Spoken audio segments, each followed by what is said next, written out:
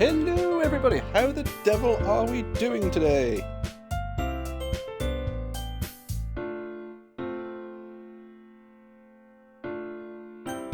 Right, I think we're going to need to turn the sound down, just a fraction. Well, let's the sound up, turn the music down.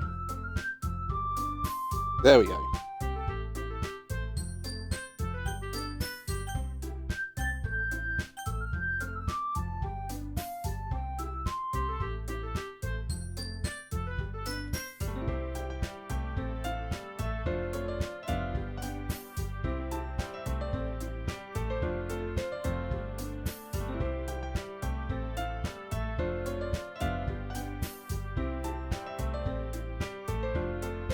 Hiya, Kegs! Thank you for the sub! Elk, I will join you in 20 minutes. Mom just needs some help. Oh, what the hell?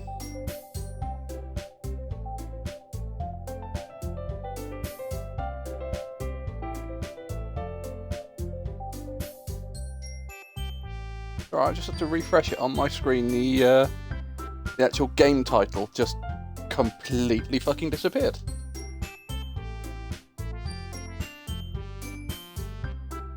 And you think it's adorable, Cag. How's the volume? Is the volume okay? Can you hear me well enough over the music?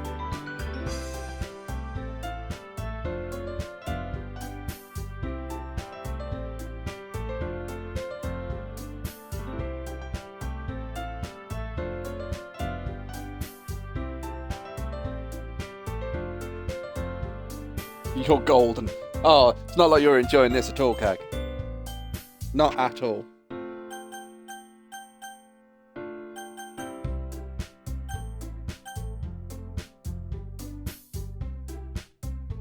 Well, we've got the starting music, so do we need to go any further? We'll just sit on this for a minute.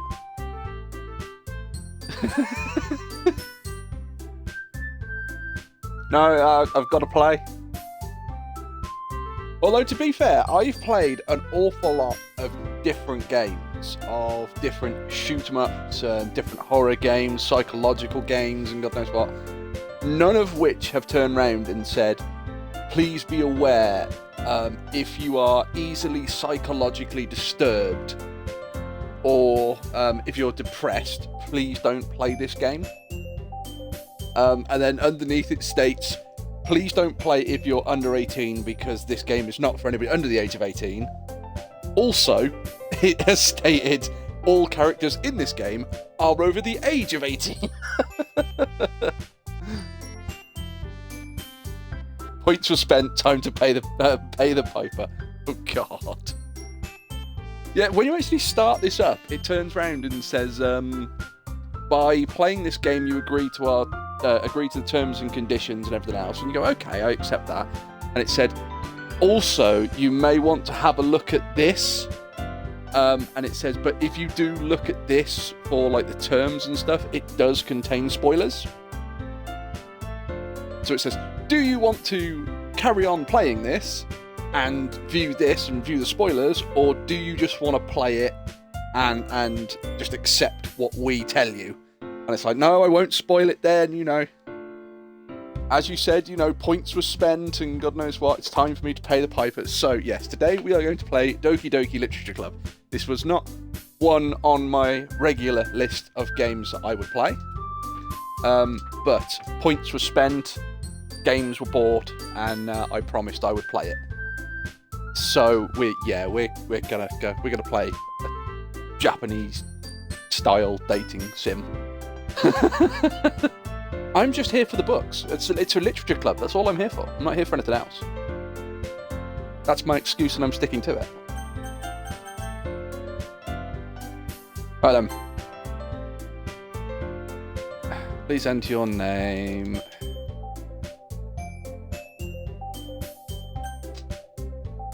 Do we go with Angel or Angelic? Which one? I think as a name, Angel would work better. I don't think Angelic would work. So we're going to go Angel, okay.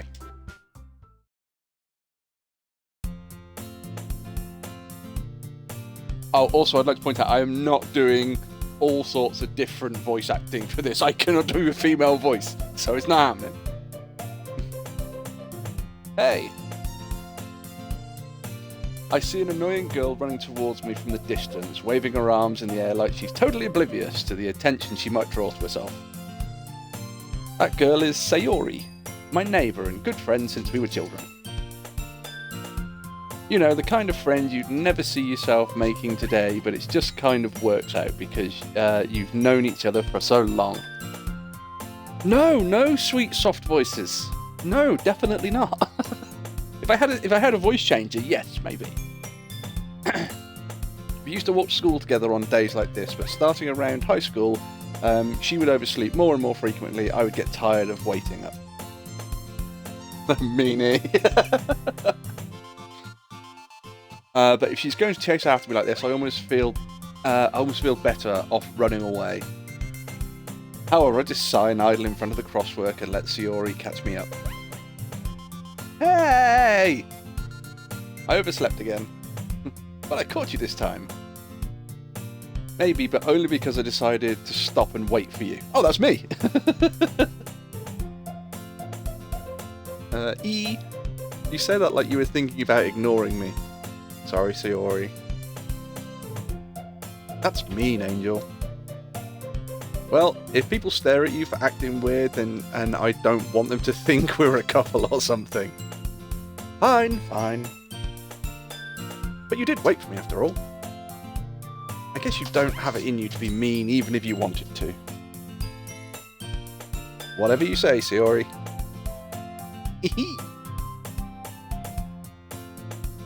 We cross the street together and make our way to school. As we draw near, the streets become increasingly speckled with other students making their daily commute. By the way, Angel, have you decided on the club to join yet? A club?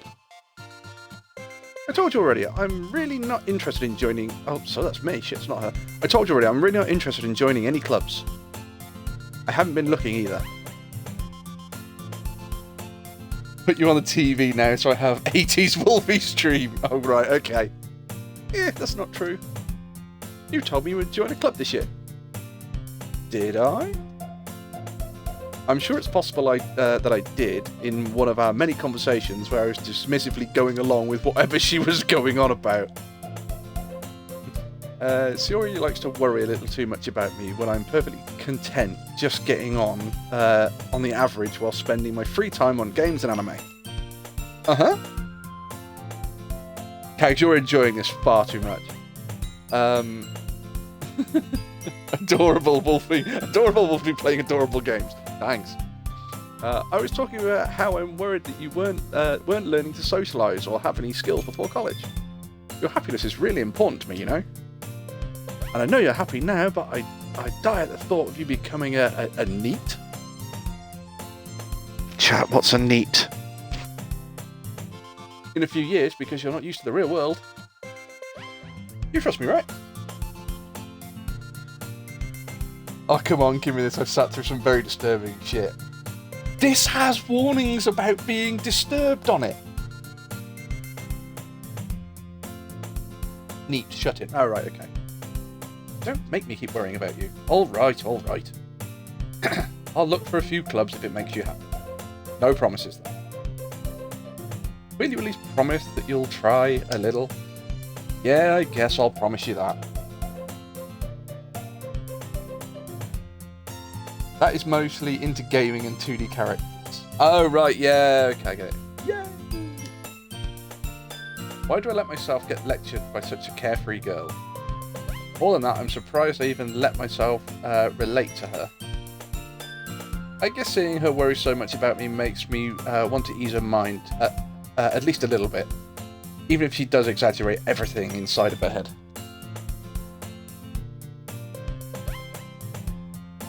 The school day is as orderly as ever. And it's over before I know it. After I pack up my things, I stare blankly at the wall, looking for an ounce of motivation. Clubs!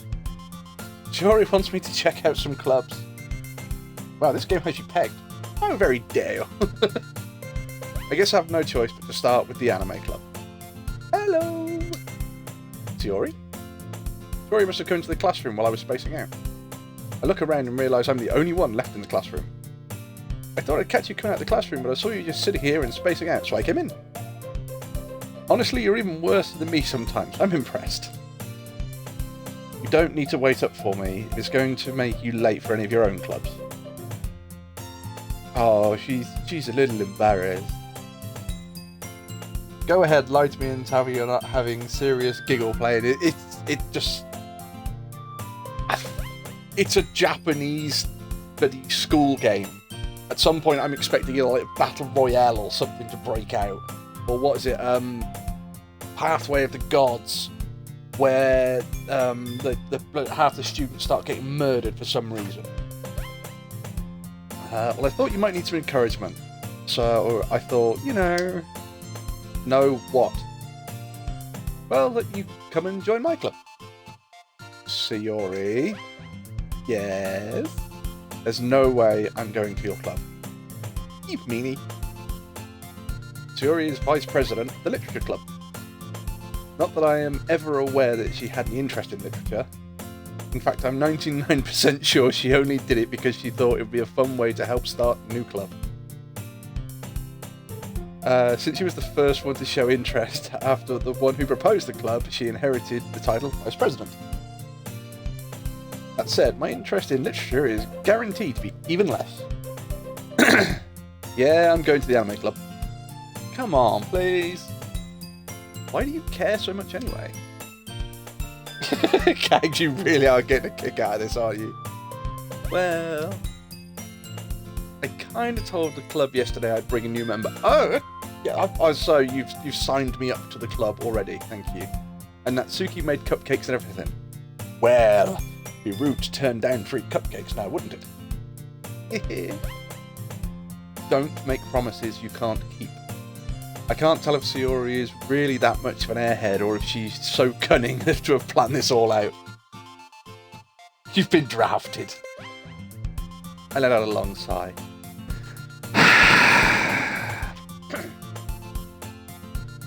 Kags, I hope you're ready on the clip button. Fine, I'll stop by for a cupcake, okay? Yeah, let's go. And thus, today marks the day I sold my soul for a cupcake. Really? Really? Kags, I don't think this guy's got me pegged at all. I mean, if it's a really good cupcake, I'd probably sell other people's soul for it. I dejectedly follow Sayori across the school and upstairs, a section of the school I rarely visit. Sayori is full of energy, swings open the classroom door. Everyone, the new member is here. I told you, don't call me the new member. Especially a Reese's chocolate cupcake. Yeah, I glance around the room. Girl 1, welcome to the Literature Club. It's a pleasure meeting you. Why are you already embarrassed in meeting me? Have you never spoken to a male before? Sorry, I'm breaking the immersion time. Sayori always says nice things about you. Seriously? You brought a boy? Way to kill the atmosphere. I'm sorry? Ah, Angel, what a nice surprise. Welcome to the club. It's called Doki Doki. All words escape me in this situation. This club is full of incredibly cute girls. What are you looking at? Ooh, she's the sassy one. Means cute and adorable. Most men find shy girls adorable. If you want to say something, say it. Sorry? Natsuki. Oh, she's the one that made cupcakes for me. I suppose I can't be mean to her. She made cupcakes for me. The girl with the sour attitude, whose name apparently Natsuki, is the one I don't recognise. Her small figure makes her look like a first-year student. She is also the one who made cupcakes, according to Sayori. You can just ignore her when she gets moody. Ooh, yeah, ignoring a girl when she gets moody. Sayori, I think I'm gonna call that one a trap. Sayori says that quietly into my ear, then turns back towards the other girls. Anyway, this is Natsuki, always full of energy. And this is Yuri, the smartest in the club. Right. So the long hair one... Wait, the other one had long blonde hair, didn't it? So the long... Was that purple? Actually, colourblind. Don't say things like that. Yuri, who appears comparably more mature and timid, seeming to have a hard time keeping up with people like Sayori and Natsuki. Right, okay, so Natsuki is going to be like the little firecracker. Sayori is going to be the friendlier than friendly friend. Natsuki has pink. Yeah, it's Yuri on the long-haired one on the right-hand side. And Yuri she seems like the quiet oddball then, I guess.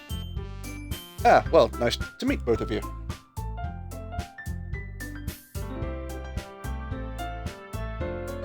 Yeah, alright, Yuri has purple, fine. And it sounds like you already know Monika, is that right? There's Monika. That's right. Great to see you again, Angel. How do I know you? Monika smiles sweetly. We do know each other. Well, we rarely talked, but we were in the same class last year. Monika was probably the most popular girl in class. Smart, beautiful, athletic. Basically, completely out of my league. Having her smile at me so genuinely feels a little... you too, Monika? Come, sit down, Angel. We made room for you at the table so you can sit next to me or Monika. I'll get the cupcakes. Hey, I made them. I'll get them. Sorry, I got a little excited. Then how about I make some tea as well? Tea and cakes! Are you sure this isn't like a British game? The girls have a few desks arranged to form a table. Sayori mentioned it's been widened so that there is enough space to sit next to Monika, with one space next to Sayori. Natsuki and Yuri walk over to the corner of the room where Natsuki grabs a wrap tray and Yuri opens the closet. Oh look, Monika is like your wife, totally active and out of your league. Still feeling awkward, I take a seat next to Sayori. Natsuki proudly marches back to the table, tray in hand. Okay, are you ready? Ta-da! Ooh-ah! Natsuki lifts the foil off the tray and reveals a dozen white fluffy cupcakes decorated to look like little cats. Their whiskers are drawn with icing and little pieces of chocolate used to make their ears. So cute! I had no idea you were so good at baking, Natsuki. Yeah, well, you know. Just hurry and take one. Sayori grabs the first one, then Monika. I follow. It's delicious. Sayori talks with a mouthful and has already managed to get icing on her face. I turn the cupcake round in my fingers, look at the best angle to take a bite. Natsuki is quiet. I can't help but notice her sneaking glances in my direction. He's waiting for me to take a bite. I finally bite down. The icing is sweet and full of flavour. I wonder if she made it herself. This is really good. Thank you, Natsuki. Why are you Yeah, so... See, look, she's all embarrassed. So she wants positive judgment from me, but doesn't want to give away the fact that she wants positive judgment from me. Why are you thanking me? It's not like haven't I heard this somewhere before? Made them for you or anything. Yeah, I thought you technically did. Sayori said. Well, maybe. But not for you, you dummy.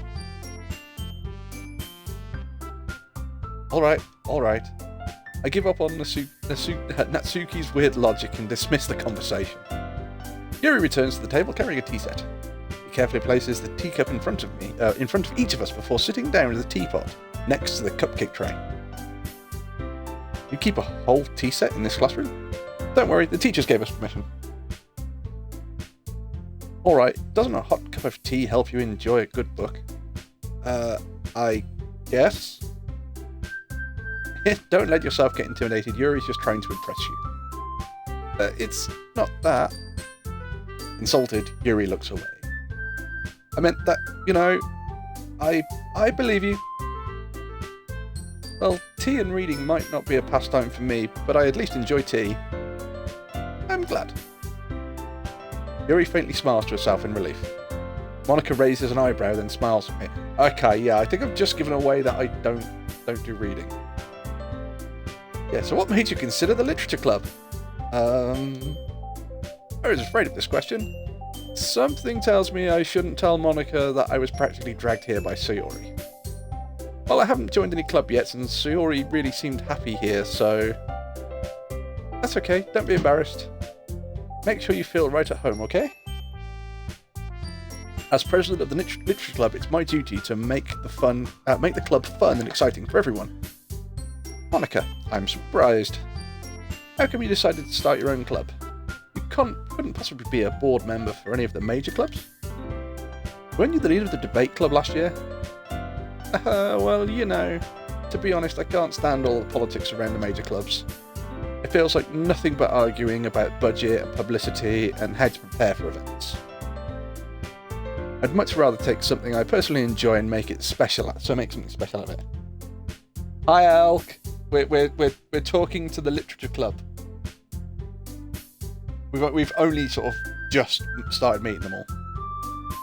And if it encourages us to get into literature, then I'm fulfilling that dream. Monica really is a great leader. Sayori, don't say a word to the fact that I don't seem to read as many books as you. Yuri also nods in agreement. And I'm surprised there aren't more people in the club yet. It must be hard to start a new club. You could put it that way. Not many people are very interested in putting all-out effort into starting something brand new. What do I miss? We've literally just started meeting them. And we've had some cupcakes, and we've had one sort of trying to impress us with chat, one trying to impress us with cooking. Monica, this one already knows us, and Sayori is our neighbour. Especially when something that doesn't grab your attention, like literature, you have to work hard to convince people that you're both fun and worthwhile. But it makes school events like the festival that much more important. I'm confident that we can all really grow this club before we graduate. Right, everyone? Yeah, we'll do our best. You know it. So yeah, these apparently are the 4 girls. So you have, on the left, you have Natsuki, who seems to be like the little firecracker. Next you have Yuri, who appears to be the intellectual one. Then you have Sayori, who seems to be the fun one. And then you have Monica, who seems to be the leader type. Everyone enthusiastically agrees. Such different girls, all interested in the same goal. Monica must have to work really hard to find these 3. Maybe that's why they're all so delighted by the idea of a new member joining.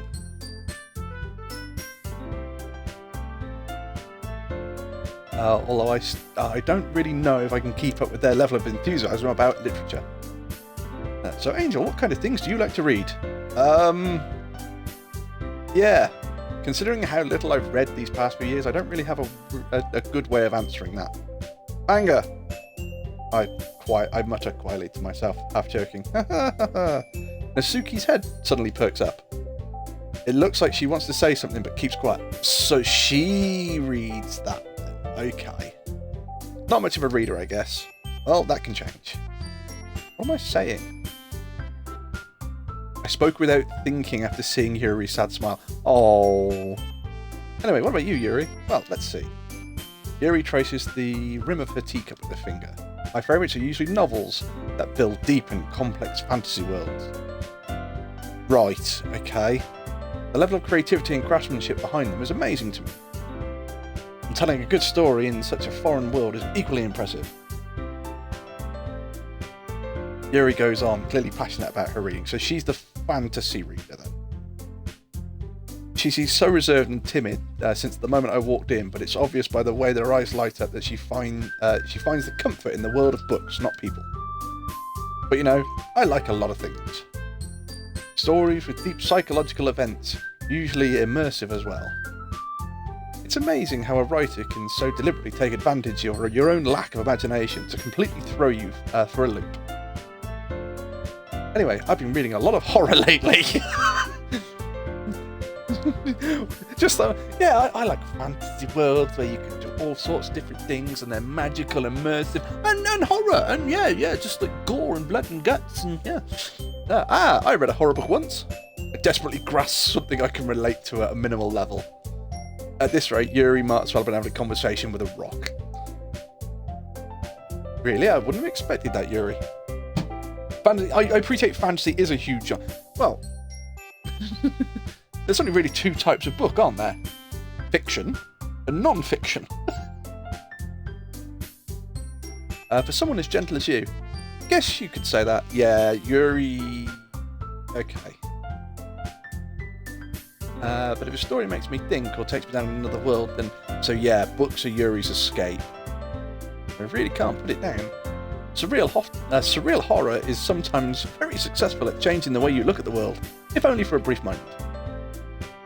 I can agree with that logic, Yuri. Okay. Ugh, I hate horror. Oh, why is that? Well, Natsuki's arts dart over to me for a split second. Never mind. No, come on, finish your thought, Natsuki, I don't mind. That's right, you usually like to write down cute things, don't you, Natsuki?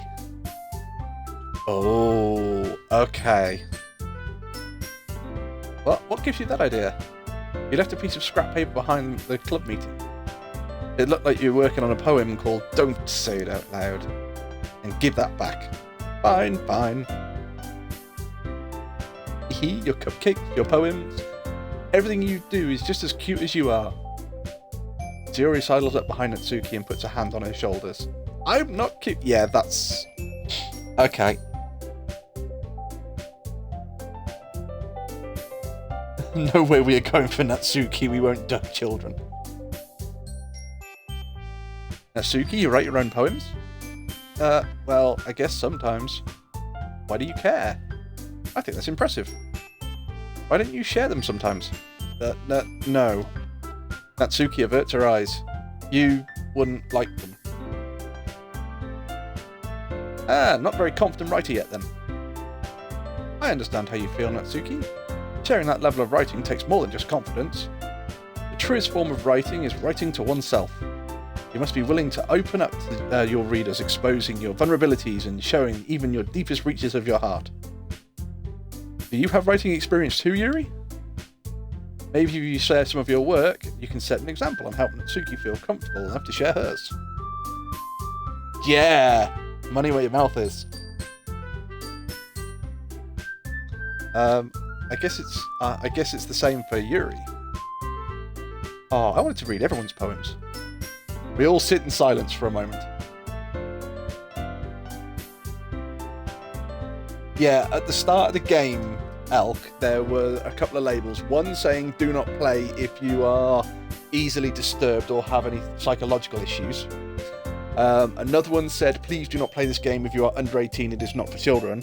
And the third notice said everyone in this game is of the age of 18. Hiya, Drea. Yeah, it's different, I'll give them that. Monica, okay. I have an idea, everyone. Natsuki and Yuri look quizzically at Monica. Let's all go home and write a poem of our own. The next time when we meet, we'll all share up and we'll share it with each other.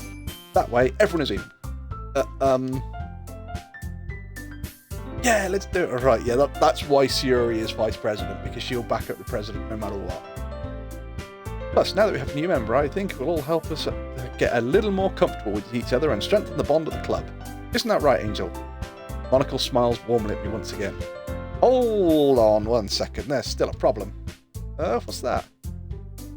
Now we're back to the original topic of me joining the club. I bluntly come forth with what's been on my mind the entire time. I never said I'd join the club. Shiori may have convinced me to stop by, but I never made any decision. I still have other clubs to look at, and I lose my train of thought again. All four girls stare back at me with dejected eyes. But... I'm sorry, I thought... Angel... You all... I'm defenseless against these girls. How am I supposed to make a clear-headed decision when it's all like this? That is, if writing poems is the price I need to pay in order to spend every day with these beautiful girls. Right. Okay, I've decided then. I'll join the literature club. One by one, the girls' eyes light up. Yay, I'm so happy. Jory wraps her arms around me, jumping up and down. Hey! You really did scare me for a moment. If you really just came for a cupcake, I would have been super pissed. Sorry, Natsuki. I like the one with the bigger boobs.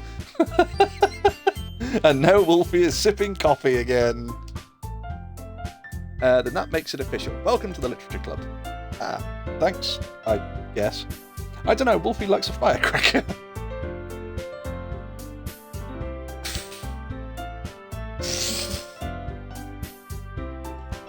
I'm not saying a word. I'm just going to see how this plays out, and we'll let actions speak louder than words, I guess. Okay, everyone. I think that we can officially end today's meeting on a good note. Everyone remember tonight's assignment. Write a poem and bring it to next meeting so we can all share. Monica looks over at me once more. Angel, I look forward to seeing how you express yourself. Yeah. Can I really impress the class star Monica with my mediocre writing skills? I already feel the anxiety welling up inside me. Meanwhile, the girls continue to chit-chat as Yuri and Natsuki clean up their food. Hey Angel, since we're already here, do you want to walk home together? That's free, right? Sayori and I never walk home together anymore because she's always stayed after school for clubs. Sure, might as well. Yeah! Okay, so... with that, the two of us depart the club room and make our way home. The whole way, my mind wanders back and forth between the four girls. Sayori, Natsuki, Yuri, and of course, Monica. Will I really be happy spending every day after school in the literature club? Perhaps I'll have a chance to grow closer to one of these girls. Alright. I just need to make the most of my circumstances. I'm sure the good fortune will find me. And I guess that starts with writing a poem tonight. I guess we're going to go write a poem. It's time to write a poem. Pick your words. Oh, pick your word. Look, pick words you think your favourite club member will like. I haven't decided on a favourite club member yet. Come on, give me a chance. Something good might happen with whoever likes your poem the most.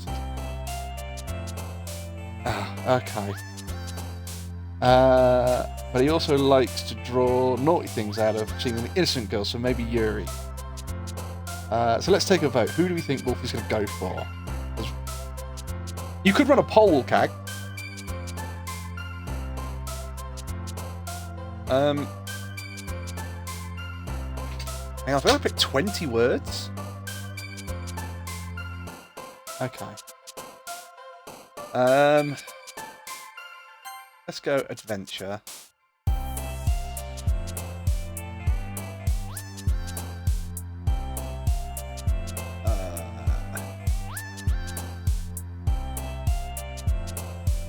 I'm trying to like write a story in my head of what the poem is going to be.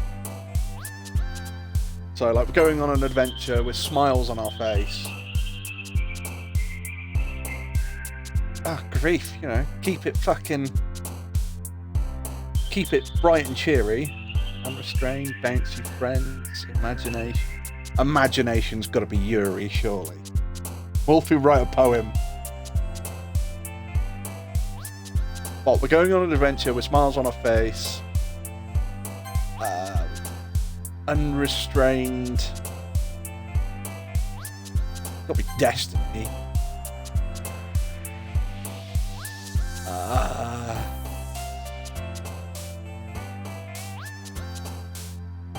Pleasure, love, calm.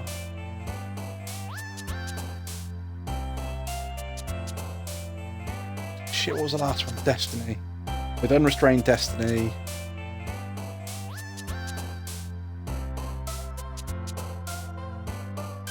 Promise.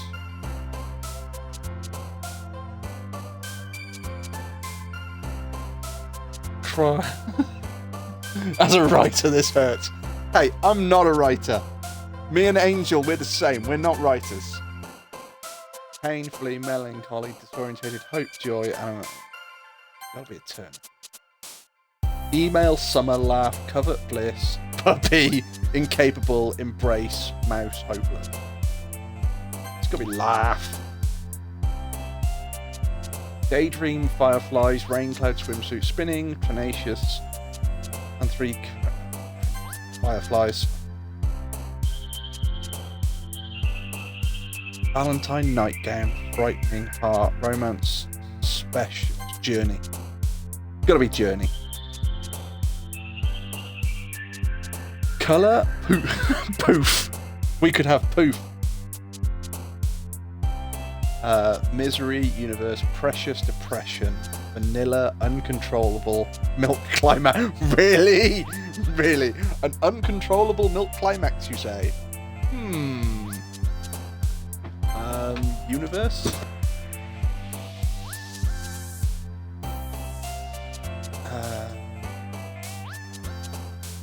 Fantasy, Misfortune. Together? Family Alone. Raindrops. Graveyard Skipping, Fluffy Cheeks, Melody Infinite.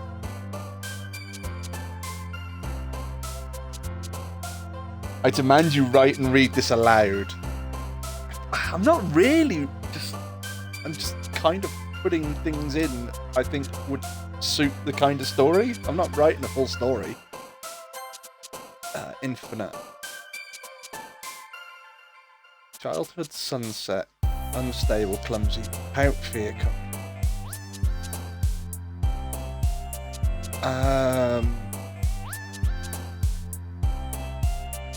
Shit, what was the last word?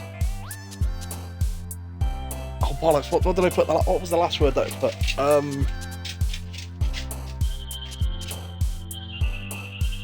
have to go back and rewatch this and make a lesson for my kids. God. Sunset? Wall. Yeah, that's what Charlie thinks.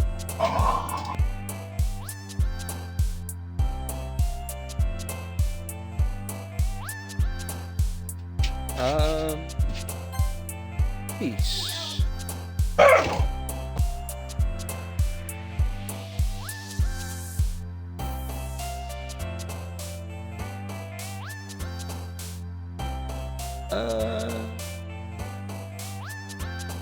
Whisper. Air jump, sensation, disown, passion, vacation, explode, candy. Giggle, extreme breath, defeat, fickle, lust, awesome, broke, whirlwind, socks. Breathe. Bubbles, play, vertigo, tragedy, kiss, uncanny, headphone, bunny, lipstick. See? Bunny, lipstick, sadness.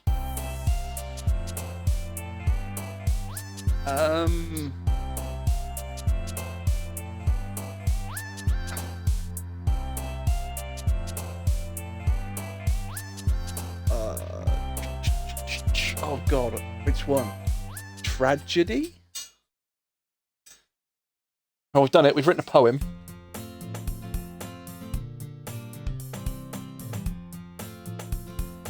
Hi again, Angel. Glad to see you didn't run away from us. No, don't worry. This might be a little strange for me, but at least I keep my word. That was painful to watch. Hey, you don't know what story I was making up. I might have made the most amazing story in the world.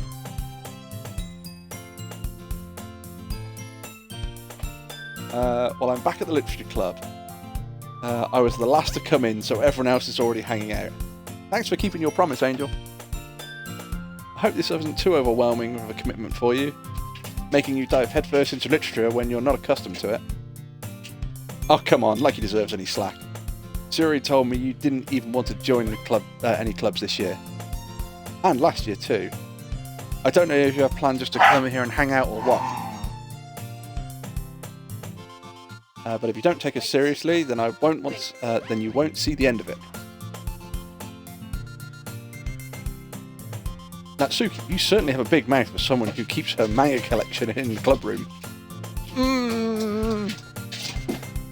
Busted, Natsuki. Natsuki finds herself stuck between saying Monika and manga. Manga is literature. Swiftly defeated, Natsuki plops back into her seat. Don't worry, guys. Angel always gives his best as long as he's having fun. Not a word. He helps me with busy work without me even asking. Like cooking, cleaning my room. Whoa! Thought we were neighbours. How dependable. Sorry, that's because your room is messy, it's distracting. You almost set your house on fire once. Is that so? We need to do this more often. You two are really good friends, aren't you? I might be a little jealous.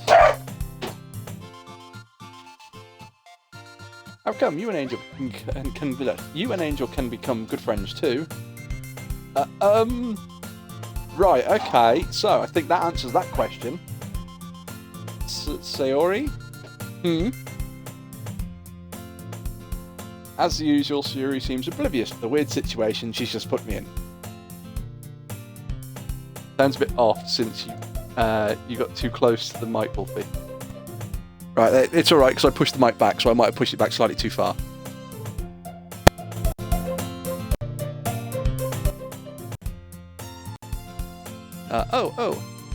Yuri even bought something today.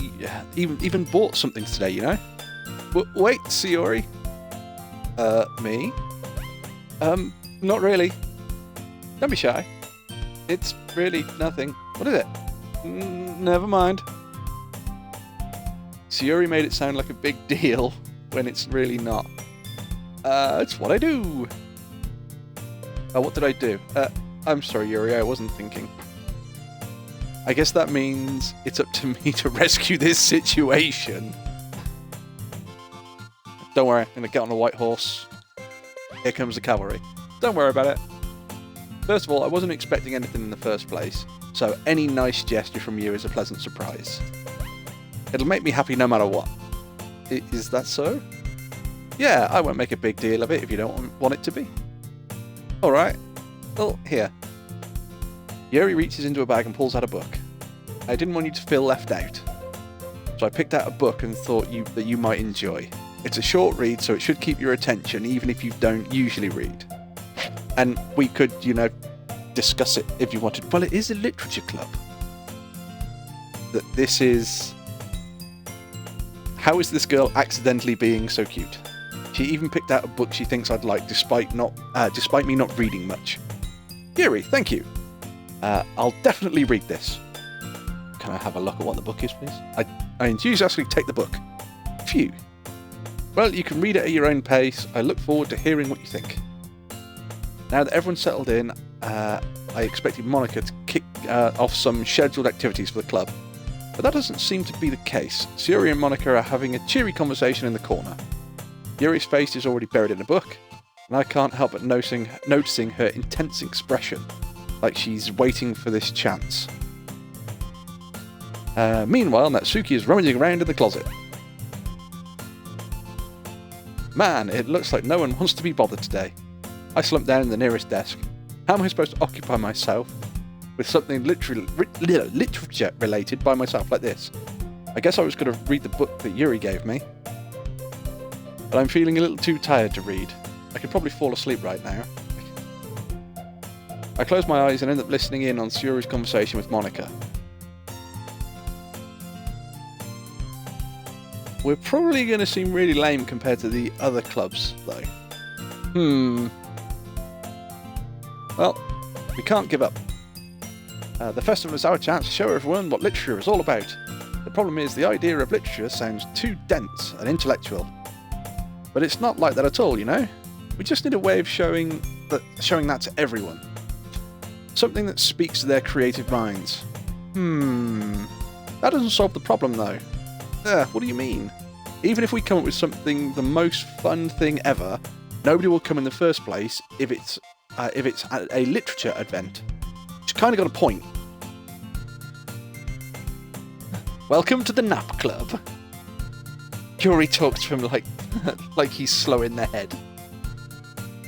She talks to me like I've eaten one too many crayons. So it's important to figure out how to get people to show up in the first place, you know?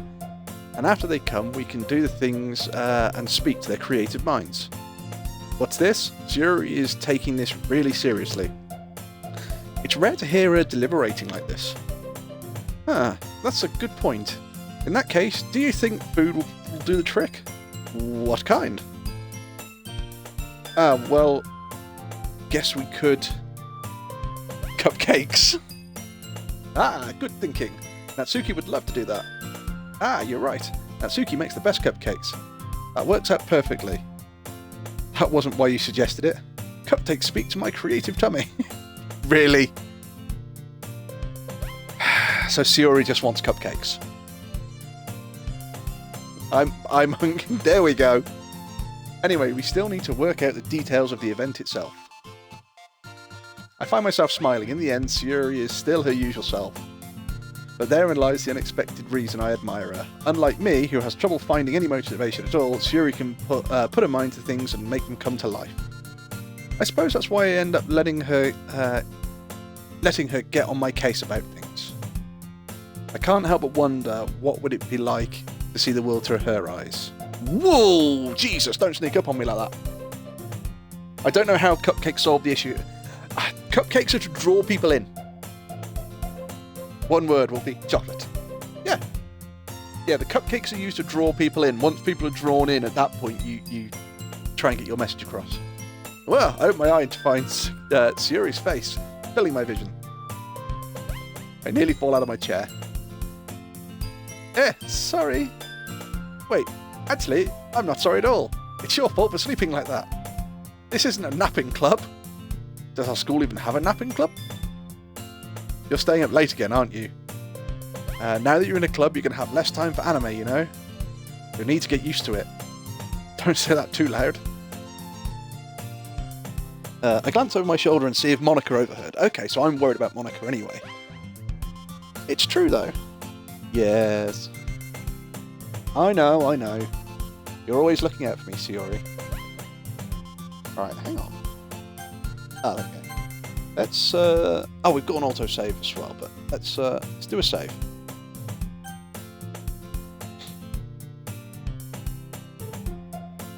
That's what I do best. That's a problem. What about you? You look out for me much better than I look out. You look out for me much better than you look out for yourself. You're still oversleeping every day, aren't you? Not every day. That's not very convincing. How many days this past week have you gotten up on time? That's a secret. I knew it. Come on. At least give me the benefit of the doubt. I can't even do that. Look, Sayuri, it's written all over you. Huh? Sayuri glances around at herself. How is it written all over me? You were clearly in a rush this morning. Look at your hair, it's sticking out all around here. I run my fingertips down the side of Sayuri's hair, trying to straighten it out. Man, you really need a brush for this. My hair is really hard to get just right. I won't fall for that. There's more than just your hair. Look at your bow isn't straight either. And there's still a toothpaste stain on your collar right here. I tried to wipe the stain off with my finger, but nobody would ever notice that. Of course they would. Nobody's going to tell you about it because basically they don't want to embarrass you. Fortunately, I don't really care about that. Hey, you meanie. Hands off her, Yuri is the right one. I'm just trying to straighten her up. I'm just being nice. And you don't even keep your blazer buttoned up. Seriously, Sayuri, why do you think you don't have a boyfriend yet? Oh, that's harsh. That's super. Yeah, okay, I'll kind of grant you that one. Angel has a point, but you know, maybe not put quite so bluntly. Sorry, but you'll thank me later. Even I wouldn't have the balls to do that. I start to button her blazer from the bottom. Once you see how much better it looks, you'll change your mind. This is so funny.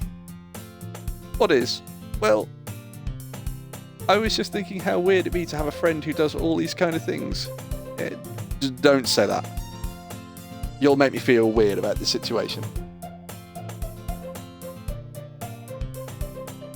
No, you see, because I think this is 18 plus. Yeah, I think Angel is actually trying to do sort of the good thing by her, because it's that whole thing of you're kind of like a sister to me.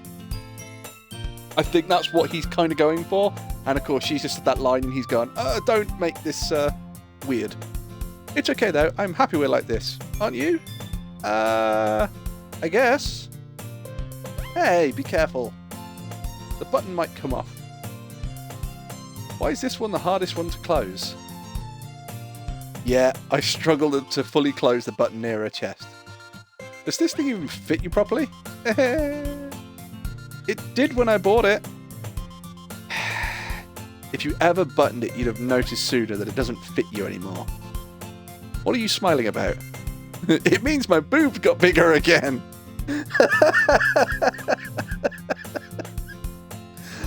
Oh, God bless you, Sayori. Don't say that out loud. Anyway, you look much better now, so... What's that? Why does it feel strange to see Sayori's blazer buttoned? Because you're taking the carefree girl and and trying to sort of button her up and make her just like everyone else. Now my drink is all over the monitor.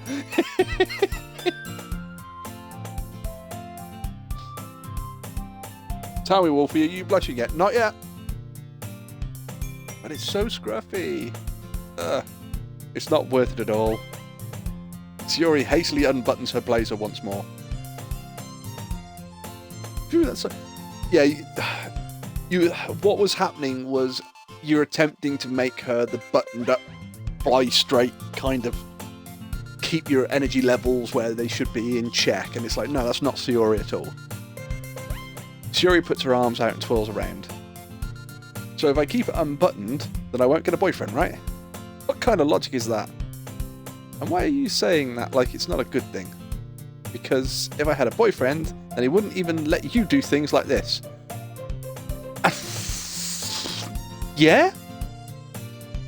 You take care of me better than anyone else would. Oh.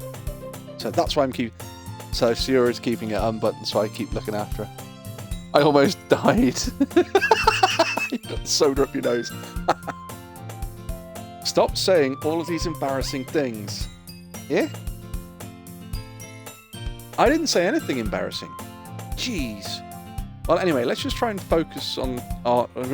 Well, anyway, just focus on trying to wake up a little earlier. Only if you focus on going to bed earlier. Fine. It's a deal. So basically, I think what the game is trying to tell me is that if I was to go with Sayori, I would be able to get her to go to bed earlier and she'd be able to get me out of bed earlier. I thought this only happens in movies. And Wolfie's games. And Kag, I hope you're on the clip button.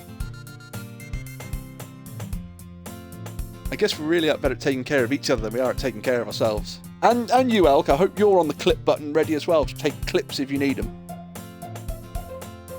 Yeah, I guess so. So maybe you should come over and wake me up in the morning. Yes, indeed. I haven't found anything clip-worthy yet. You're doing it again, Sayori. But I was just joking that time. See, that's the problem, is my sense of humour is halfway between Angel's and Sayori's. That's the kind of thing I would say, what Sayori has just said. I'm just sorry, I don't have a camera on record. No, there is make a clip button. So basically, if something funny happens in game, it's what looks like one of the movie snapper things, and you can click that, and it would it takes like a 30-second clip, or it takes a clip of the last 30 seconds, and if you find it funny, you click that, and then it appears on my Twitch page under clips. Man, it's impossible to tell with you sometimes. Okay, everyone. Monica suddenly calls out. Why don't we share our poems we wrote now? Oh, shit. Alk was saying she'd rather make fun clips of her reaction. Oh, okay. Okay, I see what you mean. Angel, I can't wait to read yours. Oh, shit. Okay. Yeah, same. I failed to sound enthusiastic. Yep. But Sayori still trots away to retrieve her poem. By the way, did you remember to write a poem last night? Yeah. My relaxation ends. I can't believe I agreed to do this. It's so embarrassing. I couldn't find much inspiration since I've never really done this before. Well, now that everyone's ready, why don't we find someone to share with? I can't wait. Sayori and Monica enthusiastically pull out their poems. Oh shit. Sayori's is on a wrinkled sheet of loose leaves torn from a spiral notebook. On the other hand, Monica wrote hers in a composition notebook. I can already see Monica's pristine handwriting from where I sit. Natsuki and Yuri reluctantly comply as well, reaching into their bags. Yep, I do the same. Oh god. Who should I show my poem to first?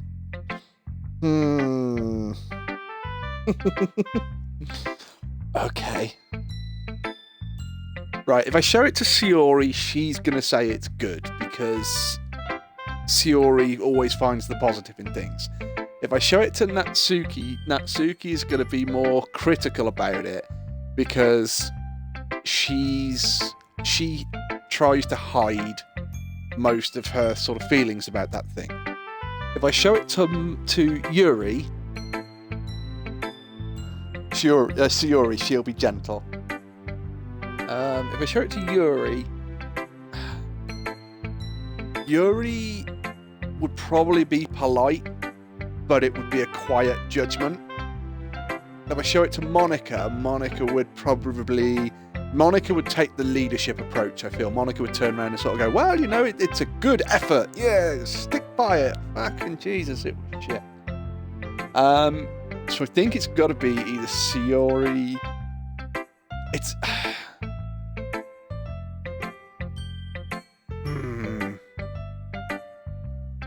I think it's either going to be Sayori or Yuri.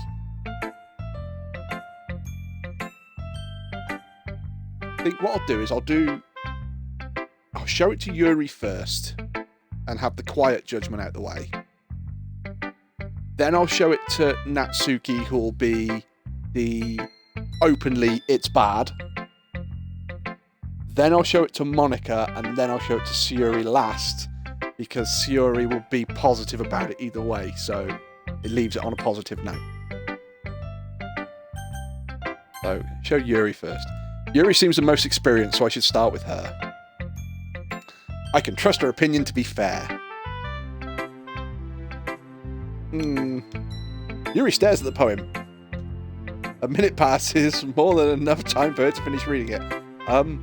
Oh. Sorry? I forgot to start speaking. It's fine, don't force yourself. I'm not.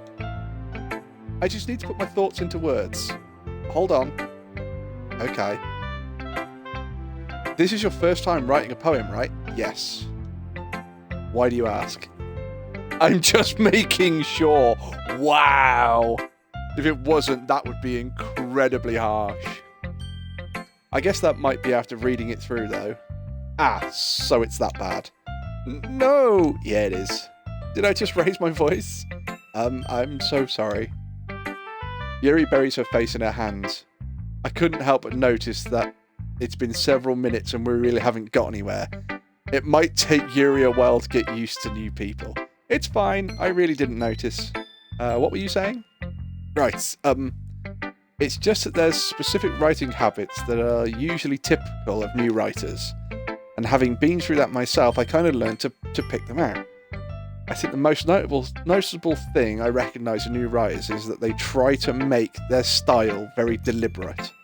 In other words, they tend to pick a writing style separate from the topic matter, and they form fit the two together. The ending result is that both style and expression are weakened.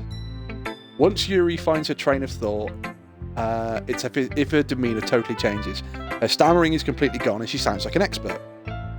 Of course, that's not something you can be blamed for. There are so many different skills and techniques that go into writing even a simple poem. Not just finding them and building them, but getting them down to work together is probably the most challenging part. It might take you some time, but it all comes with practice and learning by example and trying new things. I also hope that everyone in the club gives you valuable feedback. Natsuki can be a bit biased, that's what I figured. Biased how? Well, never mind. I shouldn't be talking about other people like that. Sorry. It's fine. I'm not sure if Yuri is apologising to herself, to me, or to Natsuki.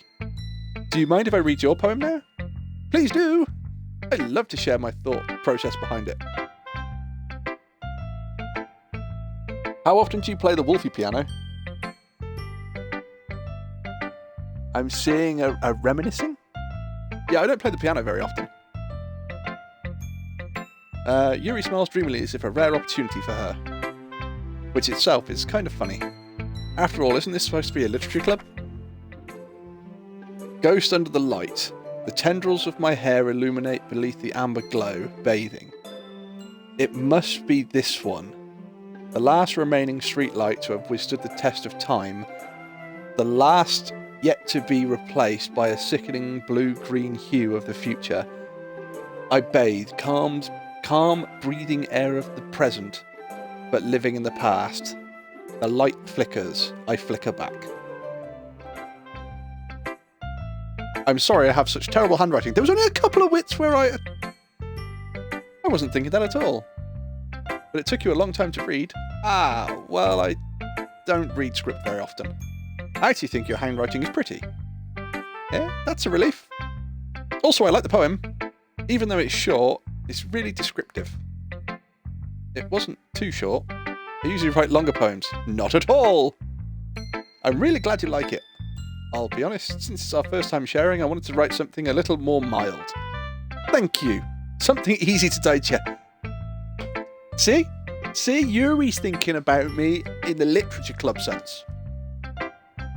Are you into ghosts, Yuri? Uh-huh, okay. Sold! Actually, the story isn't about ghosts at all, Angel. Really, yes. It's not about a ghost, but... I totally missed the point. Well, you're supposed to. You did only glance over it after all. But remember that the poet often express their own thoughts and feelings in experience in their work. They usually do more than tell a simple story or paint a picture. In this case, perhaps the subject of the poem is only being symbolically compared to a ghost, lingering her last remaining place of comfort and able to let go of the past, and soon to be left with nothing.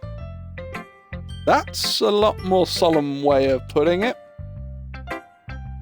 I hadn't even thought of it like that. That's impressive. It's nothing really.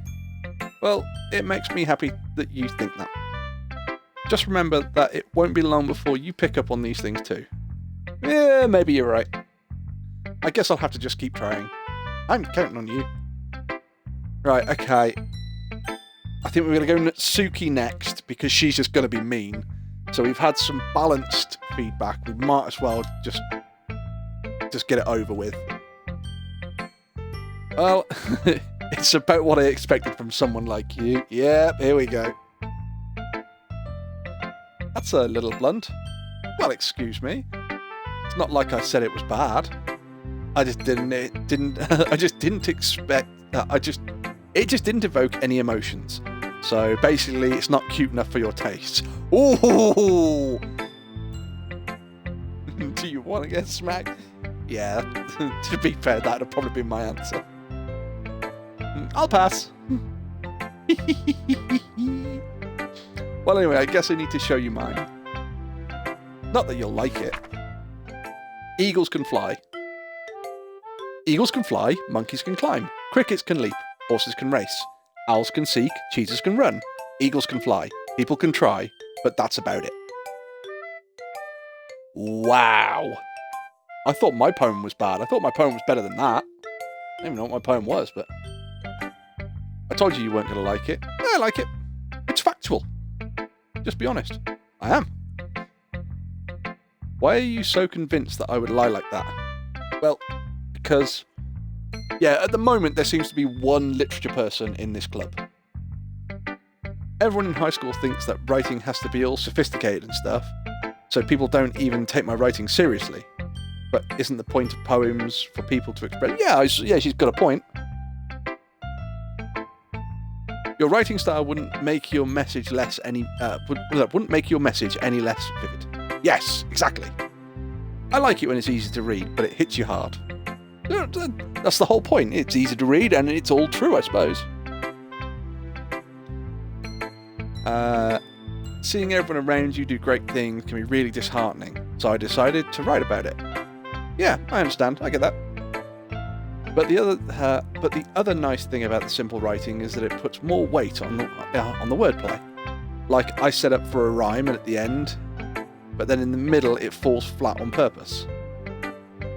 Okay, so yeah, I'm not giving Natsuki a hell of a lot of credit that she deserves. It helps bring out the feelings of the last line. So you did.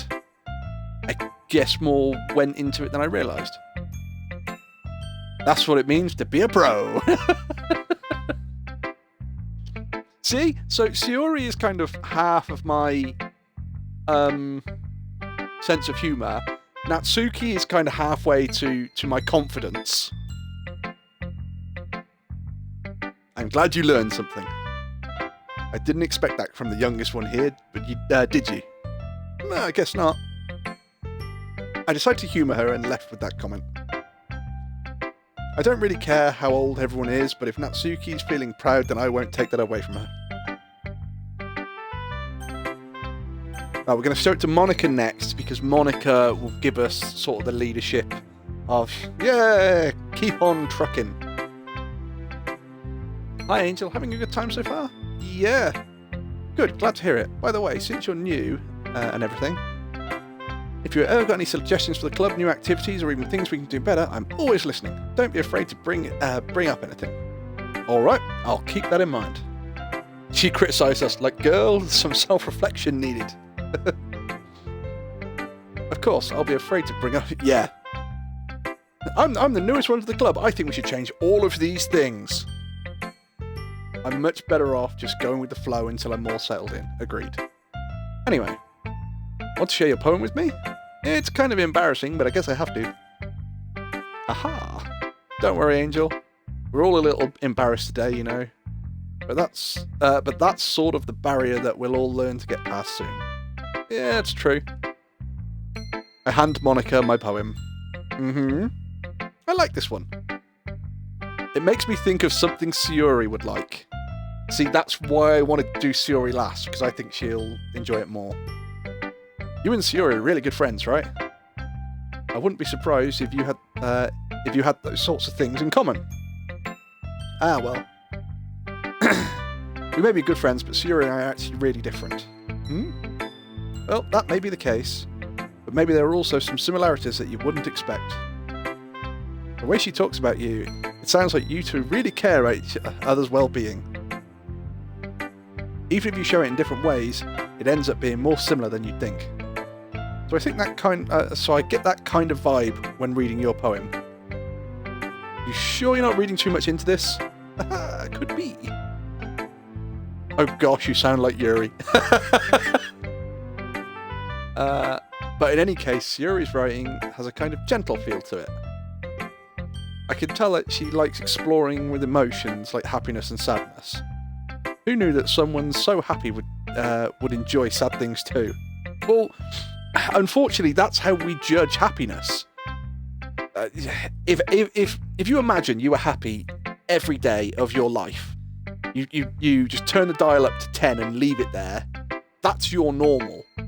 So it's that moment going, your normal is you're not any happier than any other day.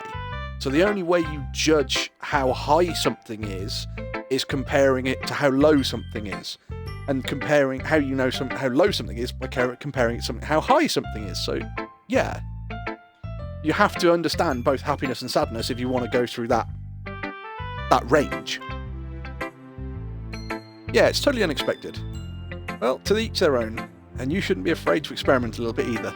Ooh, calm down with comments like that. I'm sure we'll end up trying a lot of different things. Okay. It could take a while before I feel comfortable doing this. This is just line after line of me going, no, don't say those things. That's okay. I'd love to see you. Oh, Monica. Oh, dear. No, put that away. Not in public. Sorry, composure. We're a literature club, goddammit. We're here for the books. That's the best way to find a kind of style that suits you. Everyone else might be a little bit more biased towards their own kind of styles, but I'll always help you find what suits you the most. So don't force yourself to write in the way that everyone else wants you to write. It's not like you have to worry about impressing them or anything. Aha! Aha! Anyway, do you want to read my poem now? Don't worry, I'm not very good. You sound pretty confident for someone who claims not to be very good. Well, that's because I have to sound See? She's kind of got my confidence as well. You have to sound confident. Whether you're confident or not, you got to sell that shit. That doesn't mean I always feel away, you know. I see. Well, let's read it then. Hole in wall. Oh, and there's more. Okay. It couldn't have been me. See the direction the sparkle protrudes. A noisy neighbour, an angry boyfriend. I'll never know I wasn't home. I peer inside for a clue. No, I can't see. I reel, blind, like a film left out in the sun. But it's too late. My retina's already scorched with a permanent copy of a meaningless image. It's just a little hole. It wasn't too bright. It was too deep, stretching forever into everything. A hole of infinite choices. I realise now that I wasn't looking in, I was looking out, and he on the other side was looking in. So what do you think? It's very freeform, if that's what you call it. Sorry, I'm really not the right person to ask for feedback. Is that girl depressed? I'm getting a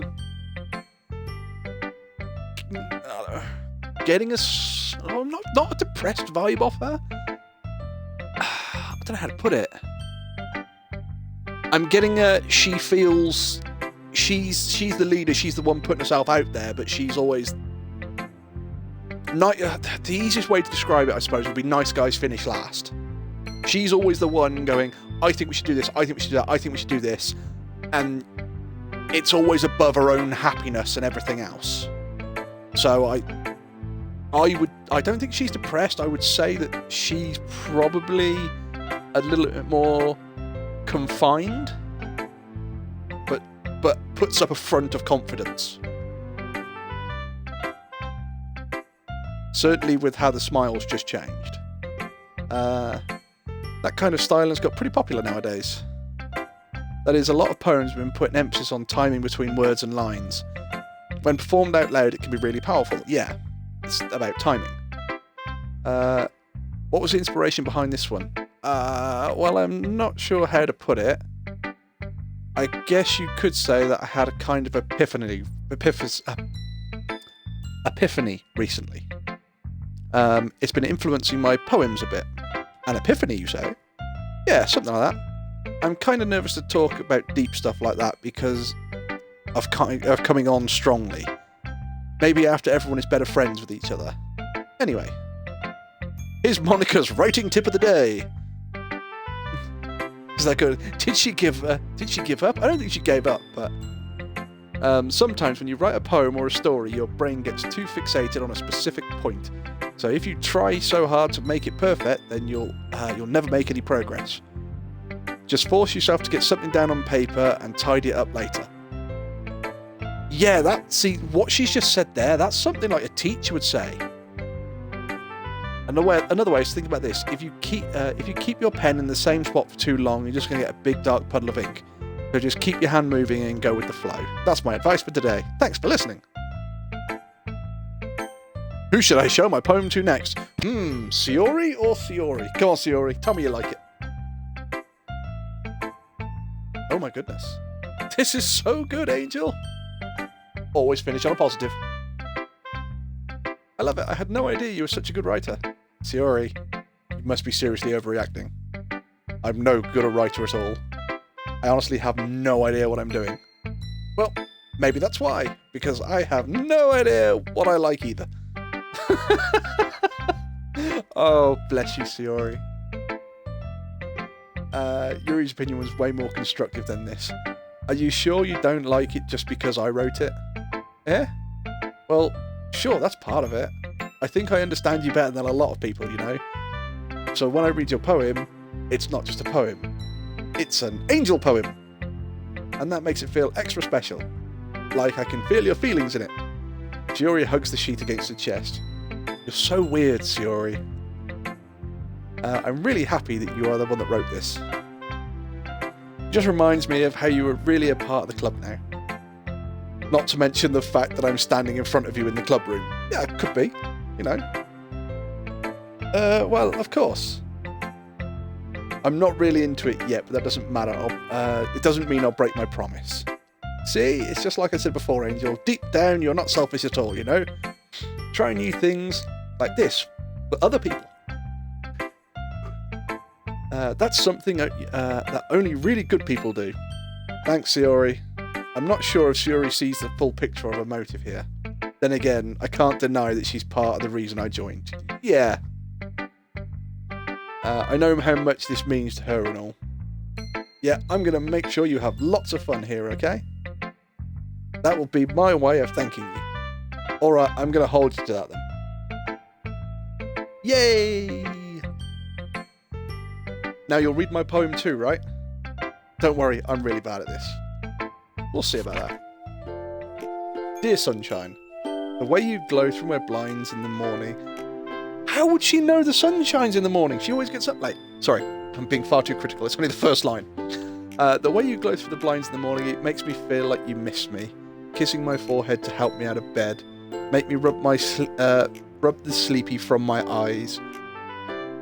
Are you asking me to come out and play? Are you trusting me to wish away a rainy day? I look above, the sky is blue. It's a secret, but I trust you. If it wasn't for you, I could sleep forever. But I'm not mad. I want breakfast.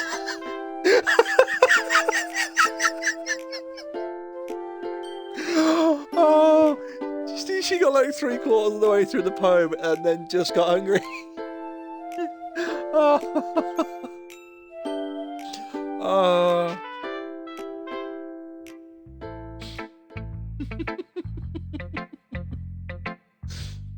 Sayori, this is just a guess, but did you wait until this morning to write this? No. Just a little bit. You can't answer just a little bit to a yes or no question. I forgot to do it last night. Well, at least it makes me feel a little bit better about myself. Wow. I feel really sorry for Sayori even, because she's just like such an emotional crutch. Don't be me, yeah. I still tried my best. Ah, yeah. I didn't mean to say that it was a bad poem. It came out nice, or how should I put this? It sounds just like you. Really? Yeah. Especially the last line. I made eggs and toast. Even though you were late to school. It's bad to skip breakfast. I get all cranky. Well, I guess there's no point in arguing. Anyway, thank you for showing me. This was so much fun. Monica's the best. Ah, yeah. But next time, I won't forget. And I'm going to write the best poem ever. Well, I guess I'll look forward to it. Oh, I'm going to have more of those mini-games. Whew. I guess that's everyone. I glanced around the room. There was that was a little more stressful than I anticipated. It's as if everyone was judging me for my mediocre writing abilities. Even if they're just being nice, there's no way the poems can stand up to theirs. This is a literature club after all. I sigh. That's what I ended up getting myself into. Across the room, Shiori and Monika are happily chatting. My eyes land on Yuri and Natsuki. They gingerly exchange sheets of paper, sharing their respective poems. As they read in tandem, I watch each of their expressions change. Natsuki's eyebrows furrow in frustration. Meanwhile, Yuri smiles sadly. What's with this language? Huh? Did you say something? Oh, it's nothing. Natsuki dismissively returns the poem to the desk with one hand. I guess you could say it's fancy. Ah, thanks. Yours is cute. Cute? Did you completely miss the symbolism or something? It's clearly about the feeling of giving up. How can it be cute? I know that. I just meant the language, I guess. I was trying to say something nice. Oh. Yuri, did you just put yourself in the hole? You mean you have to try that hard to come up with something nice to say? Thanks, but it really didn't come out nice at all. Well, I do have a couple of suggestions. If I was looking for suggestions, I would have asked someone who actually liked it. Ooh.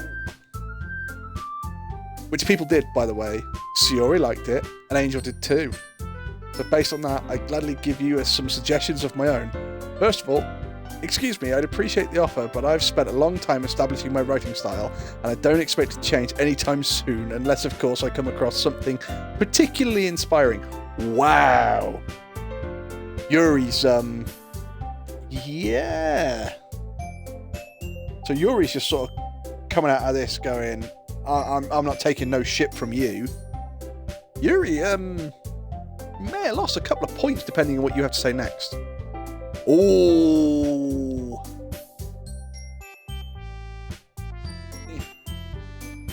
An Angel liked my poem too, you know. He even told me that he was impressed by it.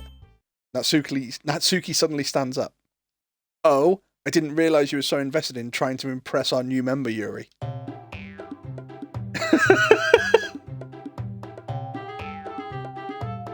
That's not what... You're just... Yuri stands up as well. Maybe you're just jealous that Angel appreciates my advice more than he appreciated yours. And how do you know he didn't appreciate my advice more? Are you that full of yourself? No. If I was full of myself, I would deliberately go out of my way to make everything I do overly cute.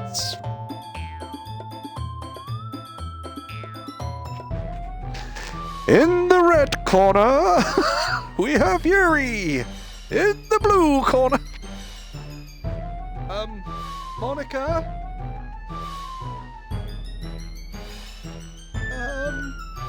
Is everyone okay? Well, you know what? I wasn't the one whose boobs magically grew a size as soon as Angel started showing up. Natsuki. Natsuki, that's a little, this doesn't involve you. Oh, wow, they're both telling Monika it doesn't involve you. I don't like it. I don't like fighting, guys. Suddenly, both girls turned towards me as if they noticed I was standing there. Angel, she's just trying to make me look bad. That's not true. She started it. If she could get over herself and learn to appreciate that simple writing is more effective, then this wouldn't have happened in the first place. What's the point in making your poems all convoluted for no reasons? I'm back, sorry, company dropped in. What did I miss? Natsuki and Yuri are fighting because basically Yuri said that Natsuki's writing style was simple. And Natsuki said, well, maybe I would maybe you need to sort of learn a couple of lessons about writing, and Yuri just turned around and said, I don't need to learn, and if I did, it wouldn't be off this, effectively. The meaning should jump off the page at the reader, not force them to have to figure it out. Help me explain that to her, Angel. Wait. Oh, and apparently Yuri's boob size has gone up since we joined the club. Apparently.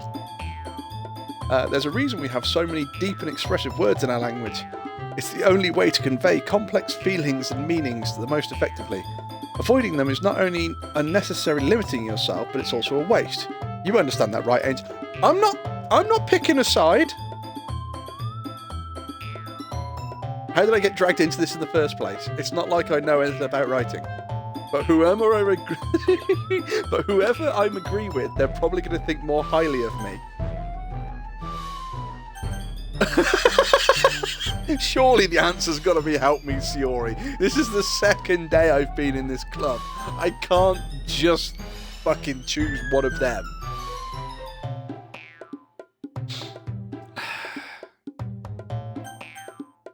Natsuki's poem was a lot simpler, it was factual, it was blunt, it was to the point, it said what it had to.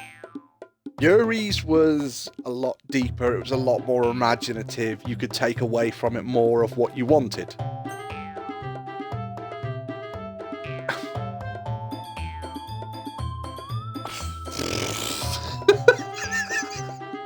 Guys, come on, this sucks.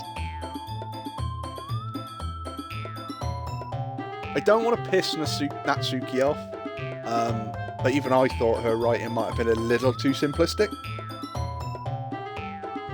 So I'm not going to agree with Natsuki.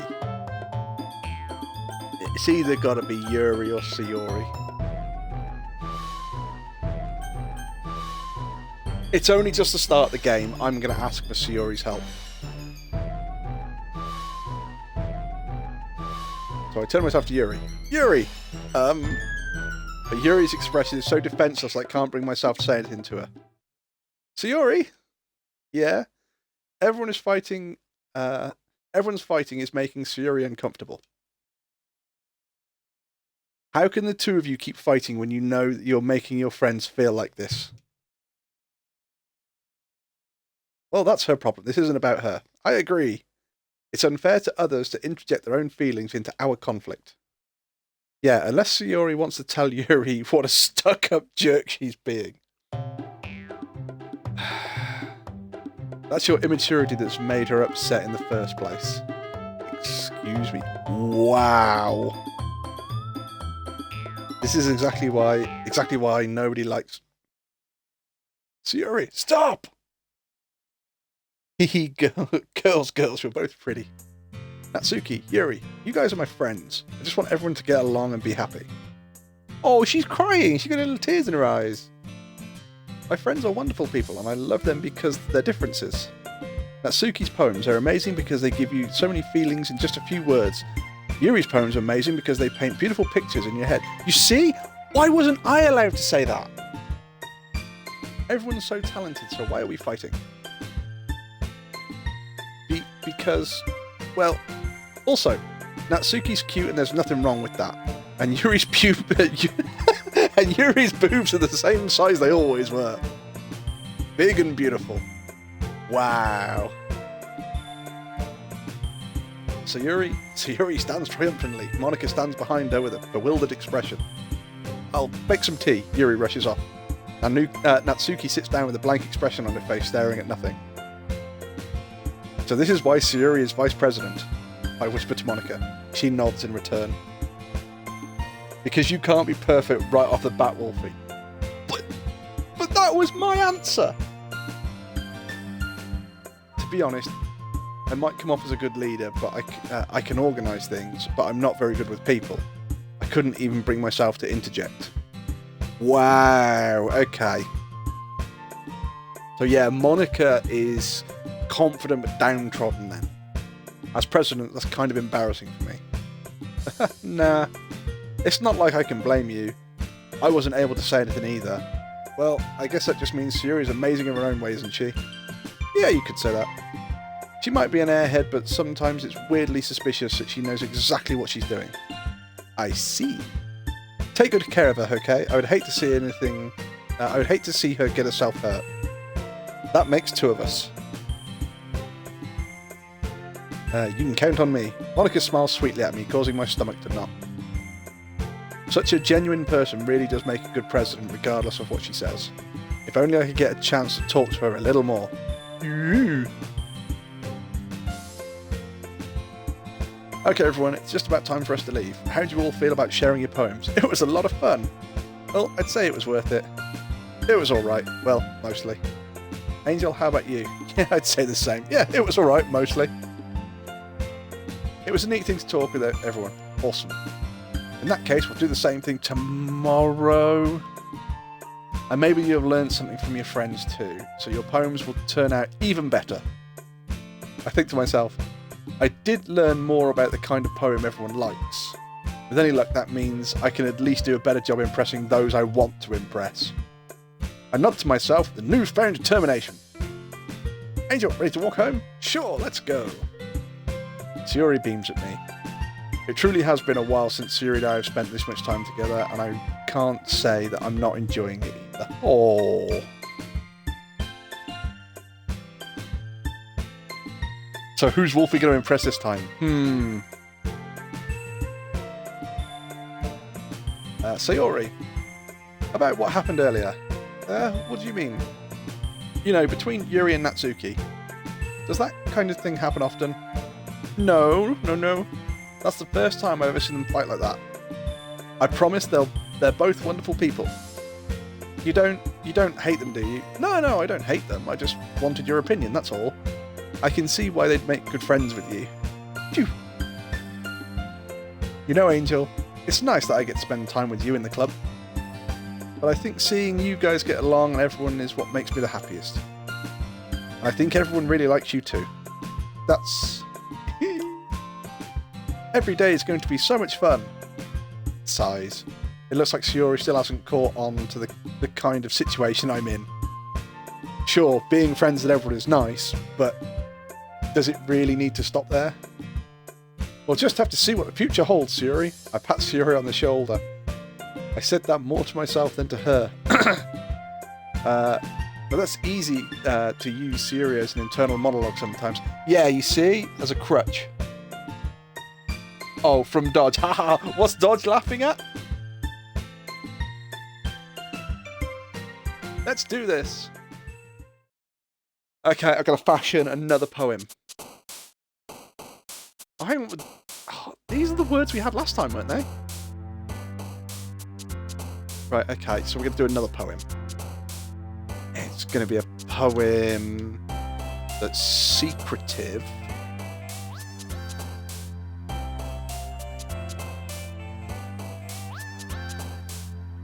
Okay, so it's a secretive poem that's going to be pure.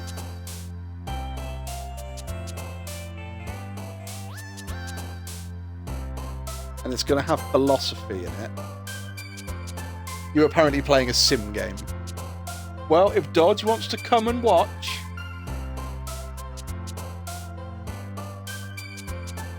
Oh, shit. History.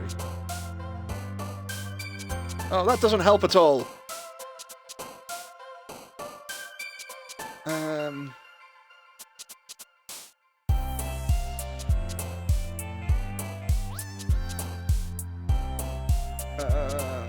Disorientate.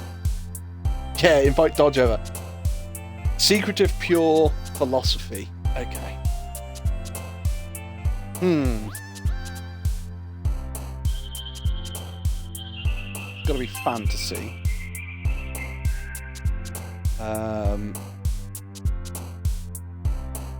Whisper.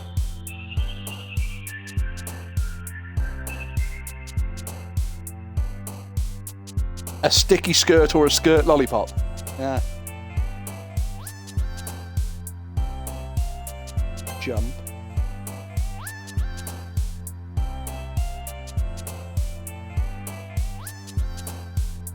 Peacefully.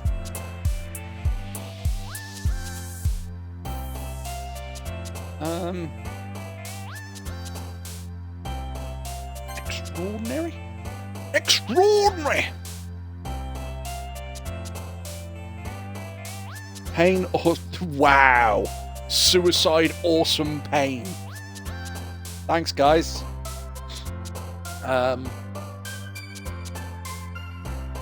Heaven Sent.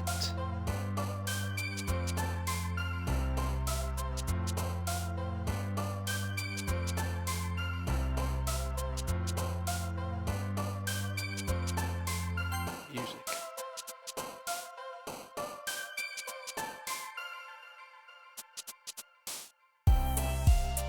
It would be really, really interesting if they actually had a poem where you put the words in and it told you what your poems were.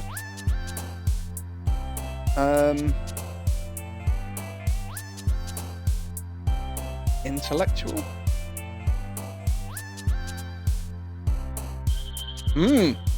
Nibble pleasure swimsuit, indeed. Rather. Tone blanket, sparkle, disarray. Smile, judgment, electricity, sunny, grief, clouds, destiny. See, why do they keep giving me the same words? They should give me different words. Judgment.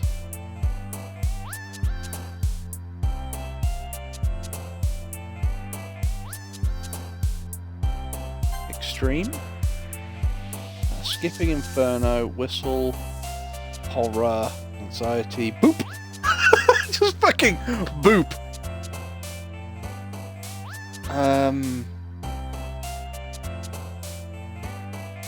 I'm just sort of trying to think of like a situation in my head and what you'd be writing in that situation.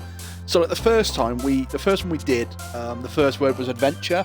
So it was like going on an adventure, stopping in the woods, having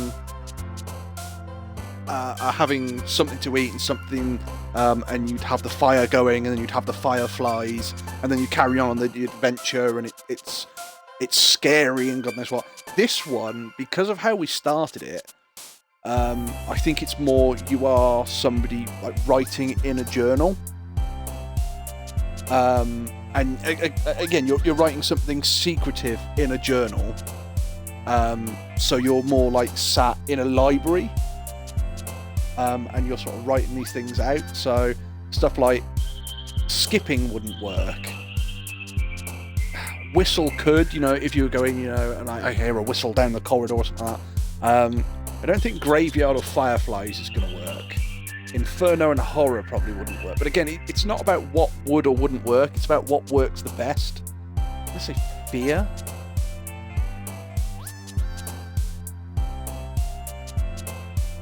Covet. It's a secret, so you're coveting it. Precious. Embrace, shame, infallible, and miserable. Tenacious. Embrace.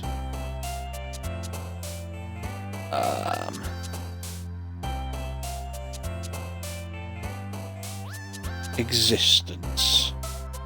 Oh fuck, I thought that was the last one. We got one more. Unending. Unending did well.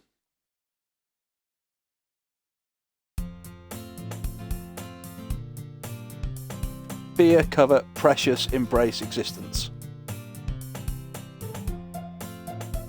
Another day passes and it's time for the club meeting already. I've gotten a little more comfortable over here the past couple of days. Oh, right, okay, so it would appear that it's been more than just a couple of days, hopefully. The usual scene greets me. Hi, Angel. Yo, Sayori. Looks like you're in a good mood today. Yeah, I'm still not used to you being in the club, that's all. I see. All the words you could use, but agree it could do with like a Mad Libs. That's a pretty simple thing for you to be in a good mood about. But I guess it's always the simple things with you anyway. Oh, come on, that's harsh. Speaking of which, I'm kind of hungry. Will you come with me to buy a snack? No thanks. Oh, really? That's not like you at all. I have my reasons. Why don't we take a look at your purse, Sayori? Huh? Why that all of a sudden? No reason, really. I just wanted to look at it, that's all. Sayori nervously retrieves her coin purse. She fumbles with the latch and gets it open. She turns it upside down and lets the contents spill out onto the desk. Only 2 small coins fall out. Right, okay. That's why she wanted me to come with her for a snack. I can see right through you, Sayori. That's not fair. How did you even know? It's simple. If you had enough money in the first place, you'd have bought a snack before coming to the club room. So either you're not hungry or wanted an excuse to take a walk. Or you planned to conveniently forget that you spent all of your money so I will lend you some. But there's one more thing. You're always hungry. So that only leaves one option. I give up. Don't make me feel guilty. If you feel guilty, that means you deserve to feel... Ow! That's just harsh. Ha! Yuri suddenly giggles. Yeah, I didn't notice that she was listening in. Her face is in a book, as always. Busted. I wasn't listening or anything. Oh, I'm stealing that one. Which one? Stealing what now? It was just something in my book. Yuri! Tell Angel to let me borrow some money. Don't get me involved like that, Sayori. Besides, you should only buy what you can reasonably afford. And frankly, after pulling a mischievous little stunt like that, your suffering is fair enough retribution. If you feel guilty, it's because you deserve to feel guilty. Did I just... I didn't mean that. I got too absorbed in my book.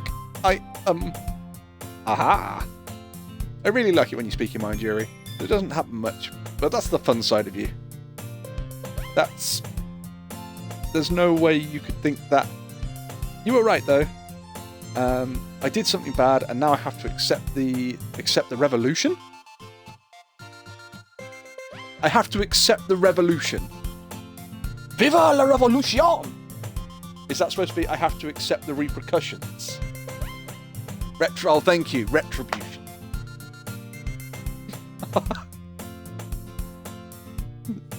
Retribution. That. Still, coming from you, Sayori, I guess there's a little devil inside of all of us, isn't there? Wow, Yuri, you went from being incredibly embarrassed for Sayori to smiling when saying there's a little bit of a devil inside of all of us, isn't there? Just want to admit something there, Yuri? Oh, stretch and hydrate.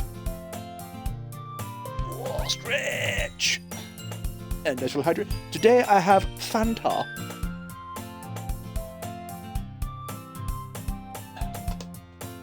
Ooh.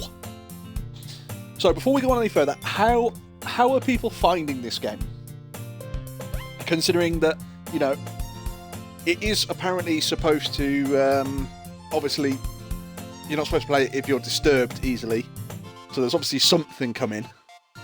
But at the moment it's all very light and breezy and cute, if you would. How are we all finding it?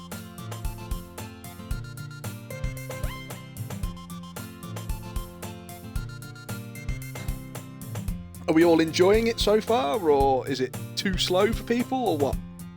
Is there something I could do better?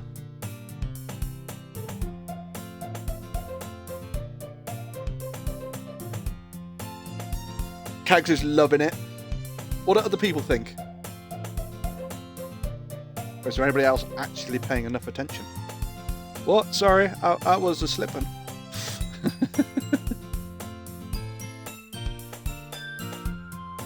But yeah, I don't think I didn't spot that after saying that line. I guess there's a little devil inside of all of us that Yuri just started smiling.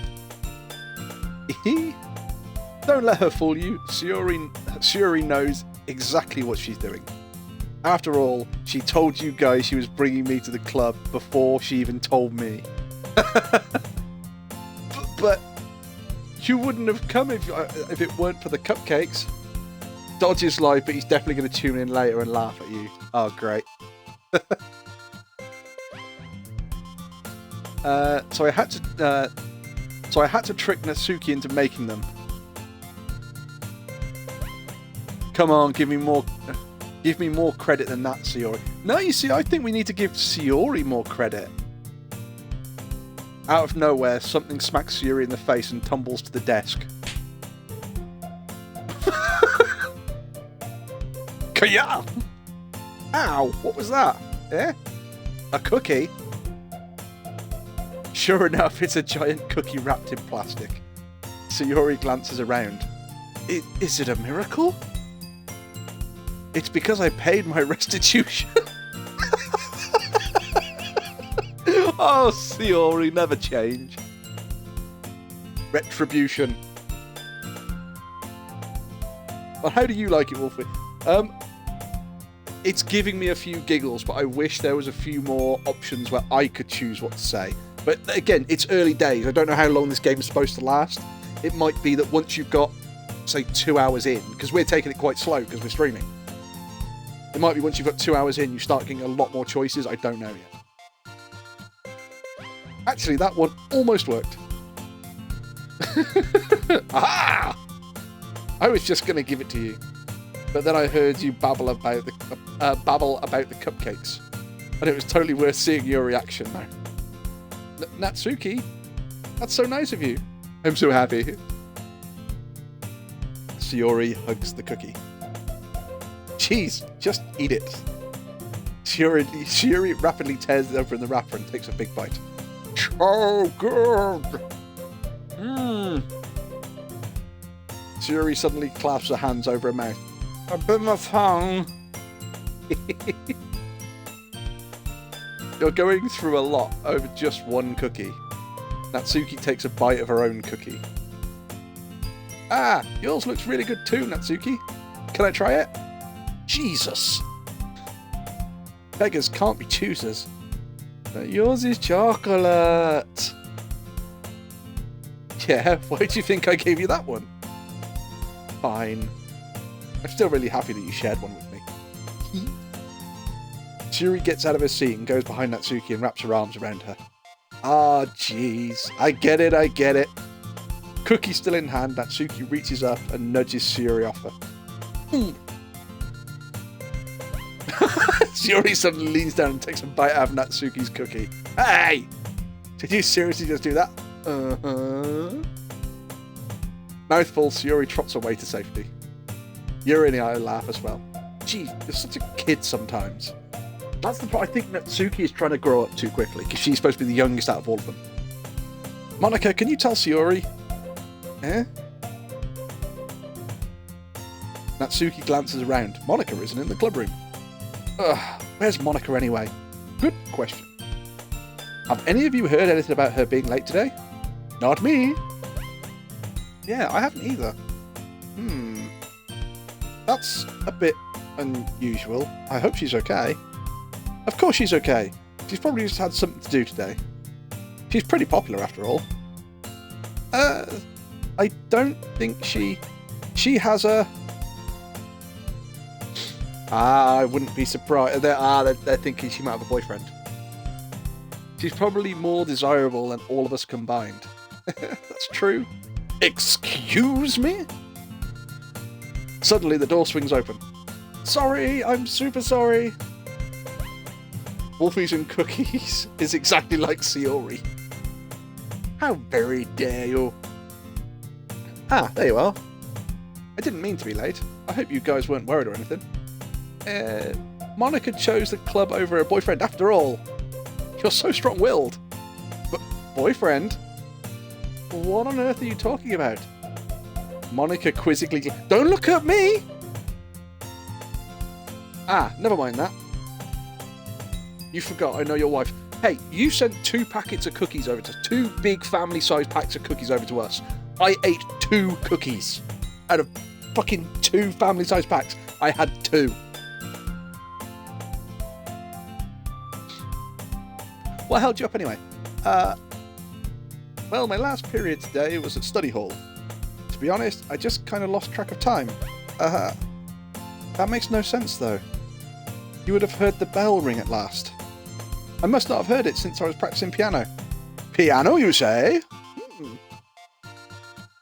Out of 48, you only had to... Yes, we've discussed this many a time, Kag, and you keep bringing up the Reese's cookies. My wife adored them, and she kind of went, right, I'm going to take some for my lunch today and some for my lunch tomorrow. And she like, packaged them up and planned them out for lunches and shit. I wasn't aware that you played music as well, Monica. I don't really. I kind of just started accidentally. Monica's gone up a few points. I've always wanted to learn piano. Monica's gone up another point. That's so cool.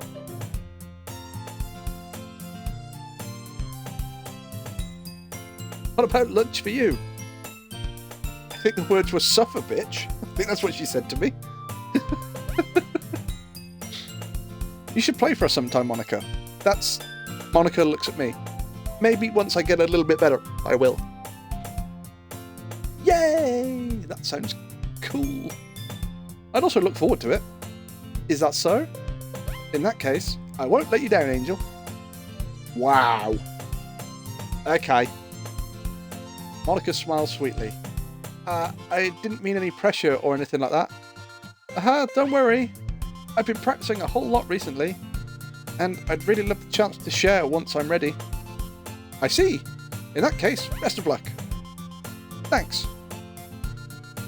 So I didn't miss anything, did I? No, not really. I chose to leave out Sayori's mischievous escapade.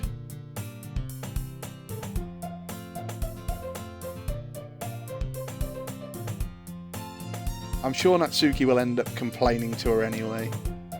It looks like everyone is already settled down. Sayori somehow already finished the entire cookie. Yuri's back in her book and Natsuki disappeared into the closet. I'm really curious to talk to Yuri a bit more, but at the same time I would feel bad for distracting her from her reading. I catch a glimpse of the cover of a book. It looks like the same book she lent to me.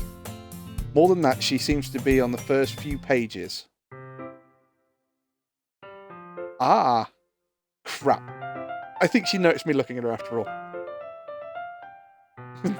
Laying it on a little thick there, eh, Monica? Well, she did say that she does kind of lay it on a little bit thick at times. She sneaks another glance at me and her eyes meet for a split second. Yuri. But that only makes her hide her face deeper in the book. Sorry, I was just spacing out. I muttered this, sensing sensing I made her uncomfortable. Oh, it's fine. I was focused then and I probably wouldn't have noticed in the first place. She totally liked you. I think they kind of all do. The one that probably hides it the best is probably Natsuki. But I'm just rereading a bit of this, so... That's the book you gave to me, right? Mm-hmm. I wanted to reread some of it, not for any particular reason. You just wanted to discuss it with me. Just curious, how come you have two copies of the same book? Good question, Angel. Glad you're on my side, my boy. Ah. Well, when I stopped by the bookstore yesterday...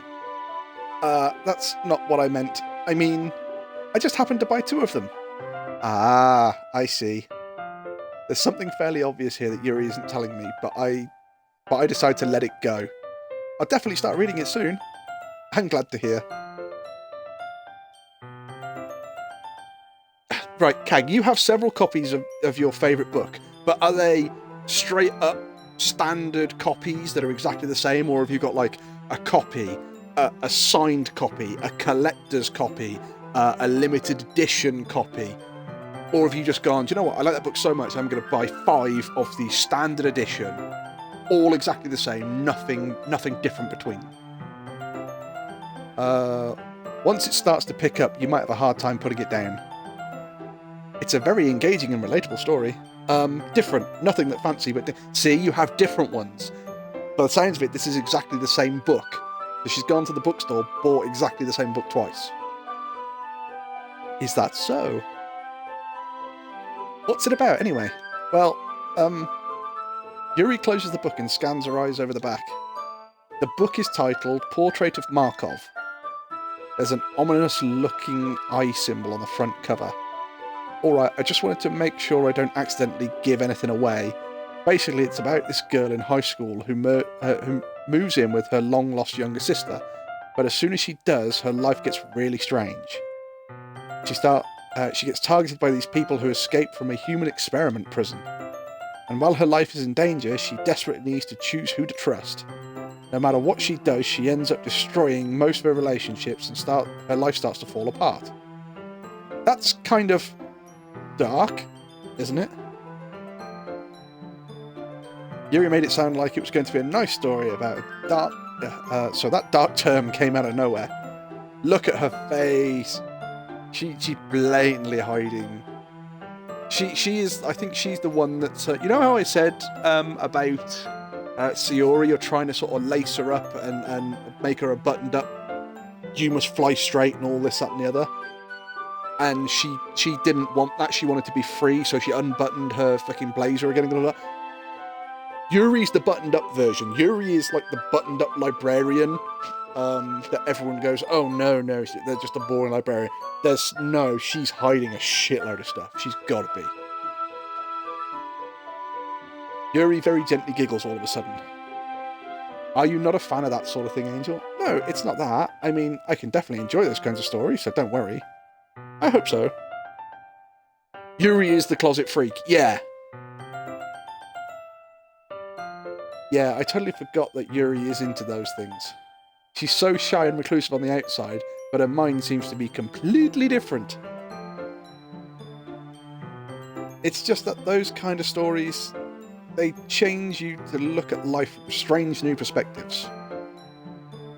And horrible things happen not just because someone wants to be evil, but because they have their own goals and their own philosophy that they believe in. Then suddenly, when you thought you related to the protagonist, they're made out to be the naive one for letting their one-sided morals interfere with the villain's plans. I'm rambling, aren't I? Not again. I'm sorry. Hey, don't apologise. I haven't lost interest or anything. Well, I guess that's all right then. Exactly what I'd expect from her.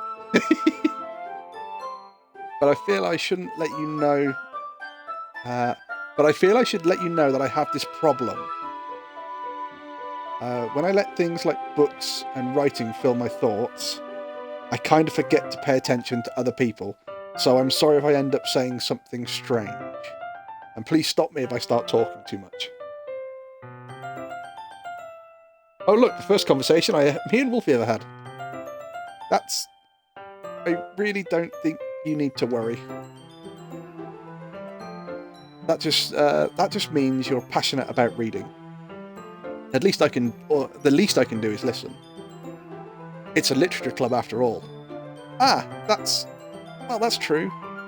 In fact, I might as well get started reading it. I might as well get started reading it, right? You don't have to. Aha, what are you saying? Just a moment ago, you said you were looking forward to it. Let me get the book. I quickly retrieved the book that I had put into my bag. All right, it's fine if I sit here, right? I slip into the seat next to Yuri. Ooh. Yeah, are you sure? You seem a little apprehensive. I'm sorry. It's not that I don't want you to. It's just something I'm not very used to. That is, reading in company with someone. I see. Well, just tell me if I end up distracting you or anything. Alright. I open the book and start the prologue. I soon understand what Yuri means about reading in company. It's as if I can feel her presence over my shoulder as I read. It's not a particularly bad thing, maybe a little distracting, but the feeling is somewhat comforting. Yuri is in the corner of my eye. I realise that she's not actually looking at her own book.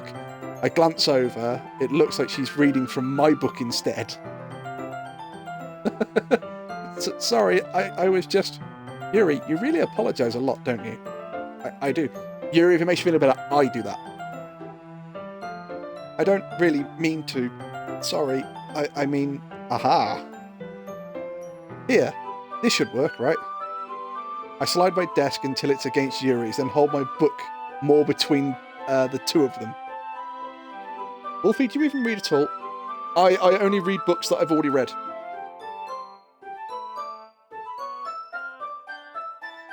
I'm going to leave that one with you for a moment.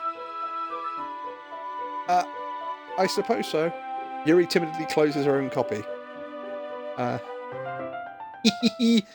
Yes, I do read occasionally, Cag. It all depends. I've got to be in the right mood to read.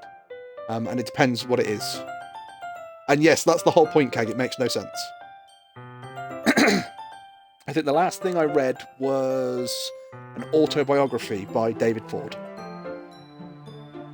Of which he goes on about like being in a band, and they had a little green van, and they called it the Money Machine, even though they weren't making any money. What is the favourite book you've ever read?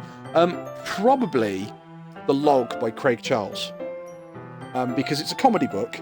There's no doubt about it. It's a comedy book, and it's supposed to be a survivor's guide to a hostile universe. And the first lines in it are, the first half of this book contains everything that you will need to survive a hostile universe. And then the second line is, so if the first half contains everything, then what does the second half contain? Wasn't it obvious? Everything else.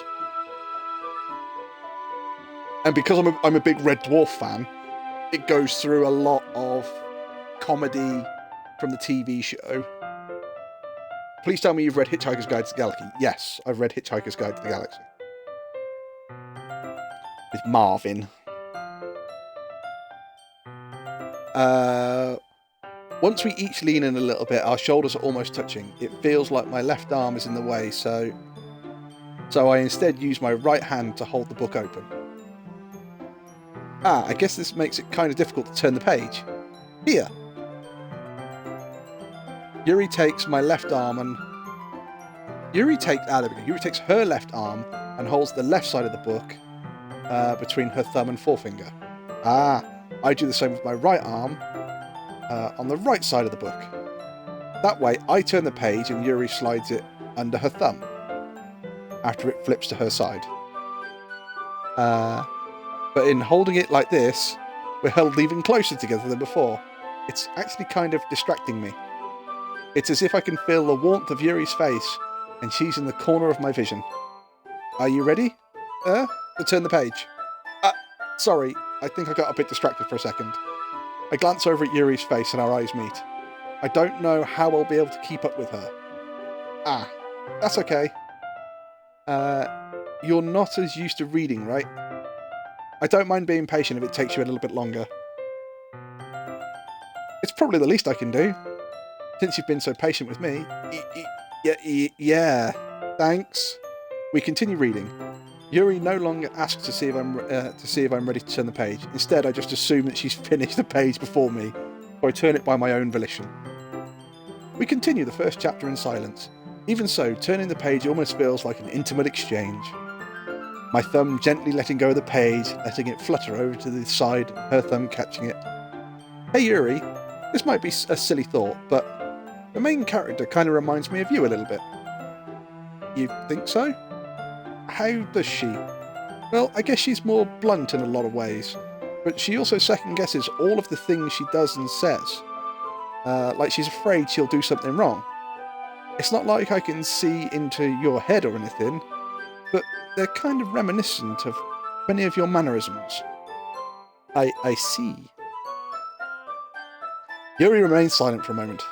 But Angel, that's probably a terrible thing to have in common with her? It's so embarrassing that you think that... Hang on, wait! I didn't mean that in a bad way or anything. Sorry, I really didn't know you were so self-conscious about that sort of thing. I guess I meant it more, it's kind of cute. What are you saying all of a sudden? Monica? Well timed. Okay, everyone. I think it's about time we share today's poems with each other. We might not have enough time if we wait too long. Cags, you are absolutely adoring this, aren't you? Poor Angel making the girl feel self-conscious. I didn't mean to. Yuri exhales, spared from finishing her thought. Is that alright, Yuri? You look kinda down. I'm sorry if you haven't been looking forward to this. It's not. Damn, that was not nice from Angel. For a moment, her confidence went through the floor. Yeah, but he didn't mean her confidence to go through the floor. It's fine. Yuri releases her hand from the book, causing it to close on top of my thumb. Alright, I guess I'll do some more reading tonight. Or would you prefer I only read it with you? I guess I don't have much of a preference either way. In that case, I'll read a little more tonight. It'll be more fun to read with you after it picks up a bit more, you know? That's good reasoning. In that case, feel free to finish the first 2 chapters in your own time. Oh, right! I stand up and make a mental note of where I left off in the book and slip it back into my bag. Right, so we've got some poetry to do. Okay, so we can't do it in the same order we did it last time. So...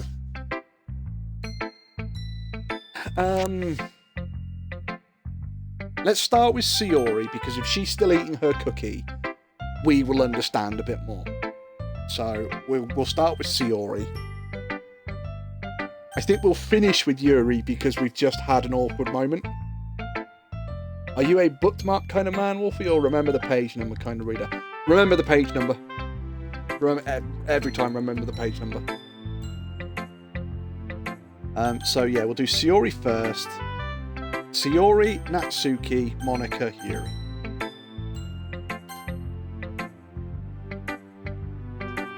Ooh, I like this one, Angel. It has some really nice feelings in it. I'm glad. Still though, your tone makes it sound like you liked yesterday's poem better. I guess you caught me. Sometimes you know me a little too well for my own good. Good, if you had said dog ear or fold the page, you may have had to reevaluate our friendship. I did that in textbooks, but that's only because, you know, it was a textbook and it wasn't mine. It was a school, so. Well, don't just try to be nice about it. If I'm doing a bad job, then I'd rather just hear it. Yeah, I agree with that. Constructive criticism. No, I still like this one, I promise. You know I wouldn't lie to you, Angel. Never, ever. Yeah, I guess so. What made yesterday's poem so great compared to this one, then? Well, I'm not very good at figuring out if poems are good or bad.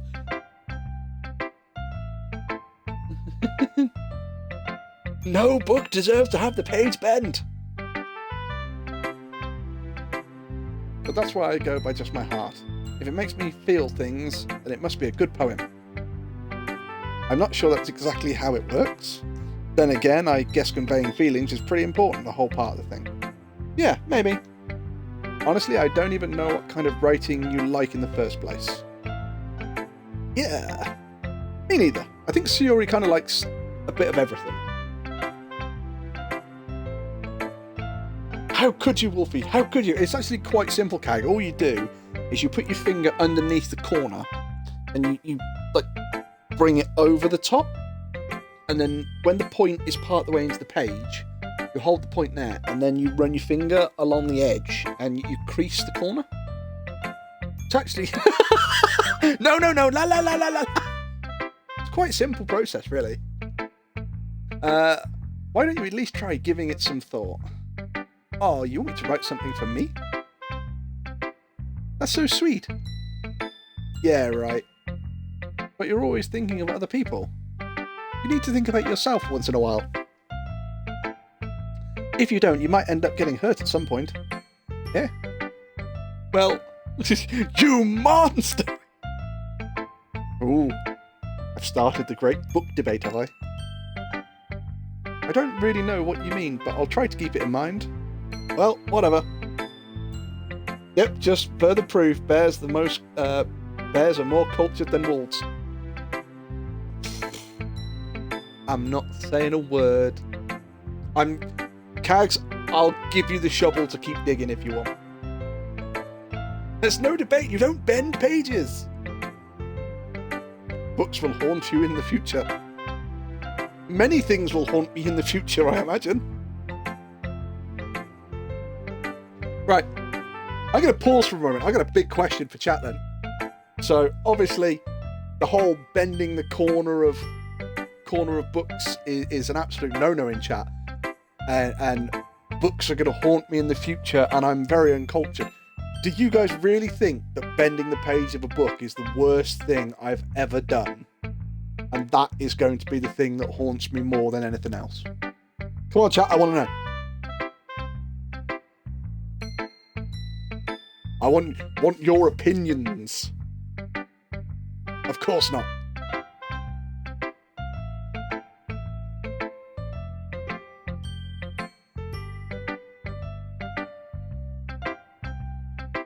Just another thing to add to your growing list.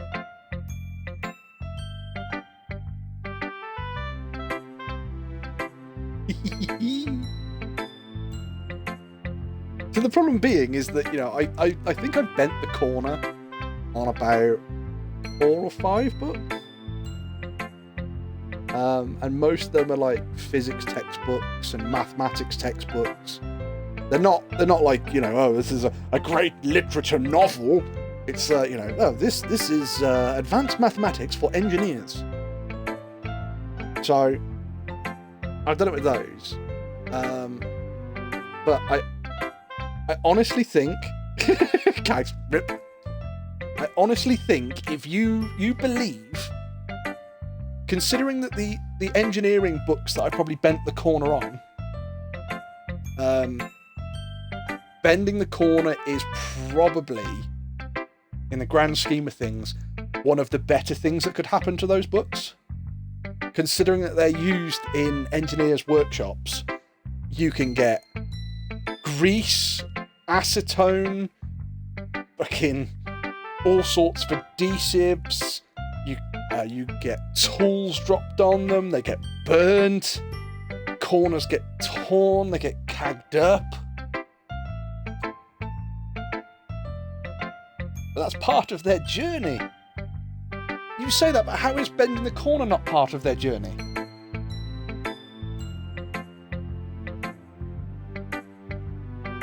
Did you ever bend the corner of the Bible? If so, you can be saved. It's a page for page. No, I've never bent the corner of a Bible, nor would I ever bend the corner of a Bible. Not because it is my religious text, but because it is a religious text. I would never defile somebody's religious text just because I don't believe in it doesn't mean that I should. It's like I would never defile a Quran or a Torah just because that's not just because I don't believe in that. With much use and people seeking knowledge.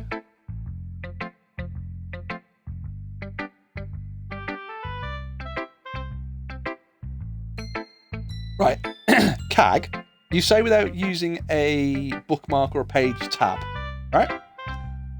My Dungeons and Dragons handbook, I made a series of page tabs for it, right? And I taped the page tab, just the top of it. I didn't tape it to the page.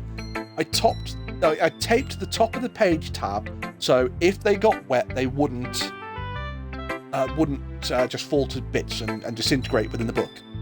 But it was like a post-it note, and the post-it note was put on the actual pages itself to tab the pages.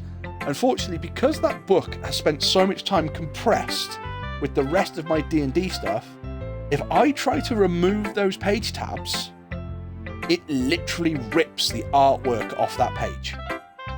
And it rips the page to shreds.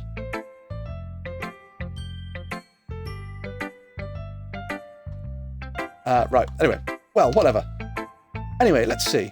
I guess I like happy poems. Wait, sometimes I like sad poems too. Sometimes a little bit of both. There's a word for that, right? there's a word of what I'm looking for.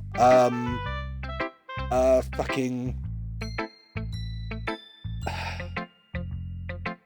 hype or something.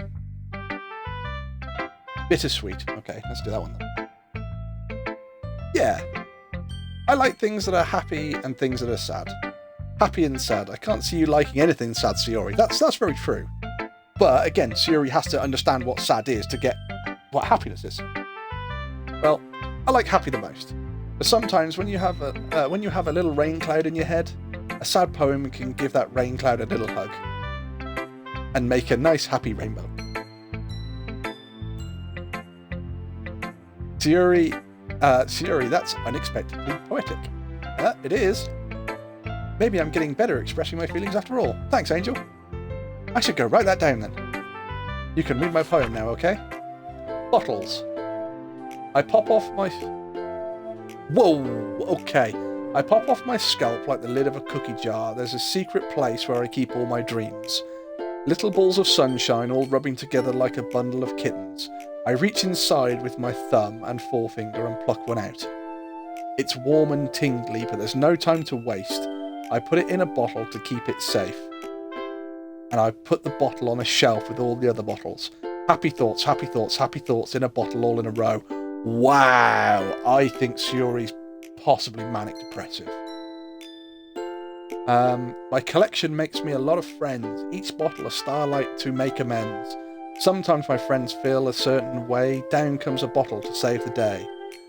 Night after night, more dreams. Friend after friend, more bottles. Deeper and deeper my fingers go, like exploring a dark cave, discovering the secrets hiding in the nooks and crannies.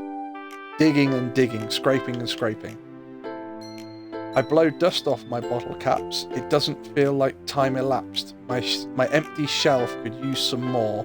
My friends look through my locked front door. Finally all done, I open up and my friends come in. In they come in such a hurry. Do they want my bottles that much?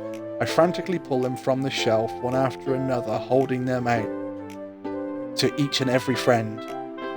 Each and every bottle, but every time I let one go, it shatters against the tile between my feet. Happy thoughts, happy thoughts, happy thoughts in shards all over the floor.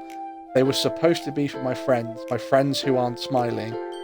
They're all shouting, pleading, something, but all I hear is echo, echo, echo, echo, echo inside my head. Wow! Okay, so Sayori is a manic depressive who looks after everyone but herself and she's everyone's emotional crutch and it's getting to her. Holy crap, Sayori, did you write this? Yeah, of course I did. Didn't I tell you yesterday I was going to write the best poem ever? Yeah, but I mean, I didn't expect something like this coming from you. Monica taught me a whole lot, and I've been in touch with a lot of my feelings recently. I see that. Okay, I'm sorry for what I said, it was biased. Like Wolfie said, if you respect one, you should respect them all regardless. For me, it's just that moment of, if it's a religious text both... I think in V for Vendetta, Stephen Fry said it best.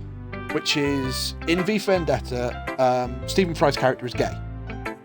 And of course, it's supposed to be that if you're different, if you're gay, then you're not accepted. And he turns around and he says, just because I'm gay, or just because I'm this, or just because I'm that, does that mean that I can't look at the imagery and think that it's beautiful? Does that mean I can't read the poetry and feel like I'm touched? I don't have to believe what people believe just to see the value in it. The thing that pisses me off about every single religious text is every single religious text preaches honesty, it preaches peace, it preaches love, it preaches respect. And it's like, okay, fine. And then in different parts of the exact same religious texts, it preaches how violence is justified to protect your way of life, or how violence is justified to protect the ones you love, or something like that. And it's like, well, hang on a minute. If every single religion is preaching peace, love and respect, why have so many wars happened because of religion? And this is why religion annoys me, because for me, I'm sat there going, look, I don't care what shiny person you believe lives on a fucking cloud. It doesn't take much to be a good person, love thy neighbour, and if you've got something negative to say, shut the fuck up.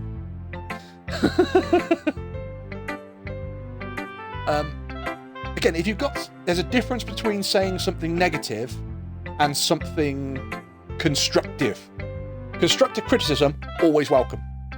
Constructive criticism, always welcome. But if you're saying something just to bring somebody else down, why? There's no need to destroy other people for the fun of it. But that's just my opinion. Tower of Babel is what affected the world, in my opinion.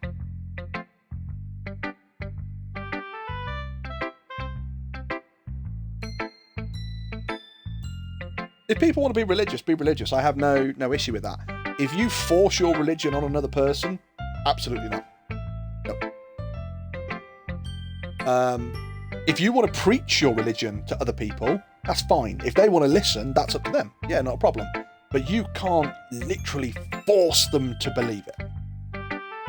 Right, I see that. It's almost kind of creepy. Creepy? Well, not exactly. Maybe because I'm so used to you being so cheerful. Well, never mind. I'm thinking too hard about it. The point is that it came out good and you should be really proud of it. Oh, thanks.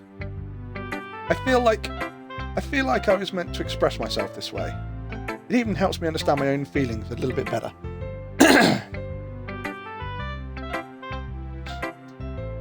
Writing is like magic. You've gotten pretty passionate about this, huh? I hope you keep it up. Yay! Writing's the best. I'm going to keep writing until I die. Don't get ahead of yourself. Sayori's always had this habit of getting obsessed with something before dropping it before more... Yeah, she's a very obsessive person. She's a very compulsive person. I wonder if this is one of those times. But seeing the passion in her eyes, it's hard for me to be pessimistic. Right, so we're going to go Natsumi next, then Monica, then Yuri. Because we had that moment with Yuri, didn't we? So, a divided people are easier to control than a united one. Yeah, exactly. Well, it's not really any worse than your last one, but I can't say it's any really better either. Phew. Huh? Phew what? Well, it isn't a train wreck, so I'll take that as a win. Yep. That would be my view. Angel, right on the money. And I get the feeling you're probably most critical. Hey, what makes you... Wait, maybe that was a compliment. Aha, glad to see someone recognises my experience. Well then, keep practicing and maybe you'll be as good as me someday. That's, something tells me Natsuki completely missed the point. Come to think of it, this kind of reminds me of Sayori's poem from yesterday. Oh, you think so? Yeah, well, I guess if you've been friends with her for so long, then maybe you're on the same wavelength. But you've never really struck me as her type. Sayori has a type all of a sudden? Well, I don't know, but honestly, how can someone so, fluffy spend so much time with someone like you? Wow. It's like she's dragging a dead weight around. Wow. Thanks, Natsuki, right in the feels. That was a little unnecessary. But think of it this way, if it wasn't for me, she'd probably just fly away like letting go of a balloon. You could always say we take care of each other in our own way. Whatever it is, I don't get it. Oh yeah, I guess I'm supposed to show you my poem. Here. Amy likes spiders. You know what I heard about Amy? Amy likes spiders. Icky, wriggly, hairy, ugly spiders. That's why I'm not friends with her. Amy has a cute singing voice, and I heard her singing my favourite love song. Every time she sang the chorus, my heart would pound to the rhythm of the words. But she likes spiders. That's why I'm not friends with her. One time I hurt my leg really bad. Amy helped me up and took me to the nurse. I tried not to let her touch me. She likes spiders, so her hands are probably gross. That's why I'm not friends with her. Amy has a lot of friends. I always see her talking to people. She's probably talking about spiders. One of her friends start to like spiders too. That's why I'm not friends with her. It doesn't matter if she has other hobbies. It doesn't matter if she keeps it private. It doesn't matter if it doesn't hurt anyone. It's gross. She's gross. the world would be better off without spider lovers, and I'm going to tell everyone. Wow. Okay. Want some cream for that burn, Wolfie? I think we might need some cream to cover up the fact that Nasuki's going to burn the world down with people on it. Don't get me wrong, I want to burn the spiders. I don't like spiders, but the people that like spiders, if they want to like spiders, that's fine. But if they come near me, or if they touch me, that's fine. If they come near me or touch me with the spider, that's when we lock them in the room and burn them with the spider. Not bad, right? It's quite a bit longer than yesterday's. Yesterday's was way too short. I was just warming up. I hope you didn't think that was the best I could do. No, of course not. Anyway, the message was pretty straightforward in this poem. Yeah, you don't like Amy because she likes spiders. I doubt I have to explain it. Sometimes you can explain complicated issues with much simpler analogies, and it helps people realise how stupid they're being. Like anyone would agree that the subject of this poem is an ignorant jerk. Wow, Natsuki, you are just so judgmental. Do you know people like that? Of course. It's about how everyone thinks it doesn't matter. It can be about anything. I wrote it to be easy to relate to. Everyone has a kind of weird hobby or guilty pleasure. Sometimes that if you're afraid, people find out they'll make fun of you or think less of you. I was about to say, Wolfie, go pet a spider. How about no? Pet a spider with flames or a shovel? That just makes people stupid. Who cares what someone likes as long as they're not hurting anyone and it makes them happy? I think people really need to learn to respect us for liking weird things. Well, you're definitely right on that one. At least I can relate to that, and I'm sure a lot of people can too. That's what I do best, after all. I don't like writing unless there's a good message to take away from it. Like, conveying emotions is important, but I want to make people think, not just feel. Remember that. I'm going to write a good one for tomorrow, too. Oh, not another poem for tomorrow. So look forward to it. We're going to switch to Monica next, because we had that moment with Yuri, didn't we? So we're going to delay speaking to Yuri again. Hi again, Angel. How's the writing going? Yep, doesn't matter your hobby as long as it's not hurting anyone else. Alright, I guess. I'll take that. As long as it's not going bad. I'm happy that you're applying yourself. Maybe soon you'll come up with a masterpiece. Aha, I wouldn't count on that. You never know. Want to share what you wrote for today? Sure, here you go. I gave my poem to Monica. Alright, great job, Angel. I was going ooh in my head while reading it. It's really metaphorical. I'm not sure why, but I didn't expect you to go for something so deep. That's what she said. I guess I underestimated you. It's easiest for me to keep everyone's expectations low. That way I can always count when somebody puts the effort in. Aha, that's not very fair. Well, I guess it worked anyway. You know that Yuri likes this kind of writing, right? Writing that's full of imagery and symbolism. Unlike Sayuri, who likes using simple and direct words to describe happiness and sadness. Yuri likes it when the readers are left to derive their own meaning out of it. It's very challenging to write like that effectively, both allowing people to get something out of it just by the feel or letting them deeply analyse all of the nuances. It can take years of practice, which I'm assuming Yuri has at this point. I never really asked though. I'm sure I'm nowhere at her level yet. But don't worry so much about that. You do your own thing. Just keep exploring and learning by these new things. But anyway, you want to read my poem now? I like the way this one turned out, so I hope you do too. Alright, let's take a look. Save me. The colours, they won't stop. Bright, beautiful colours. I can't see them. I'm partially colourblind. Bright, beautiful colours. Flashing, expanding, piercing. Grey, grey, grey. Sorry, of red, green, blue. An endless cacophony of meaningless noise. The noise won't stop. Violent, grating waveforms. Squeaking, screeching, piercing. Sine, cosine, tangent.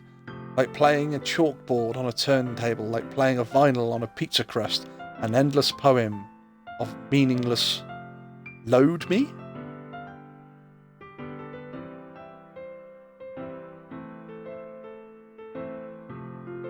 Load me?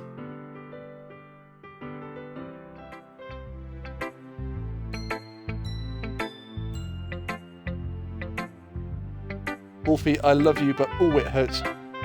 The problem being, though, Cag, is that because I don't read all sorts of different types of poetry, it's all about the timing, and I can't get the timing right on those because I just don't feel the rhythm of it. It seems even more abstract than the last one, huh? I guess it's just the way I write. I'm sorry if you don't like it. No, I never said that. It's just kind of, I've never seen this before, I guess. I kind of like playing with my space on the paper. Load me? Choosing where and how a space of words can totally change the mood of the poem. It's almost like magic. Yeah, see, that's what she's on about. Stanza flow rhythm, not your strong suit.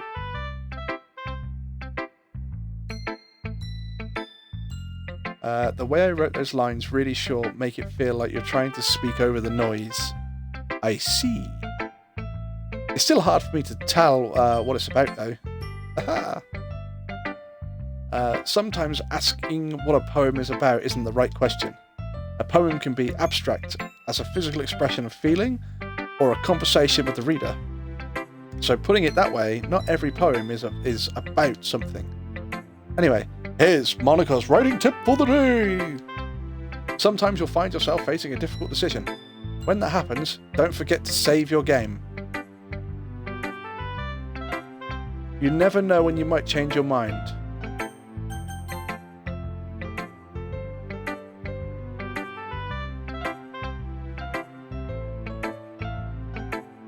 Right, so I can't overwrite the autosaves. Or when something unexpected may happen. Wait, is this even a tip about writing? Wait, is this like the tutorial? Shit. Wait, what am I even talking about? Aha! That's my advice for today. Thanks for listening. Show our poem to Yuri. Hi, Yuri. Let's see what you've written today. Yuri stares at the poem with surprised expression on her face. Do you like it? It means it's always good to have a point to come back to, even in writing. Angel, how did you pick up on this so quickly? Just yesterday I was telling you the kind of techniques worth practicing. Maybe that's why. You did a good job explaining. I really wanted to try giving more imagery. Yuri visibly swallows. I even hear her even her hands appear sweaty. I'm not used to this. Used to what? I don't know. It's fine. Take your time. Yuri breathes and collects her thoughts. I know that Yuri likes to think before she speaks, so I offer her that patience to her.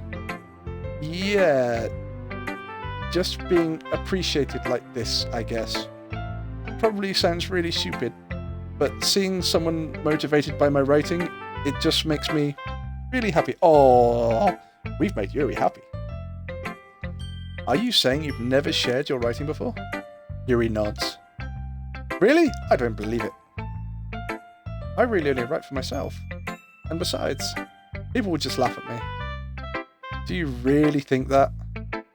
Again, Yuri nods. Huh? Even your close friends? She doesn't have close friends. Yuri doesn't respond to that. I wonder why. Anyway, do you want to share your poem you wrote today? Yeah, I do. If it's with you. The Raccoon. It happened in the dead of night while I was slicing bread for a guilty snack. My attention was caught by the scuttering of a raccoon outside my window.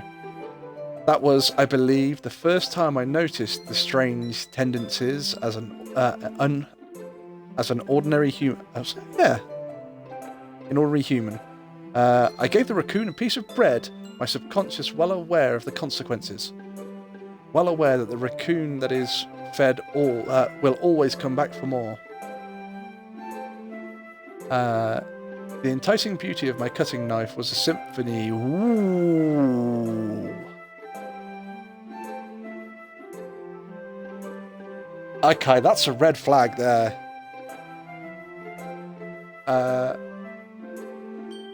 The bread, my hungry curiosity, the raccoon and urge. The moon increments its phase and reflects that much of more light coming off my cutting knife. Yeah, okay. So she's obsessed with knives? The very same light that glistens off the eyes of my raccoon friend. I slice the bread, fresh and soft. The raccoon becomes excited. Or perhaps I'm merely projecting my emotions onto the newly satisfied animal. The raccoon has taken to following me. You could say that we've gotten quite used to each other. The raccoon becomes hungry more and more frequently, so my bread is always handy. Every time I brandish my cutting knife, the raccoon shows its excitement. A rush of blood, classic Pavlovian conditioning. I slice the bread and I feed myself again. Ooh.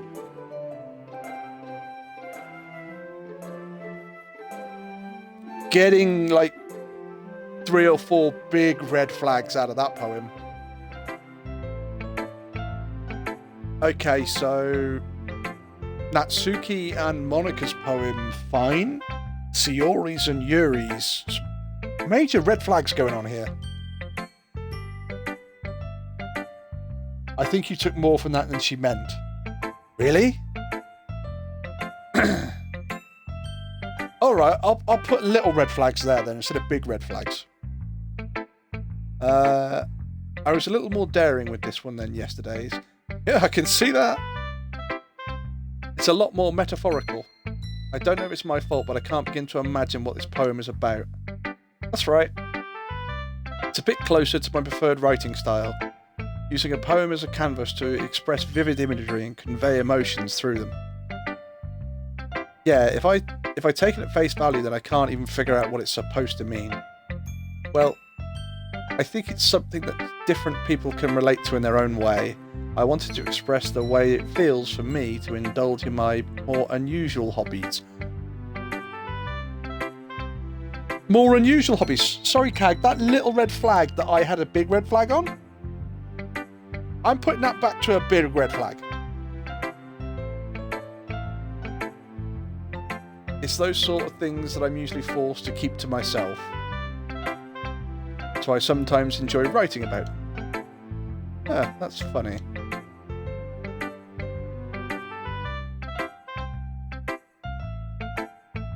In fact, I'll tell you what, I'll put it as a medium red flag.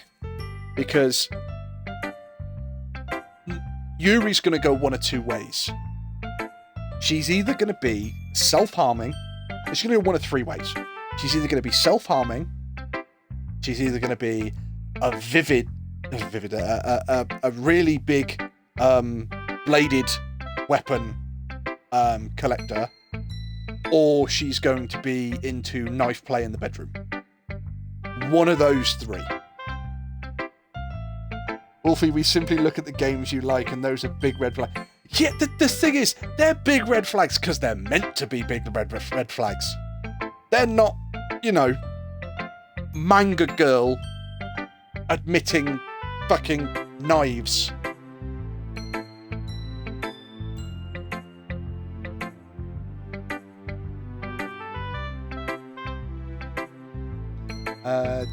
Didn't Natsuki also write something about that? About someone being ridiculed for their strange interests? Yeah? She did. Yeah. She was talking about it doesn't matter into how, as long as you're not hurting anybody. She's right. I mean, does she really feel that way? Yeah. Sounds like you two have that in common. Well, that is interesting. Me too. She seems to like to. Me too. She seems like the kind of person who would make fun of my hobbies. But I suppose it's my fault for judging, isn't it? Please don't tell her I said that. Don't worry, I have no reason to. Okay. Well, thank you for sharing with me. After all, if I hadn't learned to embrace my own weirdness, I'd probably hate myself. I might be ranting for a bit now. Yeah, so Yuri is the weird one. Okay, everyone. We're all done reading each other's poems, right? I have something extra planned for today, so everyone can come and sit at the front of the room. Is this about the festival? Well, sort of. Do we really have to do something for the festival? It's not like we can put together anything in just a few days. We'll just end up embarrassing ourselves instead of getting any new members.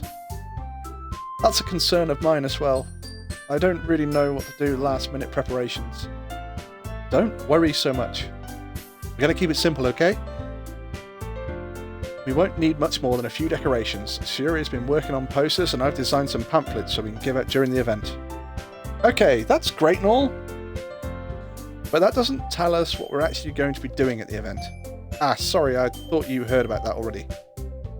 We're going to be performing? Natsuki, I'm in the same boat as you. Performing? Yuri, welcome to the boat. Monika. Yeah, we're going to have a poetry performance. Each of us is going to choose a poem to recite during the event. But the cool part is we're also going to let anyone else come up and recite poems too. Sayori's putting it all on the poster in case anyone wants to prepare ahead of time. Sayori, who's been colouring a poster, holds it up for us to see. Are you kidding me, Monika? You didn't already start putting those posters up, did you? Well, I did. Do you really think it's that bad of an idea? Well, no. It's not a bad idea, but I didn't sign up for this, you know. There's no way I'm going to be performing in front of a group of people like that. I agree with Natsuki. I'm in the boat. That's 3 of us. I could never in my life do something like that. Come on, everybody, get in the boat. Plenty of fucking space. Imagining it, Yuri shaking hands in fear. Guys, no, Sayori. I understand where they're coming from. Remember that Natsuki and Yuri have never shared their poems with everyone until just a couple of days ago. It's a lot to ask them to recite their poems out loud to a whole room full of people. I guess I kind of overlooked that. I'm so sorry. But I still think we should give it our best. We're the only ones responsible for the fate of this club. That's very true, Monika. It is true what you're saying, but I think you've got to walk before you run. If we start the event and each put on a good performance, then we will inspire others to do the same. And the more people who perform, the better we'll be able to be to show everyone what literature is all about. Yeah. It's about expressing your feelings, being intimate with yourself. Careful, Sayori. Finding new horizons and having fun. That's right. And it's those reasons we're all in the club today. Don't you want to share that with the others? To inspire them to find the same feelings that brought you here in the first place? I know you do. I know we all do. And if it takes us as standing in front of a room for 2 minutes and reciting a poem, then I know we can do it. Natsuki and Yuri remain silent. Sayori looks worried. I guess that leaves me no choice. I agree. I don't think it's too much to ask. I think that Sayori and Monika have been trying really hard to get new members, and the least we could do is help them out a little bit. Well, maybe, but it looks like Natsuki doesn't have any arguments left. Alright, come on. Natsuki, I appreciate... Yeah, I don't want to, but we've got to get out of the boat. Okay, fine. I guess I'll just have to get it over with. Alright. Phew. Thanks, Natsuki. What about you, Yuri?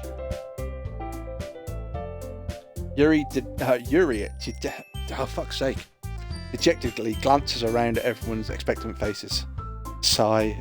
I guess I don't really have a choice. Ah, that's everyone! You're the best, Yuri. This club is seriously going to be the death of me. Oh gosh. You'll be fine, Yuri. But anyway, let's move on to the main event. I want each of you to choose a poem of yours, and we're going to practice reciting them in front of each other. No way! Monika? This is too sudden. Well, if you can't recite your poem in front of the club, then how do you expect to do it in front of strangers? Oh no. Yeah, but the thing is...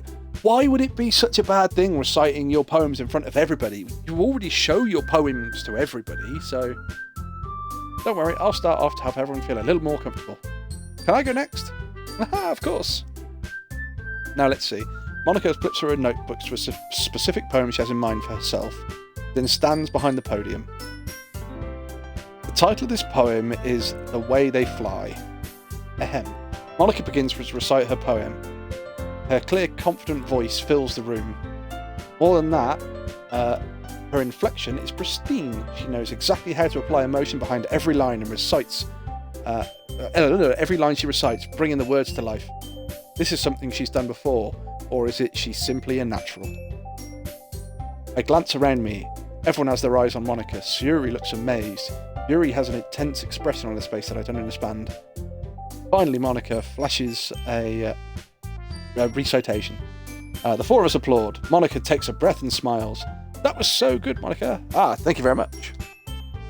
I was just hoping to set a good example. Are you ready to go next, Sayuri? I'll go next. Oh, Yuri's just going to get it up and done with. Okay. Yuri's fired up all of a sudden. Yuri clutches a sheet of paper between her hands and stands up. Keeping her head down, she's going to go. She walks quietly over to the podium. This poem is called... Yuri anxiously glances at each of us. You can do it, Yuri.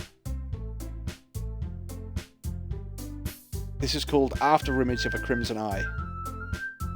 Wait, wasn't there like a crimson eye on the book that she gave us? Yuri's voice shakes as she starts reading the poem. Just a moment ago, she practically refused to do this. Why is she all of a sudden putting so much effort? As Yuri gets past the first couple of lines, her voice changes. It's almost like what happened when Yuri gets absorbed into her books. Her quivering words transform into sharp syllables of fierce and confident woman. The poem is full of twists and turns in its structure, and she enunciates with perfect timing. This must be a rare glimpse into the whirling fire Yuri keeps concealed inside her head. Suddenly, she's finished. Everyone is stunned. Yuri snaps back into reality and glances around her as she's bewildered, even herself. It's up to me to save the situation. I'm the first to start applauding. Everyone joins in after me. You all give Yuri the recognition she deserves. It's not that we didn't want to applaud for her, but we were caught off guard that we must have forgotten. As we applauded, Yuri holds the poem to her chest and rushes back to her seat. Oh. Yuri, that was really good. Thank you for sharing. Yuri looks down. Looks like Yuri is down for the count. Okay, I guess I'm next then. Yuri hops out of her chair and cheerfully to the podium. This one's called My Meadow. Haha. Sorry, I giggled. Sayuri. It's a lot harder than I thought. How did you guys do it so easily? Try not to think about it like you're reciting to other people. Imagine you're reciting it to yourself in front of a mirror in your own head. Kinda getting the feeling that's probably not the best thing for Sayuri, to be fair. It's your poem, so it'll come that way. I see. Okay then, Sayuri begins her poem. Somehow it feels like her soft voice was just made as a perfect match. The poem isn't aimlessly cheery like Sayuri is. It's serene and bittersweet. If I were to read this in the paper, I probably wouldn't think much of it. But hearing it come from Sayuri's voice almost gives it a whole new meaning. Maybe this is what Sayuri means when she said she likes my poems. It's like I get to reach more deeply into someone I thought that I knew through and through. Sayuri finishes, and we applaud. I did it! Good job, Sayuri. Even Angel liked it. I guess that's a good sign. What does that even mean? It came out nicely, Sayuri. The atmosphere of the poem fits you really nicely. But it might be that other poems wouldn't work quite as well with that kind of delivery. Eh? I don't really understand. In my words, I've seen poems of yours where all sort of gentle delivery wouldn't work as well. They might need a little more force behind them, depending on where you're reading. Yeah, right, okay, so... Yeah, okay, I get that. Well, that's what I've been practicing this kind of thing. It's just embarrassing to do it in front of everyone. Then next time, I'm going to make you pick a poem that challenges you a little more. We don't have much time before the festival, you know. Okay, so who's next? Natsuki? Don't make me go before Angel. It's not like I can compare to you guys anyway. Wow, Natsuki's feeling really dejected then. Might as well let Angel lower everyone's standards before I have to do it. Natsuki, it's fine, it's fine. I might as well get it over with. But it's not like I have much of a selection of what to read. I have 2. I stand up in front of the podium. Everyone has their eyes on me and it makes me feel terribly awkward. I recite my poem. Since I'm not exactly confident in my own writing, it's hard to put the energy into it. Despite that, once I finish, I receive applause anyway. Sorry, I'm really not as good as everyone else. Don't worry about it so much. I think it's less about your ability and more about your lack of confidence in your writing. That's something that'll improve over time, though. Yeah, maybe. Alright then. That just leaves you, Natsuki. Yeah, I'm going. Natsuki begrudgingly gets out of her seat and makes her way up to the podium. This poem is called... It's called Why Are You All Looking at Me? Because you're presenting? Anyway, this poem is called Jump. Natsuki takes a breath. Once she starts reciting the poem, her sour attitude disappears a little. While she's still a little unenthused, her poem has rhythm and rhyme to it. It's Natsuki's trademark style, and it works surprisingly well when spoken aloud. The words feel like they bounce up and down as if to give a little life to the poem. Natsuki finishes and everyone applauds. See? She huffs back to her seat. That wasn't so bad, was it? Easy for you to say. You better not make me do that again. Ah, well. Do you at least feel prepared enough to recite a poem in front of other people? I mean, doing it in front of other people will be way easier. I can put on whatever face I want for other people. But it's just, my friends, it's just embarrassing. That's a surprise, Natsuki. I think it would be the other way around for me. Well, that's just how it is, so... Well, I guess in that case, you won't have much to worry about at the festival. That said, I want to thank everyone for coming, though. It might be hard, but I hope that you all have the idea of what it's like now. Make sure you pick a poem and get enough practice for the festival, okay? I'll be making pamphlets, so let me know ahead of time what you'll be reciting. Jeez, I should probably find some other poems to recite instead. That's fine too. It doesn't have to be your own. I'm already pleasantly surprised that you're putting in all this effort for the club. It makes me really happy. Okay, Monica's starting to lay it on a little bit thicker again. Yeah, no problem. Okay, everyone. I think that's about it for today. I know the festival is coming up, but let's try to write poems for tomorrow as well. It's been working out really nicely so far. I'd like to continue that. As for the festival, we'll finish planning tomorrow and then we'll have to prepare for the weekend. Monday's a big day. I can't wait. I can do this. I can do this. All right. I stand up. There's no way I'll be able to find the same enthusiasm as Sayori and Monica, but I'll do my best to get through it. If it's for the sake of the club and impressing Monica. Oh. So we want to impress Monica. Okay, so we've had sort of 2 interactions then, because we've had one with Yuri and we want to impress Monica, so I'll have to do my best. Ready to go, Sayori? Yep. Look at you two, always going home together like that. It's kind of adorable, isn't it? Jeez, guys, don't make such a big deal out of it. It must be nice, though. Well, how am I supposed to respond to that? It's okay, Angel. You don't have to say it. Whatever, let's go already. I walk home with Sayori once more. Even though it's only been a few days, a lot of things have already changed. But today, Sayori is being a little quieter than usual on the way home. Hey, Sayori? Sorry, I was spacing out. Ah, no wonder. No need to apologise. I said Sayori, and Siri just kicked in.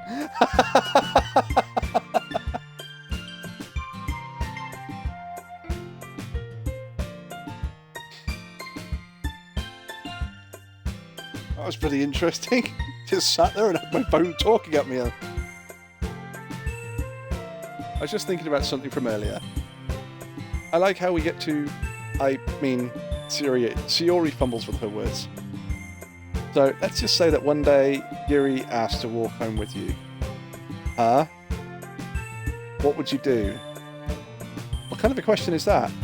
You're kind of putting me on the spot here. Well... Oh, come on!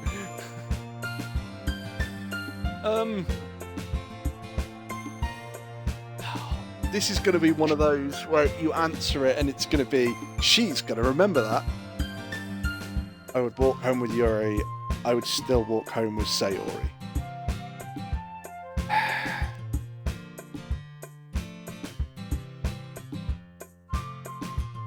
I've got to say I'd still walk home with Sayori. I'm waiting for this decision.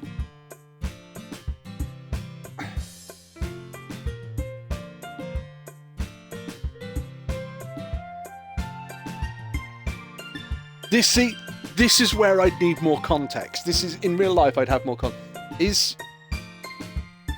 So Sayori wants to walk home with me. So Yuri wants to walk home with me. Is that I'm going to Yuri's house? Is that Yuri's coming to my house? Or is it just literally walk you to the door and that's it? Well, who do you fancy? See, both Sayori and Yuri are both lovely. I think at the moment, the only one that I probably wouldn't go for in the entire group would be Natsuki. And that's because Natsuki... Yes, she's a firecracker, but she's incredibly opinionated. And she kind of reminds me of somebody I know, which I'm not going to say who it is. But I'd still walk home with Sayori. So you really think I'd ditch you for Yuri? Yeah? But she's so beautiful and smart. Jeez. I already see her in the club every day. Besides, you always seem to really like going home together. I wouldn't just ruin that for you. You're so silly, Angel. You don't like an opinionated firecracker? There are times and places. Most opinionated firecrackers, you break them down and they're not always opinionated and firecrackers. Whereas at the moment, what we've seen from Natsuki is basically, it's my way or the highway. You're so silly, Angel. You think about me too much sometimes. Yuri would deserve it too if she wanted it, so... Sayori, I've already made my mind up. I really can't figure you out sometimes. Sorry. Besides, what's the point in speculating something that's never going to happen? Wow, okay, so, yeah, something's either been said or been noticed about me and Yuri. Now I'm curious who your Natsuki is. What kind of a weird thing for Sayori to care so much about? But I want to respect her and keep her happy too. Then again, the festival's only a few days away, so who knows what will happen in that time. Oh, we're doing another poem. Dun, dun, ch, dun, dun, ch, dun, dun, ch. Okay. So, these words, they've got to be that, depending on what you pick, depends on who it affects more. So, bed has got to be Sayori. Intellectual is probably Yuri. Music would be Natsuki. Right, I'm not gonna try and figure out whose words are whose, because I think that'll affect it more than I want it to. Because then you'll be picking the words deliberately based on the person, whereas I like to try and make a story, and whatever happens, happens. So we're gonna start with rain cloud. So we're walking in a rain cloud. It is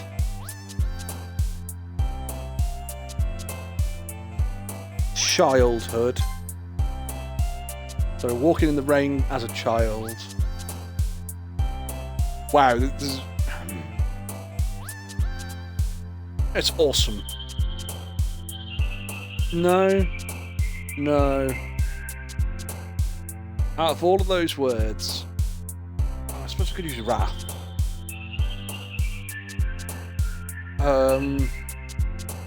It's either got to be Insight, Awesome, or Wrath. I don't think Insight works well enough, so it's Awesome or Wrath. Awesome is... See, this is a problem. Awesome is going to be Natsuki. Wrath is probably... Oh no. Wrath could be Shiori. Let's go with Wrath. Oh no, okay. Right, so we're walking in the rain as a child. It's the wrath of the rain. Cry.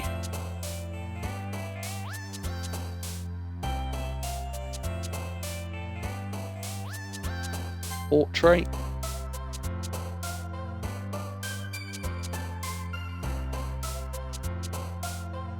Hurt. Clouds.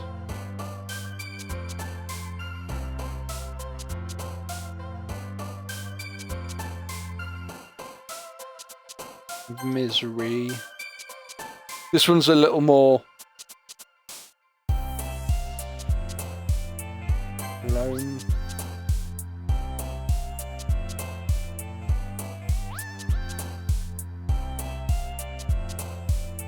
Desire.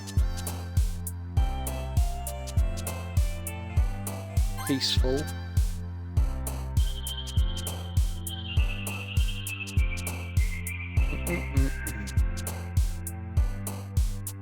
Right.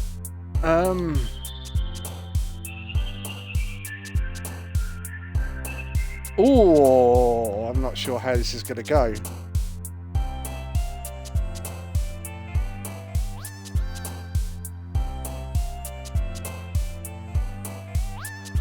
Right, let's go smile, memories.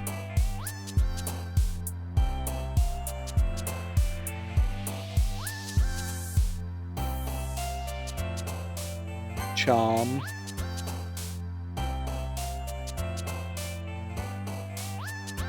Pure.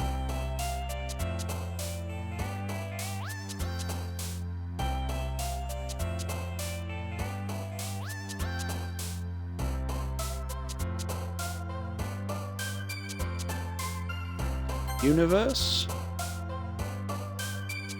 Sensation. Ocean.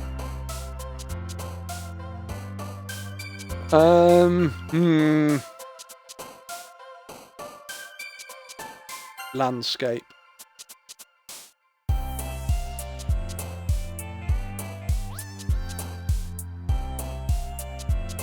Electricity. We went through a shitload of water. We'll put electricity at the end. Oh man, I'm the last one here again. Don't worry, I just walked in. Are you practicing piano again? Yeah. Rain, cloud, childhood, wrath, cry, portrait, hurt, clouds, misery, loathe, despair, peaceful. Oh, those are the ones that you would take, or those ones that I took.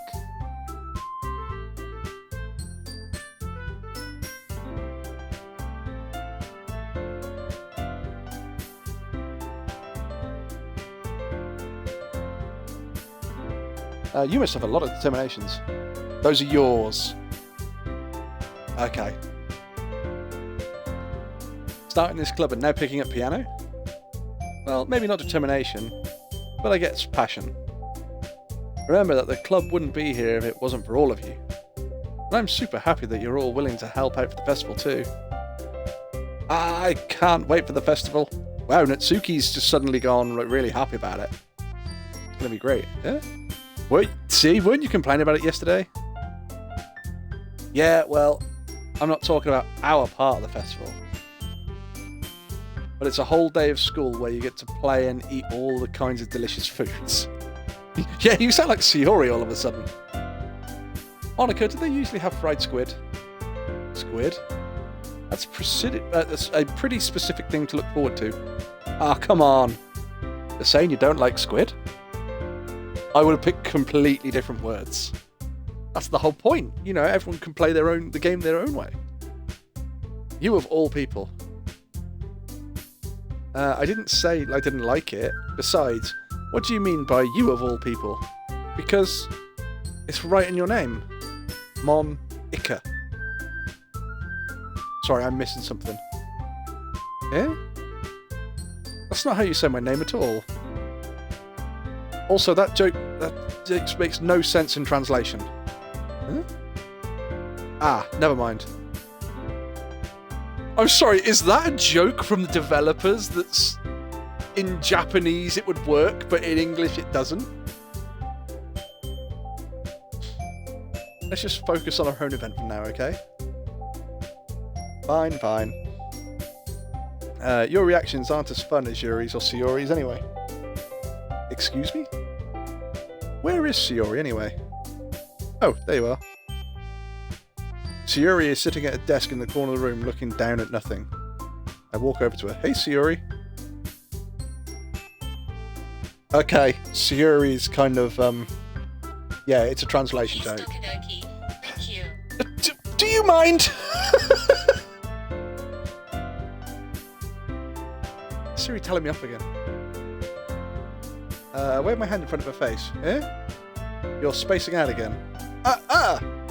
Sorry. Don't mind me. You can go and talk to everyone else. Huh? Is everything alright? Oh, of course. Why wouldn't it be? I just feel like you're a little bit off. Sorry for assuming things? Geez, you worry too much about me. I'm fine, see? Sayori shows you a big smile. Yeah, getting red flags off her too. Don't let me distract you from having fun with everyone. Well, alright. Sayori is it's either red flags off her, or she's feeling dejected because other people are getting close to me as well. If you say so. I worriedly glance at Sayori before turning back towards everyone else, but the conversation's already dispersed and everyone's back to their usual activities. Maybe I should ask Mono if she's noticed something about Sayori recently. Since they're preparing for the festival, they must spend a lot of time together. I timidly approach Monica, who is shuffling through some papers on her desk. Angel, what's up? This might sound a little strange, but have you noticed anything up with Sayori recently? Seeing similarities in people you know, huh? Anything up with her? In what way do you mean? Maybe I'm reading into this too much, but she seems a bit downcast today. Oh, you think so? I can't say I've noticed anything about her. Monica appears across the room at Sayori's, idly dragging a rubber razor up and down her desk. Maybe there's something on her mind. But I'm surprised I'm not the one asking you, Angel. You certainly know her a lot better than I do. Yeah, but she's never really like this. She's always talked to me about things that bothered her. But this time when I asked, she's just really dismissive. Sorry, I know it's not your problem. I just wanted to ask if you knew anything. I'll drop it now. No. It's important to me. I mean, I'm also friends with her. And I also care about her well-being with the club members, you know? Maybe I'll try talking to her myself. Are you sure about that? Maybe because you're the one thing bothering her. Yeah. It seems like she wanted to be left alone. Are you sure? Maybe she's having a hard time bringing up something with a person of interest. Yeah. Person of interest? What do you mean by that? I'm saying that maybe you are the thing on her mind, Angel. Me? How on earth would you come to that conclusion? Well, I probably shouldn't say too much, but Sayori talks about you more than anything else, you know? Eh? She's been so much happier ever since you've joined the club. It's like an extra light was turned on inside of her. What? No way! Sayori is always like that. She's always been full of sunshine. It's not any different now that... it's not any different now than it's always been. You're so funny, Angel. Have you thought that maybe you've always seen her as so cheerful because that's how she is when she's around you? Ah, I said too much. I'm sorry, I don't know anyway. I didn't mean to jump to conclusions, so you just forget what I said. I'll try to talk to her and not think about it for now. Ah, alright. Monica smiles meaningfully. I know she said forget about it, but I already know that I won't be able to forget the words and get them out of my head. Monica stands up from the desk and walks across to where Sayuri is sitting. I watch her kneel down to Sayuri and gently talk to her, but she's keeping her voice so quiet that I can't hear from her. I sigh and sit down myself. I know Sayuri told me not to worry about it, and to have fun with everyone else. But it's important to me that, but it's impossible to me to tell when she behaves like this. Exactly how much do I care about her, and I'm letting this feeling weigh me down so much. Now it feels like I'm the one behaving out of the ordinary. But there's nothing I can do besides wait for Monica. Why does it feel like I'm being watched? I glance around the room. Suddenly I notice Yuri peering at me from over her book. But she looks away just as quickly with a flustered look on her face. I realise that she won't get anywhere like this. I've never really seen Yuri approach anyone or start a conversation on her own accord, so I have no choice but to approach her myself. By now it's a little easier for me to do that. I stand up from the desk and I sit in the one next to her own. Hi Yuri. I didn't mean to bother you or anything. Relax, you didn't even do anything. But I could tell that you wanted to be alone with your thoughts. Alone with my thoughts? How are you even able to tell what I was thinking like that? Well, it's something I do a lot. So it wasn't hard for me to spot based on your posture and expression. Yuri gains a couple of points for reading people. No, not that I was staring or anything. I didn't do anything creepy like that. In any case, I guess you were. Oh, sorry. In any case, I guess you were right. I agree that you should have had more options of what to do in the game. Yeah. I'm sorry if I caused you any concern. Don't apologise. You see what I mean? It would have been better if I had a few more options. But it's still early days yet. Your troubles are only the concern of those willing to share in that concern. Of course, there are certainly those who find the most comfort in keeping things to themselves. But if you would prefer to share what's on your mind, then I'll be glad to listen. It's really not big of a deal. I was just feeling a bit uneasy about Sayuri. Sayuri? Yeah, she seems to be a little off today. When I asked her about it, she didn't want to admit it to me. So I can't help but wonder if there's something happened to her. Oh? That's quite romantic. Eh? Sorry. I didn't mean to say something stupid. It's not like that, I just didn't want you to misunderstand. Sayuri and I have always been friends for a long time, that's all. Ah, I see. And perhaps it is unusual for her to be dismissive to you about her feelings. Or maybe I'm just reading a little too much. Angel? The world is full of meaning and often hidden deep beneath plain sight. Oh, she called you romantic. And there are many untold mysteries behind every person, no matter how well you may know them. Ah, so you think that there might be something behind it after all? Mm-hmm. I think that Sayuri is a very complex person. Her mannerisms on the outside don't always match what they're going on inside her head. Yeah, I know that one. And she may not always know what she wants. I've noticed her strange behaviour today too. I also feel some concern for her. But in your case, it looks like she was fully occupying your thoughts, wasn't she? Well, I guess that was the case. Sayuri, she really means a lot to you, doesn't she? I guess. But you don't need to put it that way. We're just good friends, that's all. Yuri suddenly looks deeply into my eyes. Her expression is gentle and curious, as if she's searching for something. Embarrassed, I avert my gaze.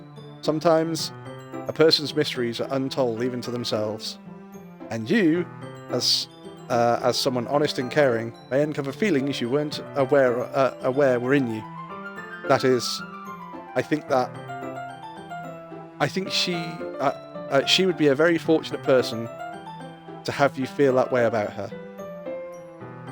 Yuri, you're giving me too much credit. I'm a pretty simple guy. So I think I'm pretty good at understanding my own feelings. I'm not nearly as sophisticated as you.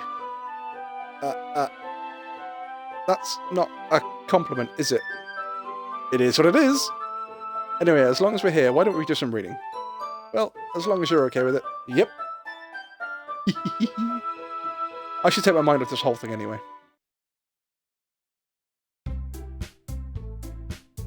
Right, okay, so Sayori is feeling left out.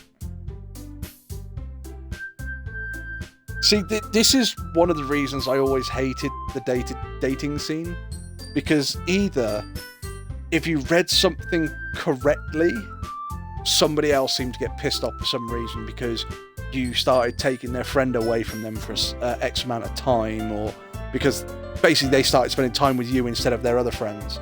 If you read it wrong, then depending on how you handled it, you either came off looking like a jackass or looking like a creep. So yeah. After some time, Monica calls out to the club room. Why don't we all share our poems now? Before I know it, everyone is back to normal. Everyone goes to retrieve their poem and I do the same. I make eye contact with Monica, she smiles at me. I wonder what issue she's talking to Sayori about. It's got to be Monica first, hasn't it? It's got to be Monica first.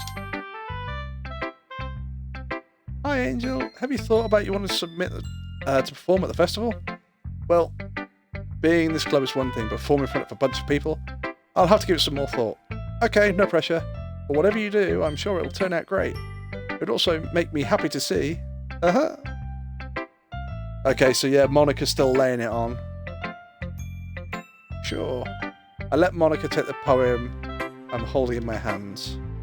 It's pretty good. It makes me think of Sayori like the other one you wrote.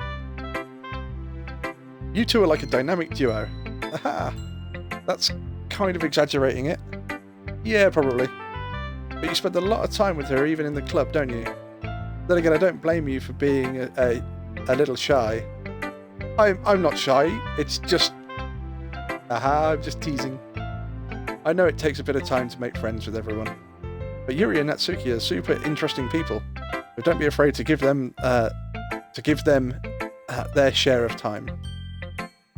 And you can talk to me every now and then too. I'm not like unapproachable or anything, am I? See again, this should have been quite... I'm not unapproachable, am I? And it should have been, yes, you're unapproachable, no, you're not approachable, and then it should have been some sort of midway. I'm still getting used to being here, that's all. Yeah. I'm sorry for putting you under pressure or something. I really didn't mean it like that. No, don't worry. I get what you're saying. Well, alright. Anyway, I'll share my poem with you now. Alright. The Lady Who Knows Everything.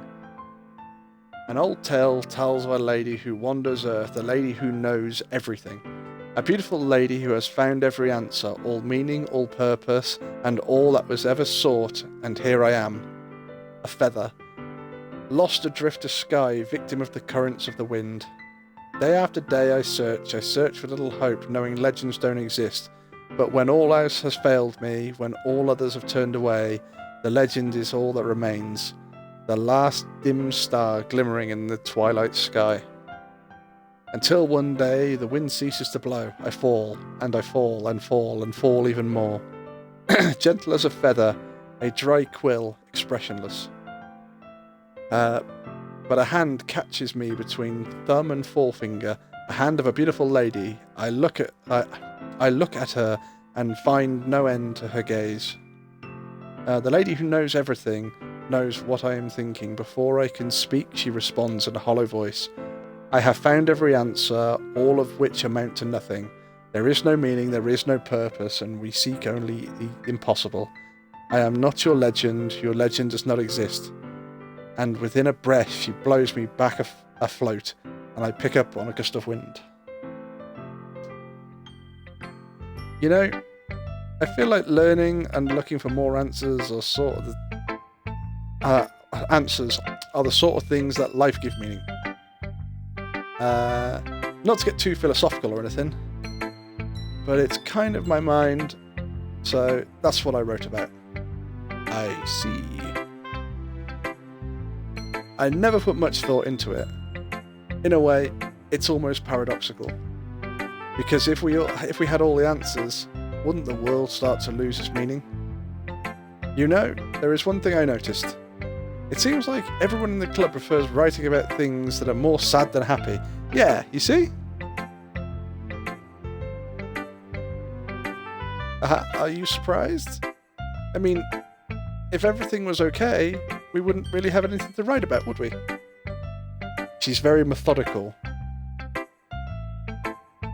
Again, I get the feeling that she's kind of been forced into the leader position and she's feeling sort of downtrodden, but humans aren't two-dimensional creatures. Why do you think... I think you'd know that better than anyone. You mean one-dimensional? Ah, yeah, that. Anyway. Here's Monica's writing tip of the day. Are you ever too shy to share your writing because you're afraid it's not that good?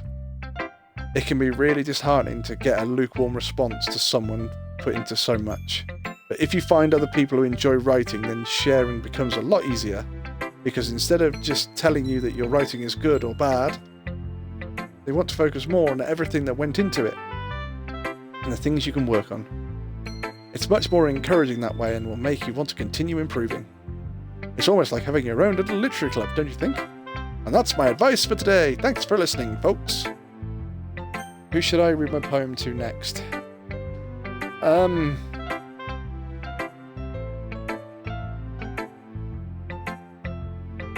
I was kind of hoping she was going to say something about Sayori. Right, let's do Natsuki, then Yuri, then Sori. This one's alright. Alright? Well, yeah. It's about as good as yesterday's anyway. I see what you're going for, but it's just not really my style. I mean, it's fine. I'm most just glad that you're trying a little bit. Of course I am. At least I'm trying. Why are you so emotionally invested in my poems anyway? Isn't that more of a compliment to me? No, gross. It's not like I care. Yeah, Natsuki really does have issues trying to show that she cares.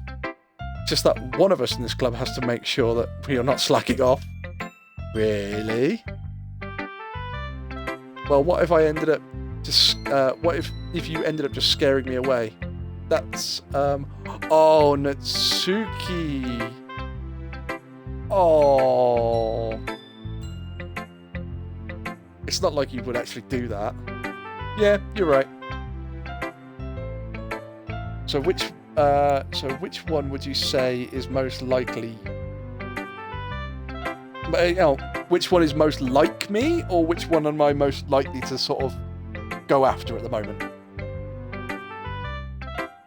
It's kind of fun hanging out here, even if I do have to put up with you. Gah. Like you.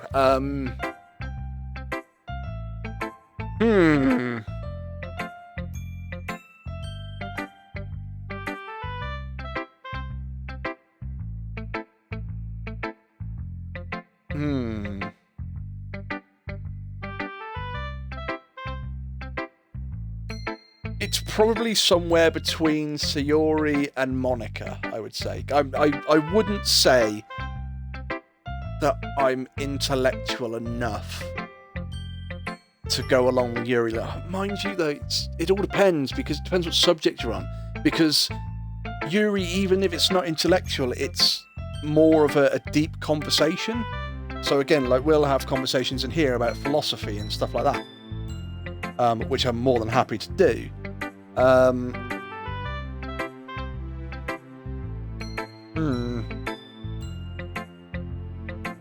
If I had to say one of them, Yuri's way too quiet to be you. Yeah, I think that's the problem, is that when I'm quiet, that's when people worry. So working on that theory, I think I'm probably going to say Sayori. Natsuki's elbow connects with my stomach. Ugh. Maybe I won't mind scaring you away after all.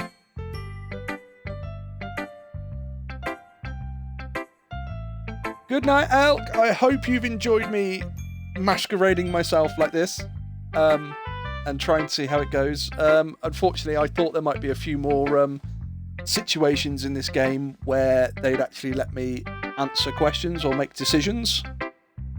But apparently not. But we'll have to see where it goes. It could be that slightly later on you make more decisions. I don't know yet. Maybe I won't mind scaring you away after all. I was just joking. Oh, I know. Don't worry, I was too. How the hell do you call that a joke? That seriously hurt.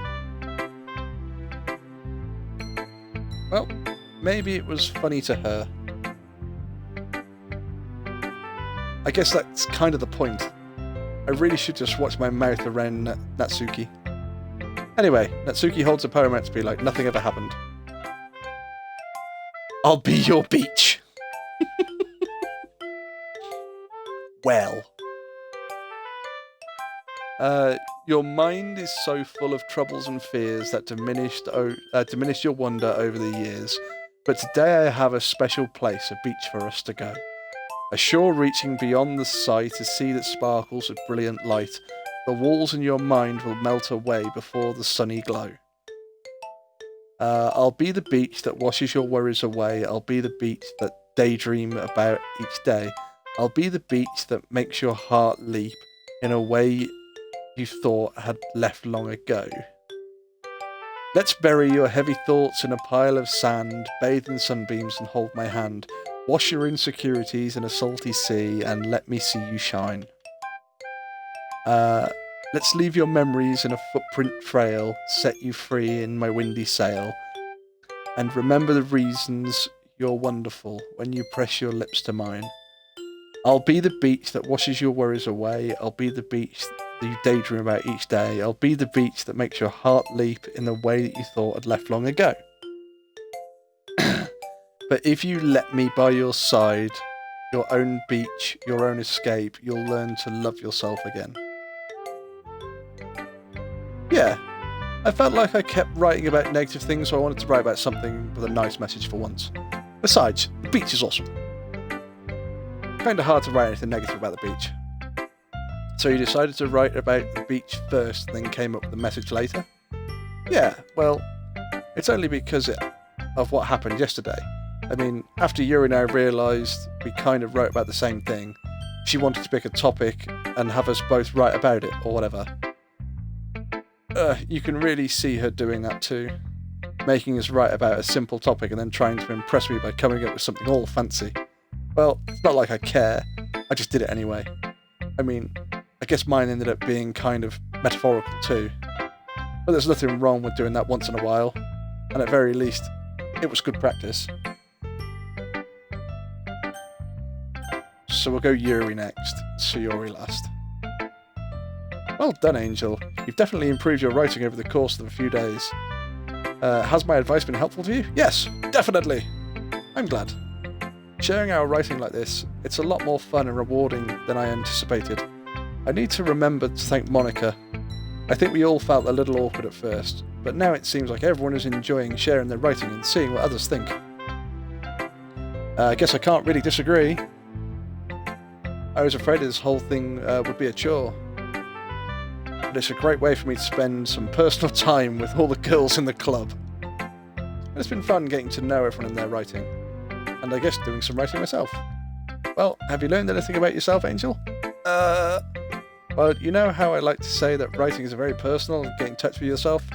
In the end, it doesn't matter if you're a good writer or a bad writer. And even my opinions are just opinions, you know? As always, I believe what's most important is exploring and discovering yourself. That's comforting. I'm kind of afraid of disappointing you in one way or another. Oh, eh? Why me? Well, you're always sophisticated with your writing and have the most advice to share. Is that so? Yuri thinks for a good minute. That must be terrible, eh? For me to have become someone whose opinion is fearsome. How unlikable of me. Yuri, it's not as bad as you're making it sound in your head. I just meant that I respect your opinion. I see. I'm sorry, I always overthink and come with all sorts of conclusions. I'm just a little used to it. Overthinking. Being disliked. Yuri, what am I saying? I'm sorry, I didn't mean to bring that up. Let's move on. Alright. Do you want to share your poem now? Okay. Yeah. So this should be about the beach then. Yeah, beach. A marvel millions of years in the making, where the womb of Earth fantastically meets the surface, under the clean blue skies of an expanse of bliss, but beneath grey rolling clouds and endless enigma. The easiest world to get lost in is the one where you can be found. No one can build a sandcastle where the sand is wet, but where the sand is wet, the tide comes. Will it gently lick at your foundations until you give in? Hey, calm down. Chat, I can see you all getting excited as well. Or will it suddenly, or will a sudden wave send you crashing down to the blink of an eye? Either way, the outcome is the same, yet we still build sandcastles. I stand where the foam wraps around my ankles, where my toes squish into the sand. The salty air is therapeutic, the breeze is gentle yet powerful. I sink my toes into the ultimate boundary line, tempted by the foamy tendrils. Turn back and I abandon my peace to erode at the shore, drift forward and I return to the earth furthermore. That was a little bit brighter than her last one. I'm aware that the beach is kind of an inane thing to write about, but I did my best to take a metaphorical approach to it. Yeah, Natsuki already told me about that. She did? She didn't say anything weird, did she? She just wanted us to write about the same topic again. I suppose to better compare the differences in our writing styles or thought processes. Anyway, it was her idea. Knowing her, it's no surprise that she'd want to learn something like that. She probably just wants to show off. It's not like I have a particular interest in her writing style. I just went with her request. But hang on a minute, whoa, she said you requested it. Well, I suppose it's not so bad writing about something simple on occasion. It can be refreshing, you know. But it's good for me to calm my thoughts once in a while. Yeah, I think I agree. Thanks for sharing. Who should I show my poem to next? There's only one person left, so I guess I'll be showing it to Sayori. This is your best one so far. It's really, really nice, Angel. Thanks. Sayori, you've been a little quiet today. Is everything alright? Of course. Everything is fine. Maybe I'm just a little tired today. Do you want a nap or something? No, that's silly.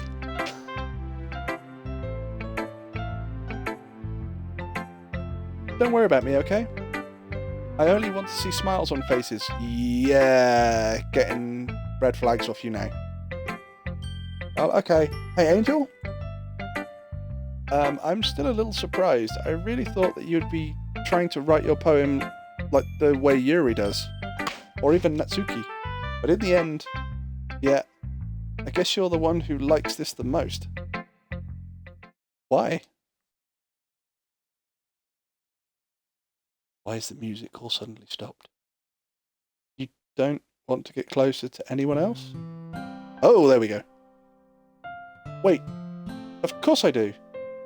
But that doesn't mean I need to try so hard to impress them. I still understand that you the most, Sayori. I know you have to sometimes put up with me, and I have to sometimes put up with you. But we have a wavelength or something. And this is how the poem came out. Sometimes it feels like you're the only exciting thing in my life. Aww. So sometimes it's just a little easier to write when thinking about you. Sayori? No. Angel. I don't deserve this. You're too nice to me. Why are you doing this? Sayori has trouble keeping her voice steady all of a sudden. If you had fun with everyone else instead, this would be so much easier. Red flag getting bigger. Red flag getting a lot bigger. Sayori? glance around the room to make sure nobody has noticed this. Sayori, I probably never said this to you before, but I don't understand what you're feeling right now. Tell me what will cheer you up. Sayori shakes her head. She sniffs and keeps shaking her head. Finally, she gathers herself and puts on a smile. It's nothing, Angel. Just a little rain cloud. I'm sorry you had to see that. Aha. I promise it won't happen again. Just smiles from everyone, okay? That's all that matters. Go play with everyone else. I'm going to go home a little bit early today. Sayori? Tell Monica I wasn't feeling well, okay? I'll see you tomorrow. Before I can say anything, Sayori cheerily walks out the classroom humming to herself. Okay, yeah. Whoop whoop, red flags. Okay, you three, we're all done sharing poems, right? Why don't we start figuring out... Hold on a sec. Is it just me, or did you say something strange just now? Eh? Something did sound a bit unusual. That's right. You deviated from your usual catchphrase when you addressed the club. Catchphrase? I don't have a catchphrase. Jeez. Why is the mood so weird today? Look, even Yuri isn't immune to it. Stagnating air is common foreshadowing that something terrible is about to happen. In your books, maybe. Look, the only thing that's different is just Sayori isn't here. Ah. It seems you're right. Sayori always helps lighten the mood a little bit, doesn't she? It's almost like everyone's balance is thrown off when she's not around. Where the heck did she run off to anyway? I thought she just went to pee. Natsuki, please show some decency. Oh, come on. She actually wasn't feeling too well and went home early. Is that so? I hope she's alright. Seriously? Of all the times not to go home with her, and you pick the time she's not feeling well. So much for you two being all lovey-dovey. No. First of all, stop misleading my friendship with Sayori. Stop misunderstanding my friendship with Sayori. And second, she's kind of been avoiding me today, so I don't want to force it.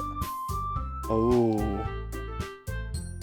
That curious expression coming from Yuri of all people. Calm down, guys. I talked to her earlier and everything is fine. What did she say? Anyway, we need to figure out what we're doing with the rest of the festival preparations, so let's decide how everyone's going to do this weekend. Yeah, worried about Sayori. I already know what I'm doing. That's right, Natsuki will be making cupcakes. But we might need a lot of them, and different flavours. Can you handle that all by yourself, Natsuki? Challenge accepted! And for myself, I'm going to be printing and assembling all the poetry pamphlets. Sayori will be helping me design them. And as for you, Yuri, you can... Guys? Can you help me come up with something for Yuri? I'm useless. No! That's not it at all. You're the most talented person here, you know? Ooh. Now Natsuki's pouting too? Jeez, even I can tell now. I guess I never gave Suguri enough credit, but I can tell things are even harder on you when she's not around. That may be the case. But if I can't also be the leader on my own, then I won't get to grow as a person. So, Yuri, you have beautiful handwriting, you know? You should make some banners and decorations to help set the atmosphere. Atmosphere? About that. I love atmosphere.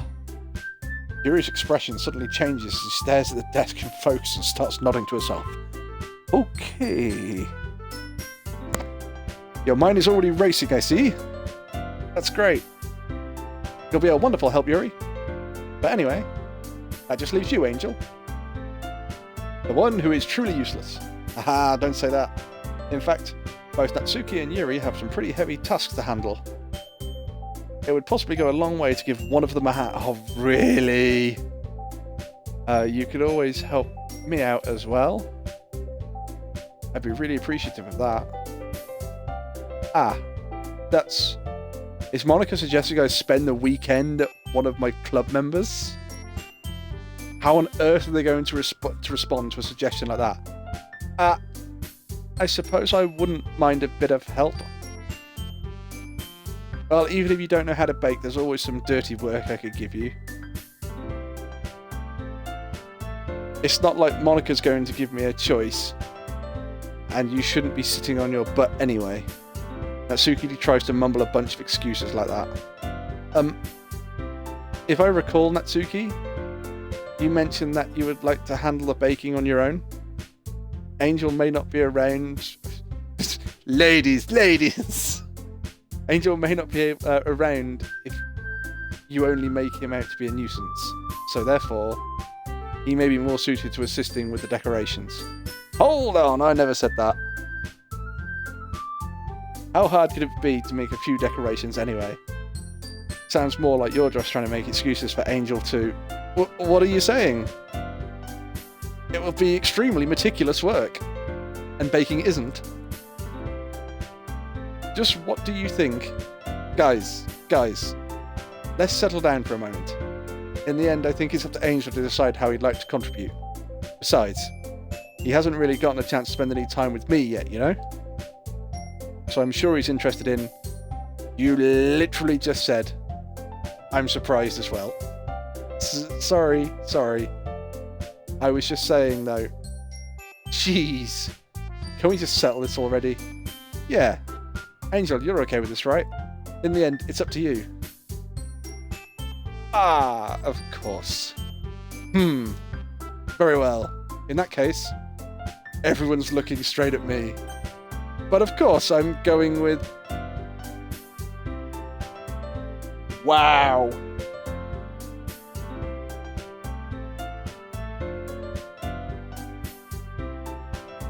Problem being, right, is that I haven't spent the most amount of time with Monica. So it would probably be good to spend some time with Monica. Out of the three of these, I'm probably most likely to go for Yuri. So, spending time with Yuri. Out of the three things they're doing, the pamphlets, the decorations, and the baking, I think the baking would be the most difficult. So that would be Natsuki. But I'm worried about Sayori. I am genuinely worried about Sayori.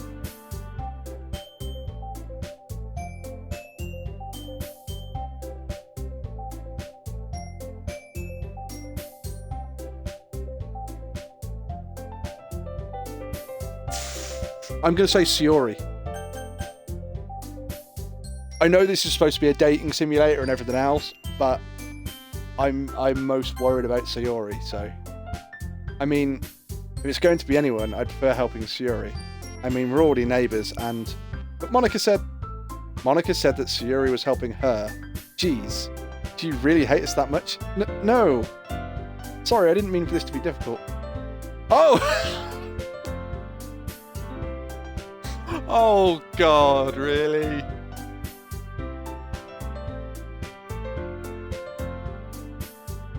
Fucking... see a route where you think you can get off and it's just like, boom, there you go, sidetracked. It's like, oh, shit.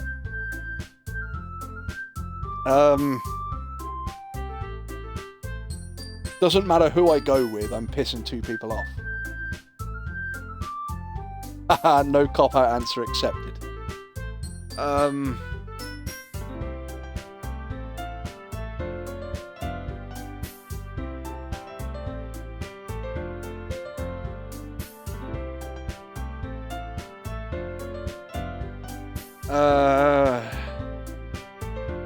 Fuck it, I'm gonna bite the bullet. I'm going Yuri. But me? Are you serious? Why would you... Natsuki, I can already tell you're about to say something mean. No. I was just saying... So, you'll be helping Yuri then, Angel? Yeah. That's what I'm going to do. I'm glad.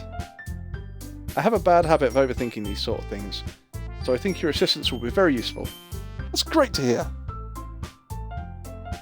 Natsuki, you'll be able to handle the baking by yourself? I mean, yeah. I already said I'd be fine. Okay. Everyone can tell that Natsuki's feeling a bit sour. So, is that everything we needed to go over? Yeah, that should be about it. Are you guys excited? Well, excited may not be the right word. Wow! Look at Yuri's face. Excited might not be the right word. That is the smuggest smile ever. But I suppose we're looking forward to it a little bit. You feel the same way, Angel? Me? I guess you could say I'm interested in seeing how it'll turn out. Great. That's good enough for me. What about you, Natsuki? Well, she's pissed. Natsuki? What? Why is everyone yelling at me? I didn't even do anything. No. That's not what we meant at all. Yuri anxiously glances between everyone in the room. I'm so sorry for this. I don't really know why Angel picked me. And also, your cupcakes are the best cupcakes I've ever had. They go really well with my tea. And nothing that I do for the event will ever compare to yours, so... Wow, Yuri's just begging. I get it. I'm kind of surprised, though. Why? Well, I'm the one acting immature. I already know that. But you're trying to cheer me up all of a sudden. I know I'm not good at it. I'm sorry if I said something bad. Maybe Yuri likes Natsuki. Possibly.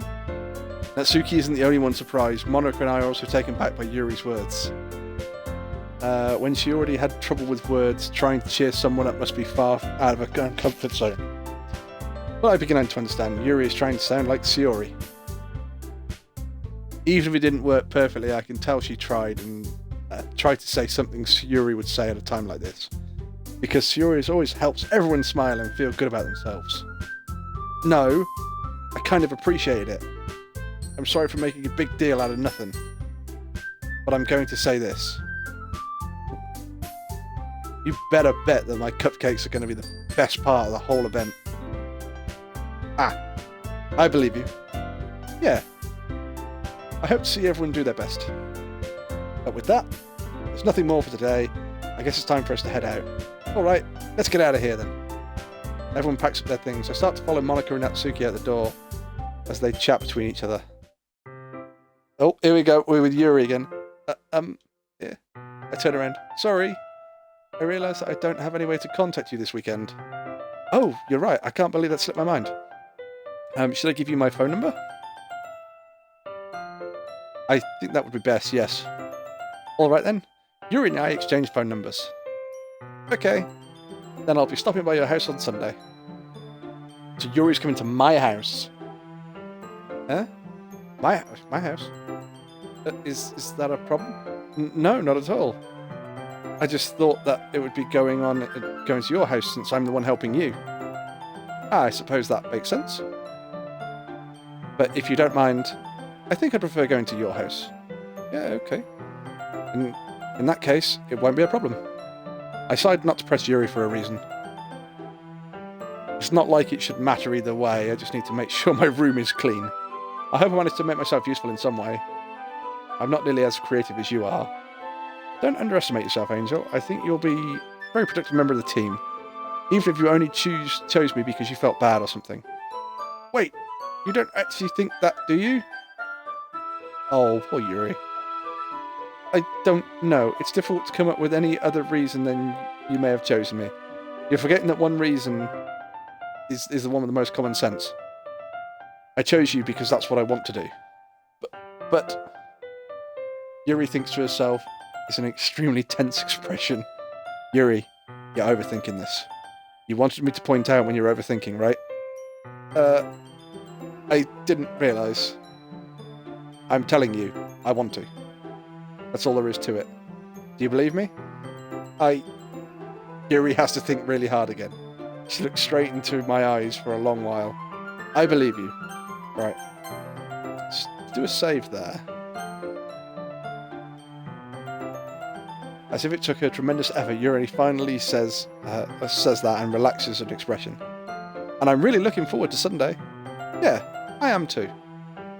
After the exchange, I make my way out the door and Yuri follows. I can't believe this. Yuri is going to come into my house on Sunday. Even though I would have preferred to do this with Sayori, my anxiety still shoots through the roof. I guess I've gotten pretty used to handling her at this point. But who knows what might end up happening when we're outside of school. She even told me that she was looking forward to it. I shake my head. Why do I feel nervous that Sayori finds out about this? It's not like we feel that way about each other. Besides, like Monika said, this is all about the club. I have nothing to worry about. If I just go with it, then we'll have a good time. It's already Sunday. I've been getting increasingly anxious about Yuri coming to visit, and I keep telling myself there's no reason to be nervous, but it doesn't help that much. Yuri is clearly an introvert and also an intimate person in general. There is no doubt that she'll open up a little bit when it's just the two of us. Meanwhile, we've been texting occasionally, and she's extremely apprehensive at first, but it wasn't long before I was already learning more about her. But putting Yuri aside, I haven't heard anything from Sayori since she left the club earlier the other day. It's not like we text each other all the time or anything, but I've been worried about her in the back of my mind.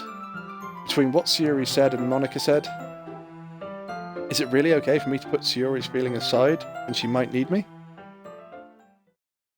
I decide to visit Sayori before Yuri comes over. Rather than asking, I simply tell her I'm coming over, much like we've done in the past. Once I reach Sayori's house, I knock on the door before entering it myself. Again, we used to play so often, we've made it a habit of simply entering each other's houses like we're family. The house is quiet. Sayori isn't anywhere on the first floor, so I assume she's up in her room. It's already strange of her not to be running down to greet me. I head up to her bedroom, where I finally find her. Sayori? Hi, Angel. I sit down in her room. Sayori forces a smile, but it's easy to tell that it's different. There's a minute of silence between us. You haven't come over like this in a long time, have you? I guess you're right. It has been a long time. Not much has really changed, has it? Sayori's room is as messy as it has always been. That's a mess in her room? Really? There's like one piece of paper on the floor, that's it. I also recognise the same stuffed animal on the wall decoration she's had for years now. If you came over more often, it wouldn't be such a mess. That's because I end up cleaning it for you. How come you suddenly wanted to come over today? Aren't you supposed to be seeing Yuri today? Yeah, but... Wait, how did you know that? Sayori had already left by the time we decided the last meeting. Monika told me. It's only natural for her to keep me informed about the festival preparations, right? That's true. But what about you? Aren't you going to be helping Monika today? Of course. But I'm just helping her online. We didn't plan meeting up or anything. So it's just me and Yuri then. Yep. There's more silence between us. Yuri stares in a random direction. Everything about her behaviour is really uncharacteristic. Yeah, still really worried about her. I finally get to the point. I just wanted to see how you were doing. After you left on Friday, when something's wrong, you can't hide it from me. I know you too well. So, Sayori smiles, shaking her head. That's no good, Angel. Why can't it be just like it's always been? This is all my fault. If I didn't get so weak and accidentally express my feelings, if I didn't make that stupid mistake, then you wouldn't have been worried about wouldn't been worried about me at all. You wouldn't have come here. You wouldn't have even been thinking about me right now. But this is just my punishment, isn't it? I'm getting punished for being so selfish. Ooh, where's all this coming from?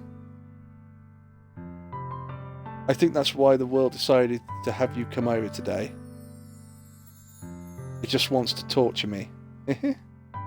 Sayori. Massive red flags going up. I grab Sayori by the shoulders. What on earth are you saying? Are you listening to yourself right now? I know something's happened to you. There's no other explanation for you to be like this. So tell me already. Until I know, I won't be able to stop thinking about it. Sayori gives me an empty smile. You really put me in a trap, Angel. But you're wrong.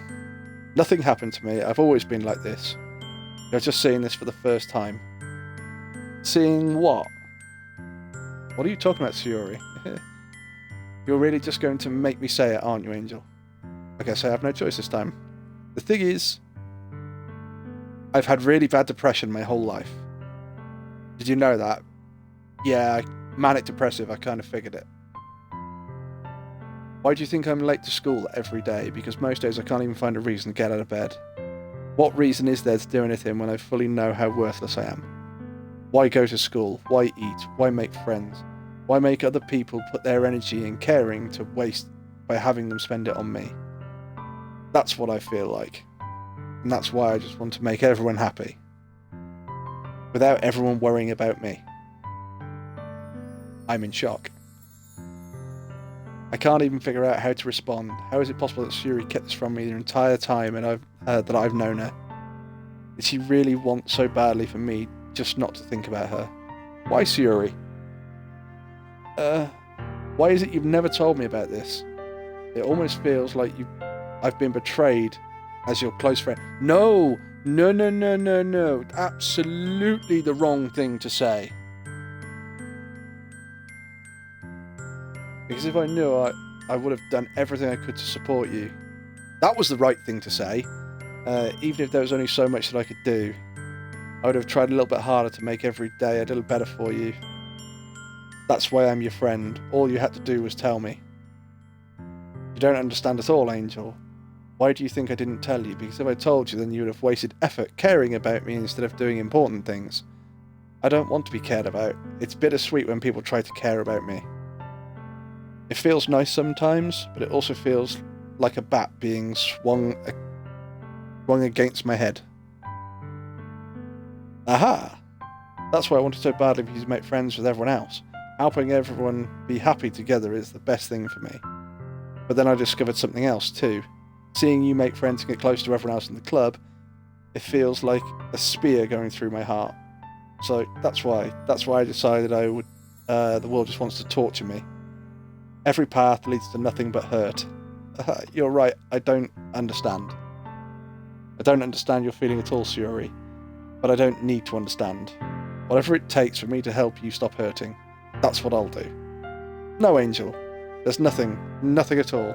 The only thing that could have helped is if everything could be like it always was. But I was selfish. I finally showed you what a horrible person I am. Tears streaked down her face. Oh. Oftentimes the most cheerful people are the most depressed ones. Cag, I actually have I think it's a picture on my Facebook that says the people with the biggest smiles are the ones that hurt the most.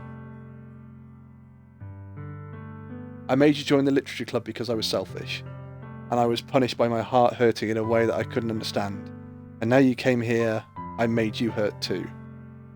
I'm just weak and selfish, that's all I am. And that's why I'm going to accept this punishment, because I deserve every last one. Once again, I grab Sayori's shoulders. This time I pull her into a tight embrace. Angel, Sayori, I don't care if you feel selfish. I'm really happy that you convinced me to join the club. Seeing you every day makes it worthwhile enough. If I make friends with everyone else, then that's just a bonus. But please never underestimate how much I care for you. I wouldn't have it any other way. Angel, Sayori isn't hugging me back. Despite my arms being wrapped around hers, Sayori's arms remain by her sides. She starts sobbing in my ear. No, don't do this to me. Please don't do this, Angel. Sayori barely manages to speak between her sobs. I don't know if I'm doing the right thing, but all I want is for her to know that I care. If you have it in you to call yourself selfish, then you have it. Then you have to let me be selfish too. No matter what it takes, I'll figure out what needs to change. I'll make these feelings go away, and if there's anything that you need me to do, then you'd better tell me. I'll get mad if you don't. I don't know. Gently, Sayori puts her arms around me in return. I don't know anything. It's all really scary. I don't understand any of these feelings, Angel. The only time I'm not feeling nothing is when I'm feeling pain. But your hugs are so warm. And that's really scary too. Yes, the Robin Williams quote. Sayori lets me go. As she does, I let her go as well. The festival is tomorrow. Yeah. It's going to be fun, right? Yeah. How would you like for me to spend it all with you? It's what I want. I promise. I think it would be nice then. Yeah. Sayori wipes her eyes. If I could spend the whole day here, I would. Of all days, this would have to be the one where I have other plans. Maybe I should cancel. No, don't. Please don't.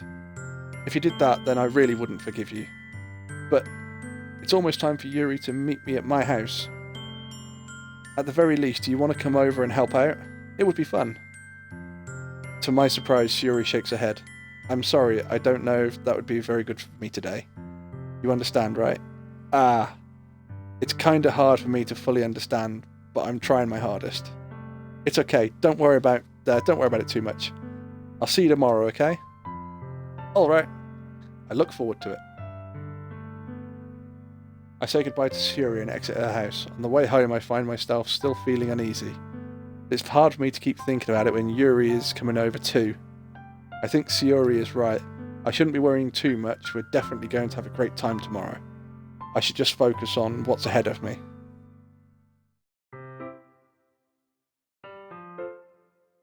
So is that it? Oh no, as I approach my house, I see something that makes me feel a moment of panic. Yuri? You can't just make it go away. It's not a switch. I appreciate it's not a switch, but I can try. Thank goodness. You're a little early. I'm sorry, I wasn't home yet. Were you waiting a long time? No, I just got here.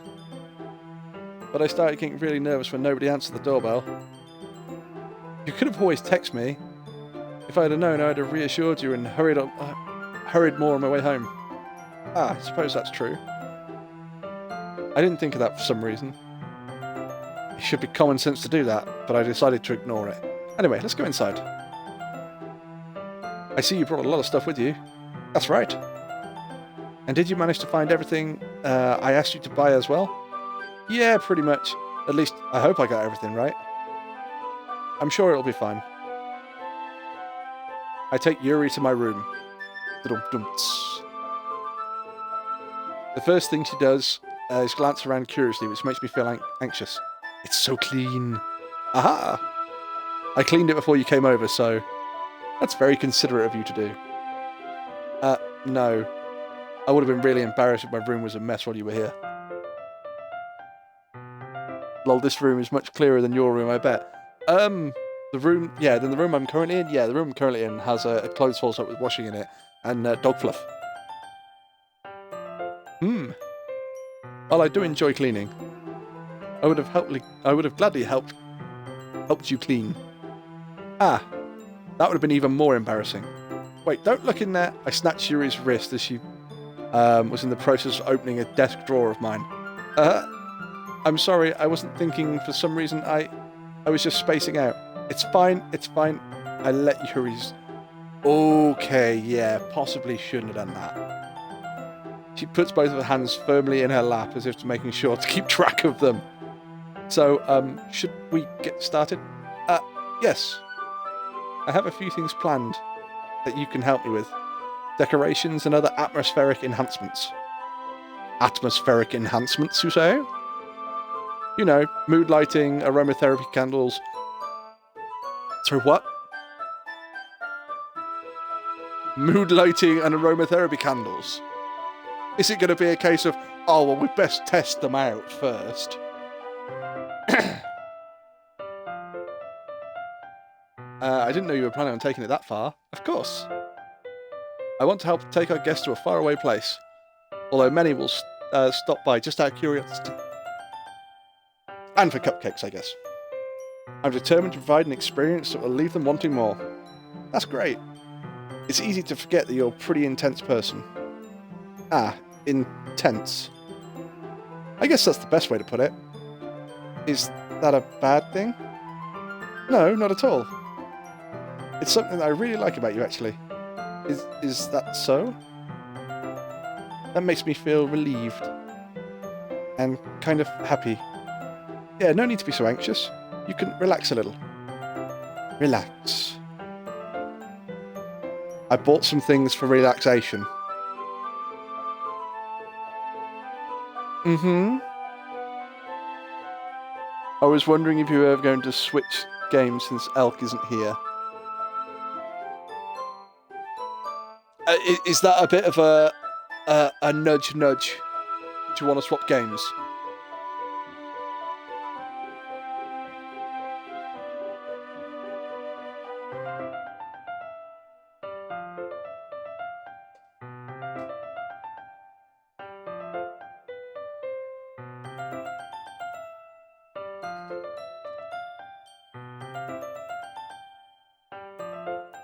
Right, well, let's have a look where, if we go save. Right, let's overwrite that save. Let's load, and let's load our autosave. Yeah, whoa. Right. So I can skip through all that text because I've done that. Wow, look at it go.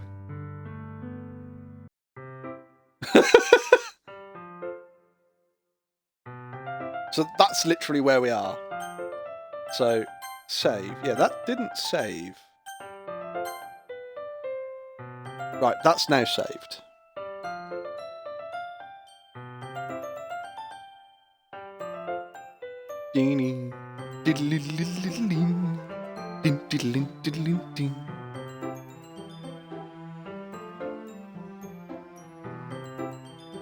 Right, there are a lot of save slots on here. Maybe I should be saving this a hell of a lot more often or something.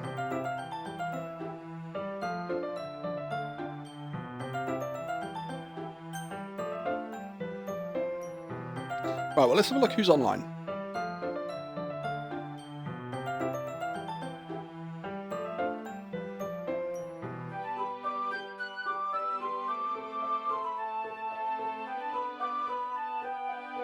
Inhibio is online.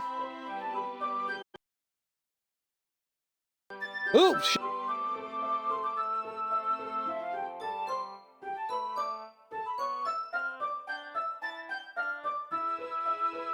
Sorry, I pressed the wrong button. Right, where was I? So yeah, Inhibio's online.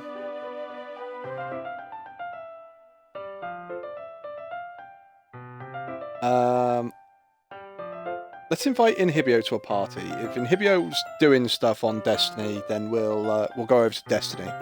If not, then we might carry on with this. Hang on. Let's see what Inhibio says. What do people think of this game so far, anyway?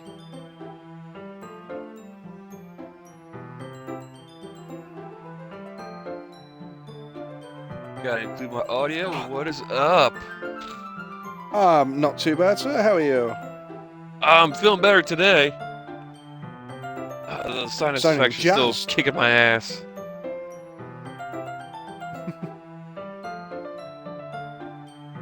So what are you up to? I was going to ask you if there was stuff you wanted to do on Destiny. Because at the moment, I've got Doki Doki Literature Club up. This is golden. No, you have to suffer through that game. Hey. Well, this is the thing. The person who actually wanted me to play Doki Doki Literature Club has gone to bed. So it was very much that moment of, do I continue playing Doki Doki Literature Club or do we find something else? Now, I am at the point where one of the girls is in the bedroom with me, and we're talking about decorations for the Literature Club Festival that's coming up tomorrow. But she's going, oh yeah, well we're gonna do these decorations. Then I've got like candles and mood lighting and shit like that. Basically, this is what we're gonna do. And it's like, right, okay, fine, not a problem. She's gone, oh well, I've also got some stuff here. I was gonna use it tomorrow, but I'm tempted to use it now just to like help us get this done. And the question on the screen is, oh yeah, like what? So it's, do I leave it here or do I carry on?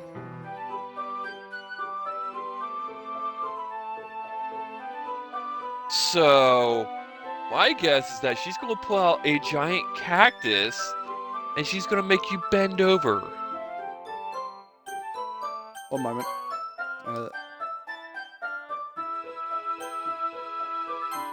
Overwrite save, yes. Right. Chat, don't say anything.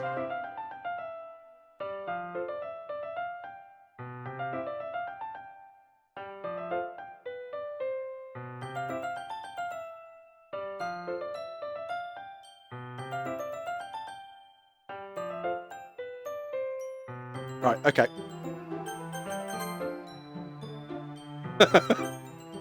Just gonna reload. Right, yeah, so I know what she's brought now. It's not a cactus.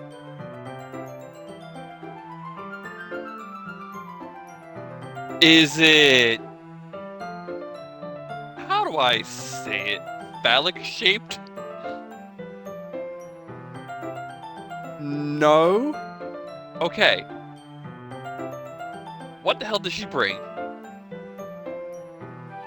She brought some scented candles and an oil infuser. That is a lot less tame than I expected. Or a lot more tame. It probably is a lot more tame. However, she's supposed to be spending the I don't know, the afternoon, the night at my house. So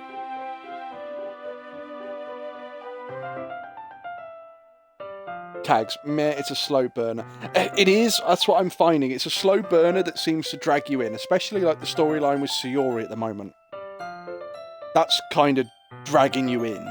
I did ask, I spoke to Elk and I said, right, well, there's one of two. There's basically either this one or there was Kai Chu.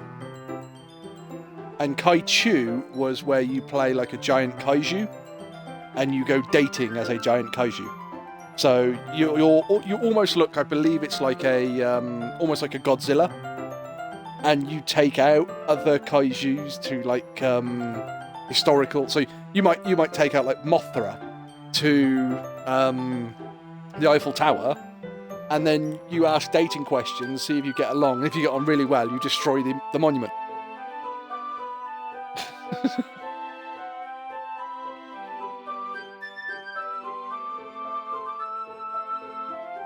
I think this is a lot more story-based simulator than simulator.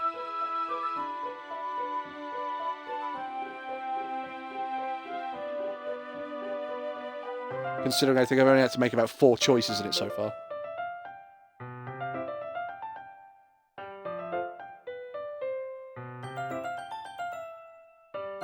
Very fun.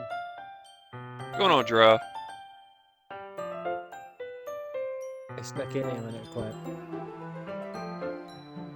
Oh no, you didn't really sneak in when it pops up on my screen. You go, ding! Drawblade has joined the party. No, I snuck in. Two snuck in about as well as a fucking brick did then.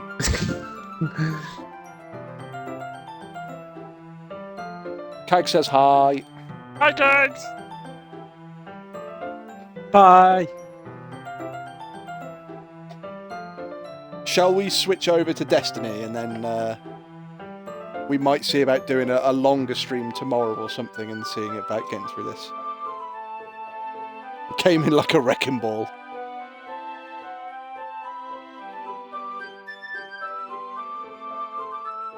Yeah, well, considering that I think we're at a critical point with Yuri at the moment and Sayori, we'll call it on this for the moment and we'll go over to Destiny 2. So give me just a moment. I will switch games and then we'll see where we are. Inhibio, did you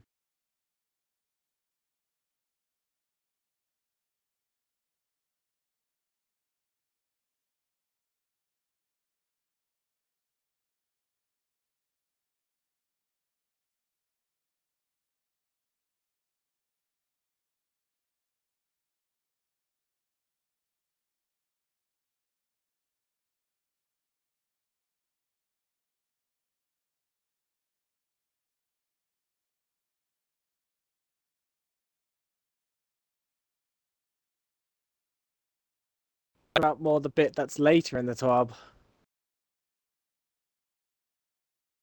Oh, where it says like grievances and stuff like that, where like There we go. what you call it? Like known issues plays Hunter. I just found those I found those hilarious. I found the one funny of Warlock. You choose to play the Warlock, the support class. Put on well.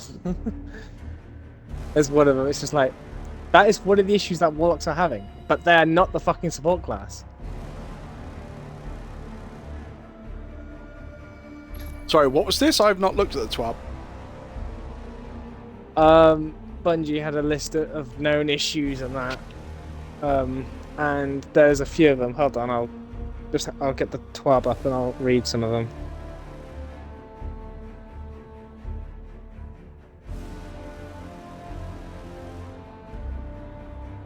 I believe this is it.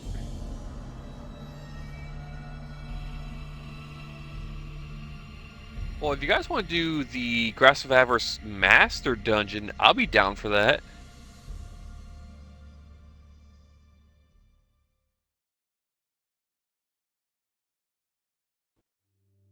It's not in hotfix, is it? Yeah. Where's this TWAB? There isn't a TWAB. Where do you see it then? So I know I saw it, and That was the Astacross video. yeah, I know. I was just wondering where he because I saw the video and I was just like seeing. I was seeing if I could find like the part in the video is what I meant. Oh, it's like towards the end.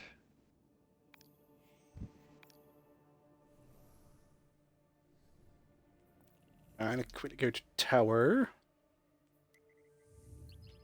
I just got to find a save point.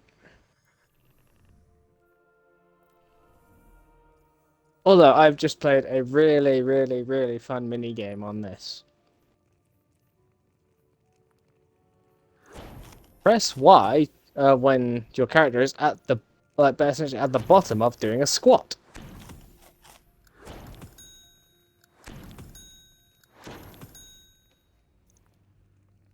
See, whereas I've just been Playing writing Doki Doki. poetry and chatting up different girls. I know. I was watching. I was playing Final Fantasy and had your stream open on my phone.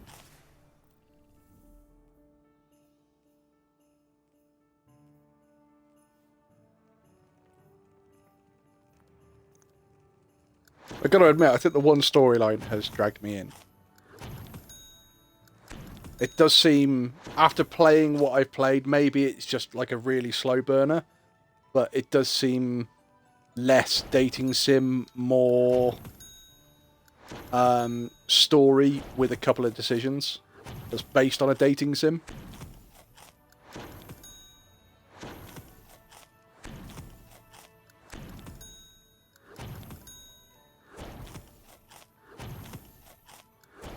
And I'll tell you another thing, we're going to have fucking Fat Zavala in a minute.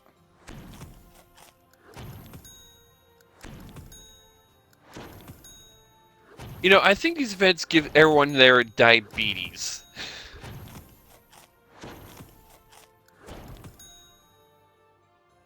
Well, I've got 44 sets of cookies to give to Zavala. So what you're saying is diabetes. He will be referred to as Diabeto.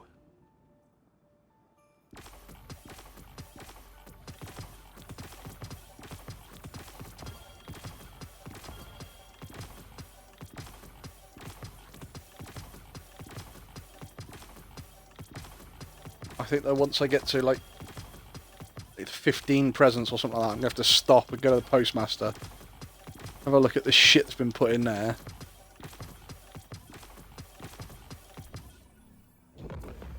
So I just realized I give myself poor man's chain reaction with a sword. Checking. Oh, there's nothing there. Was that poor man's chain reaction? Yes, Falcons with any void sword. Greetings. I found the video and I found where the 12 stuff was.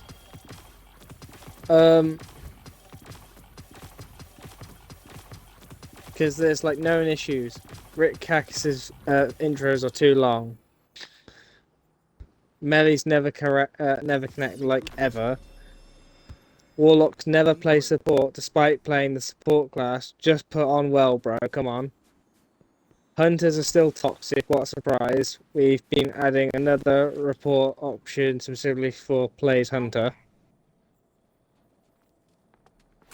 Titans are still dumb as hell despite multiple hotfixes.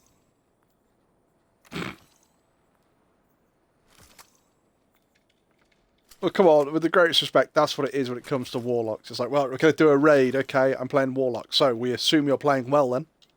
Like, but I don't want to play well. No, you seem to misunderstand. You're playing well then, aren't you? But I don't want to, if you want to do the raid, you're playing well. Unless you're playing VOW.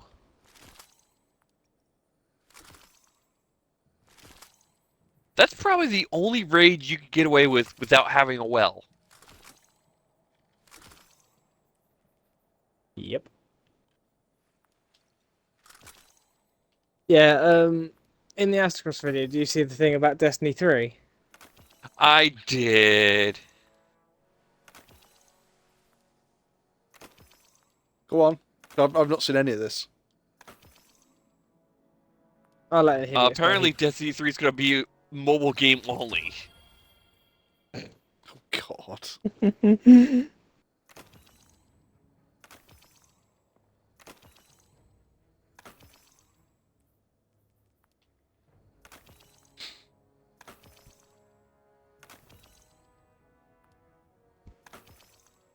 What, so he's going to vault everything except for, like, the fucking tower for you?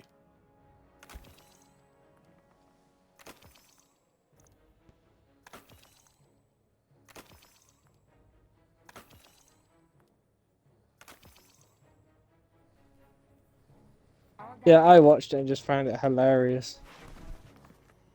Guardian. Let's see, let's see.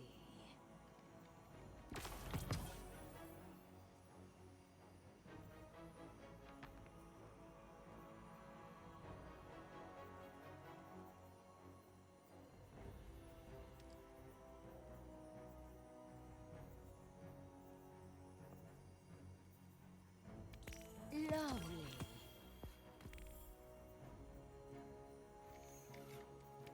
Why not?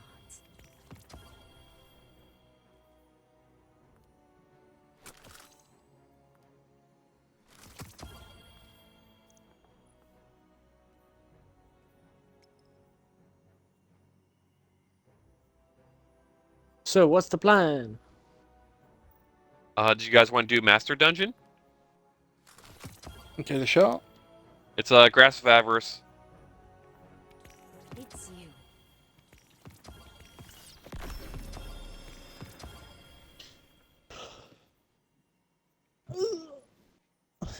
You know, I'm going to get these guys to the boss room and then I'll just ditch them.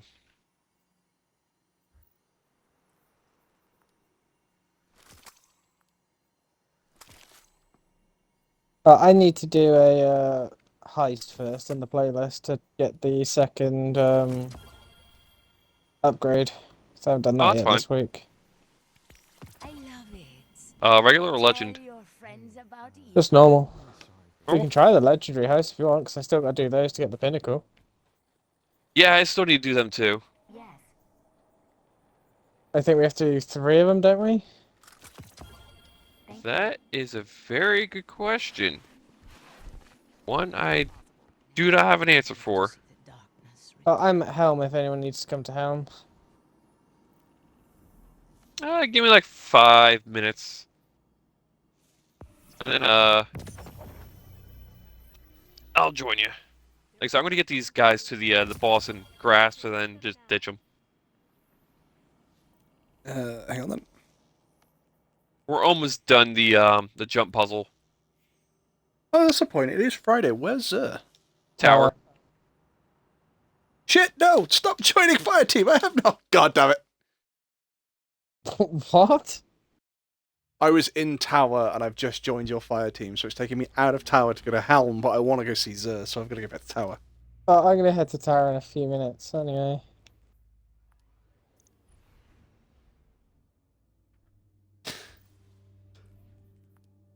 Oh, please. No, there it is. I was like, please don't tell me it's on my freaking Titan or something. The API is up, so Oh, it's back up. They fixed the issue then. yeah.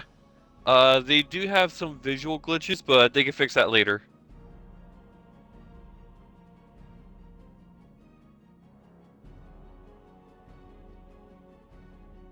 The only thing wrong with this bloody gun is the fact that it has a handling masterwork. What's that? The new grenade launcher I got today. It's the one from the dungeon. So I did the dungeon a couple of times to see if I can get the bow. Fair enough. And I got the grenade launcher again, and now I've got it with Feeding Frenzy and Vorpal Weapon. You ready to go? Yep. Hey, to the tower!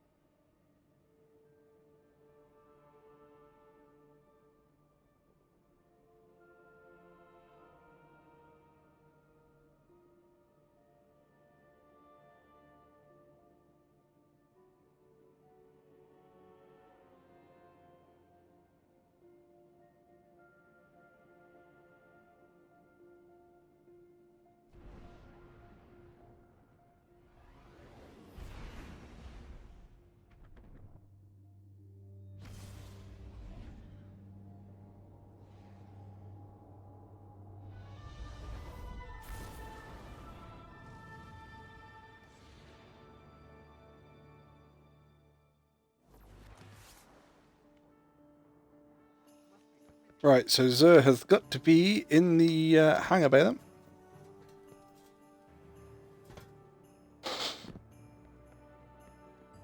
I'll be honest, there's only one thing I don't like about this Revision 0 upgrade. It doesn't turn it into an auto rifle. No, I like pulse rifles, remember? No, it's the fact that it has a bloody fucking gold silencer. Perhaps this is I like the gold silencer. I fucking hate it. Geomags. It's a skin. You can take it off.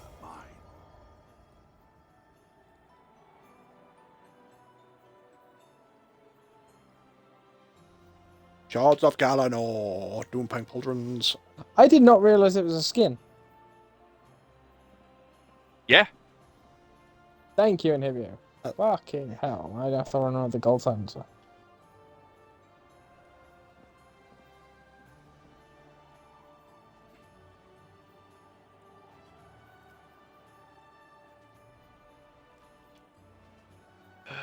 Drobbley join game. Oh, Zer too doesn't full. have anything at all. What's our tower full? Yeah. No sad hunter noises? I was going to say, it's probably the tower that I fed Zavala all of the fucking cookies in. Zavala now counts as 3 people, so... Wolfie, this is why we can't have nice things. Talk to Zavala, he's the one that ate them all. I just made them for him. This is why we can't have nice things, Wolfie. This is the only reason why Zavala makes a good Titan, because he's like the size of a fucking skip now, so... It's easy to hide behind. I'm just making some cookies. For Zavala. Possibly. Time to make this fucker the size of a house. Bro, if you keep feeding him cookies, he's gonna die of diabetes and then be resurrected with diabetes.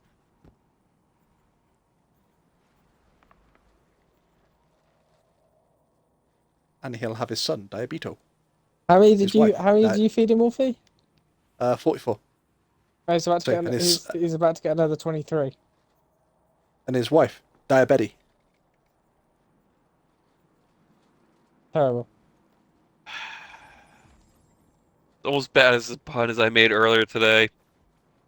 So I go to my Go boss, like, you know what? I worked so hard this year. I'm gonna take off the rest of the year.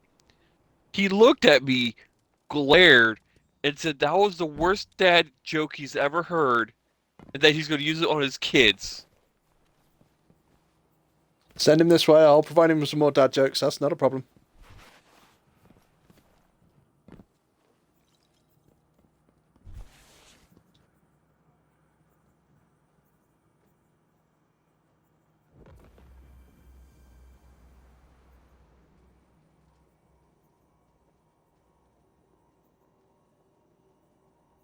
There it is. I knew the mention of that, and it would be, it would happen.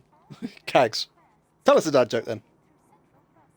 You know, I stayed up all night trying to figure out where the sun went, and then it dawned on me.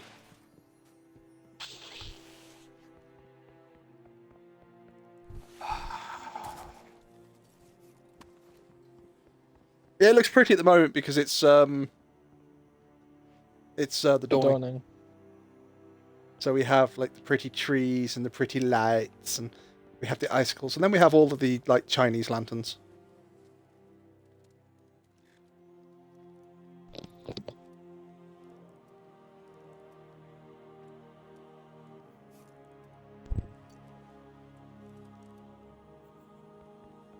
Are you okay, Cags? I'm pretty sure she had an aneurysm from hearing that dad joke. I could throw in another one if you want. If it makes it any better. How about no?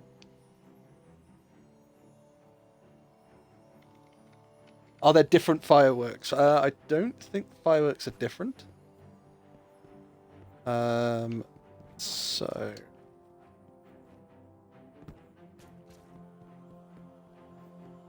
Fireworks for the what? Titans. You know how you can get the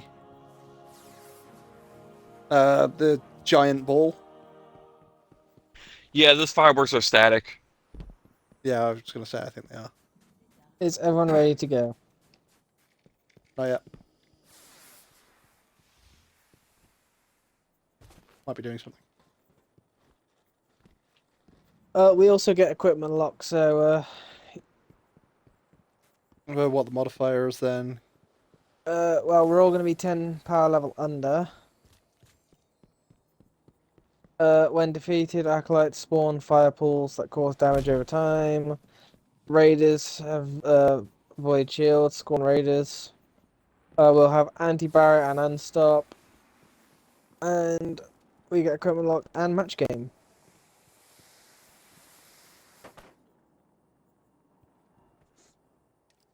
So I got void covered. I've got solar covered. I got solar and arc covered. In fact, scratch solar. Well, so you've got arc covered. Pretty much. I've got a pulse rifle for arc.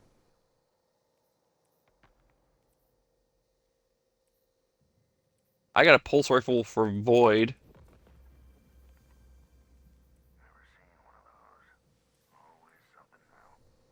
I said I pulse can rifle, do I meant to what? say fusion rifle.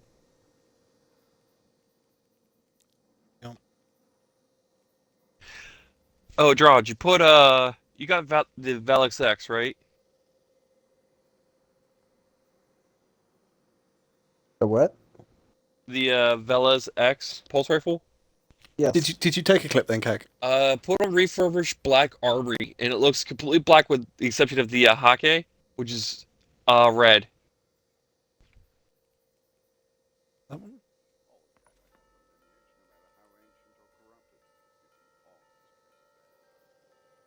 The New Age Black Armory?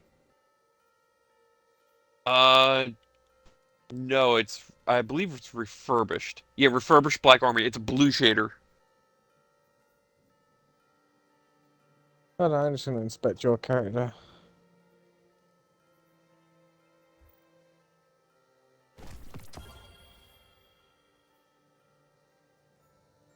No, I'm good. I do not like the look of that.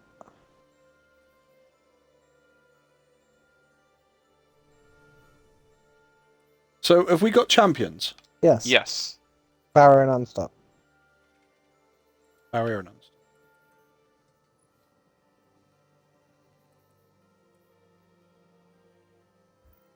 That's fucking overload.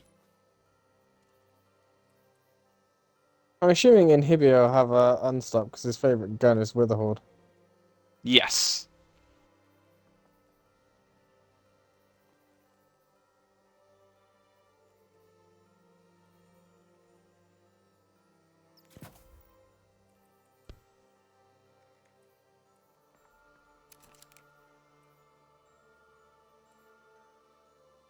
So has anybody got piercing?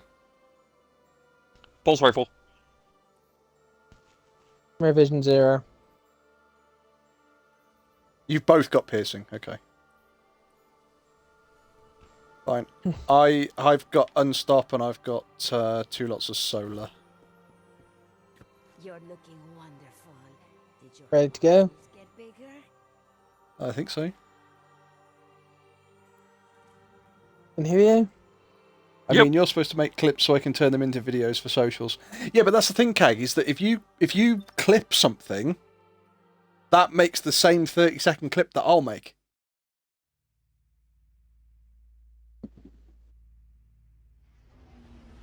Because I've got a little button in front of me that just says clip that. And all that'll do is take a clip of the 30 seconds of the game, whereas if you're watching it on Twitch, you have the little sort of action snapper thing that you'd get on a on the film set, and you click that and it'll clip it, and although you've clipped it, it will clip it to my... You just know what to clip better than it. Yeah, but it doesn't... Kags, you could clip the entirety of the stream every 30 seconds, and that'll just send hundreds of clips to my account, but I can then pick through those, so anything that you think is clippable, just clip it. Because I can choose stuff from things I've clipped, things other people have clipped, depending on what game it is, depending on the day it is.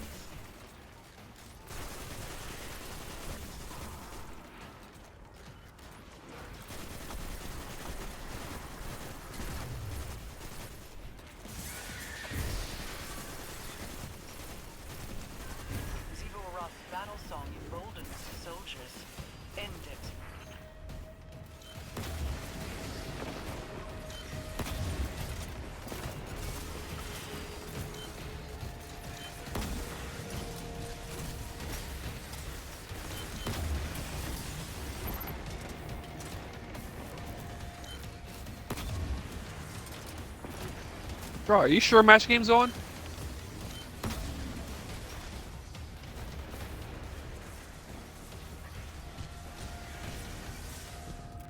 Draw.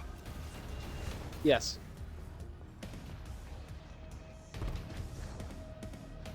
It just says shielded foes, not match game. I might have read it wrong. Either way. I'll be honest, I'm eating at the same point, so I'm half paying attention. Which is why I was on mute when I was answering you. Oh, so all you could have heard was... I think he said he was eating, not deep-throating.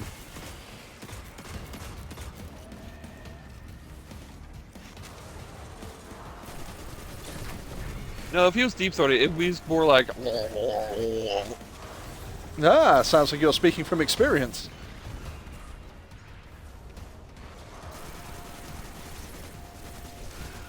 I mean, would you like me to validate that answer? Does it make any difference to me if you do validate it? Makes a difference to the stream. Not particularly.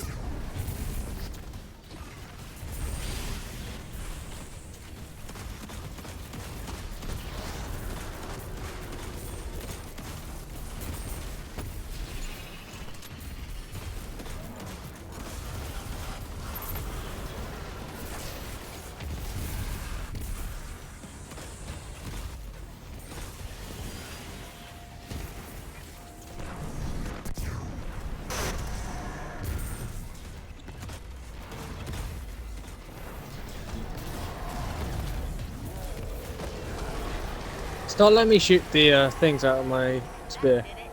Hatch opening and setting that perimeter tower to friendly. You're welcome. So, I nearly got my super back, and I only picked up like 4 orbs. I've used my super twice. In the open, but I worry we are missing a piece of I might have picked up more orbs then. But we'll have a Warmind. Jesus fucking Christ! I just saw like my bar, like, you know how you have your bar like glow like a little bit when you like damage enemies and shit like that? Yeah. I perpetually had a half a bar glowing throughout that entire last bit of the fight.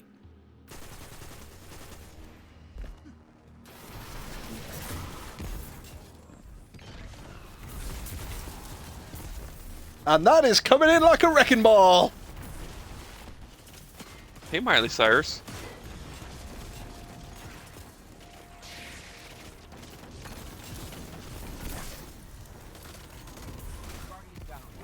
Oh, damn it. And there goes Flawless.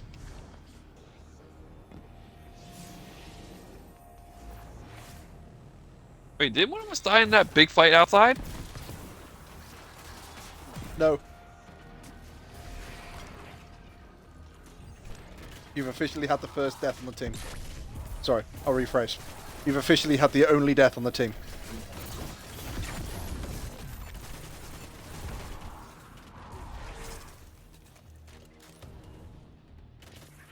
As I said, there goes See, Flawless.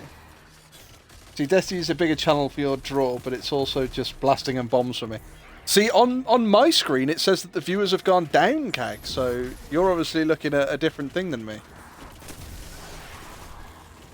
Because for Doki Doki, I was, it said that the unique viewers were up at 7 or 8 constantly. And now my unique viewers has dropped down to 2.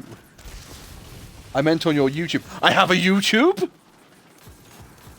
You have a YouTube?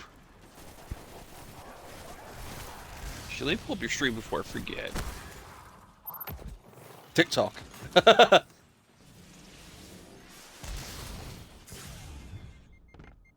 See, you say that Destiny's a bigger draw, but on TikTok, Kag, the latest video I put on was Soma, of me running away singing Yellow Submarine, asking, do you think the singing helped?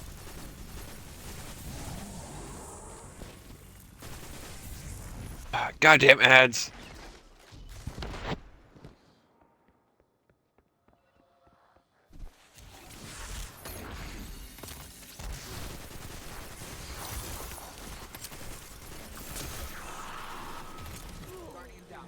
Son of a bitch. Now I'm just getting reckless. Oh, that. I was going to say, there goes Flawless. Again. For the third time. Third? I thought you died twice. No, he that was died my in the last room as well. Patch me in and I'll get that door open again.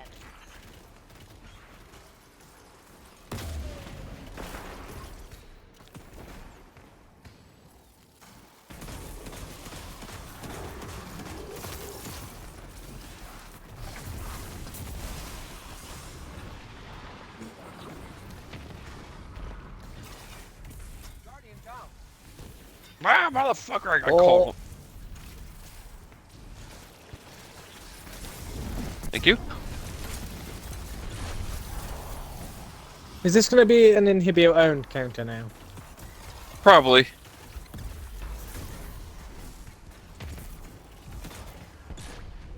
Wolfie? Possibly.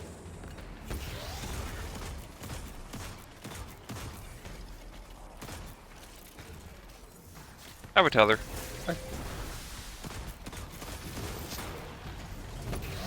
Woo!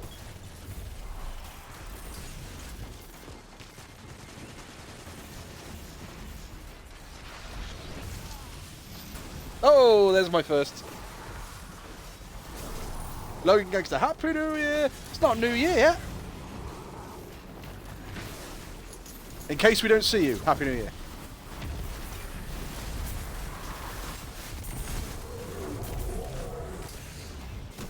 Ogre's dead. I'm dead. My first death. I am not gonna be alone.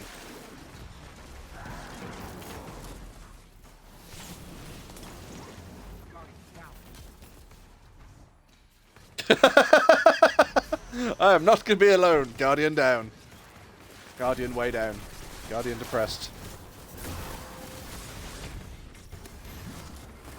Fucking Jesus. Well, my grenade's just like melting things, but...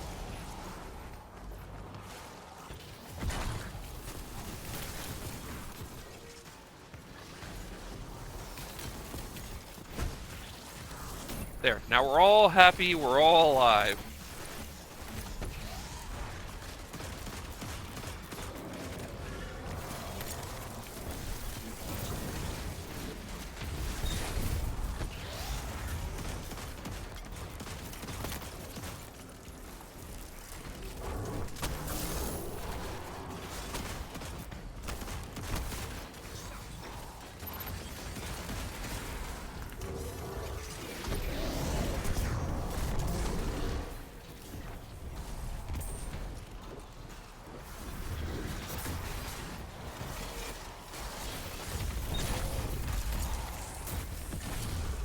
Whoop.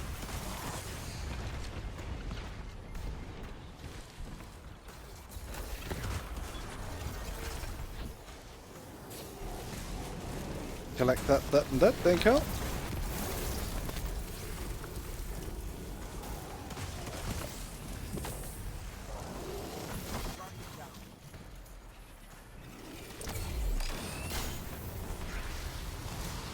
On your feet. Oh, just as I was going to whip my way down. For the up.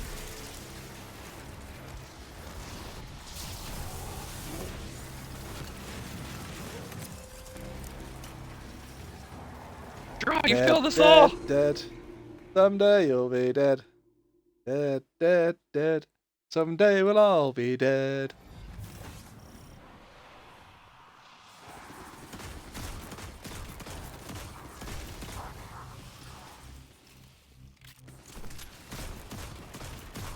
You know what? I think we need to mount the ads better.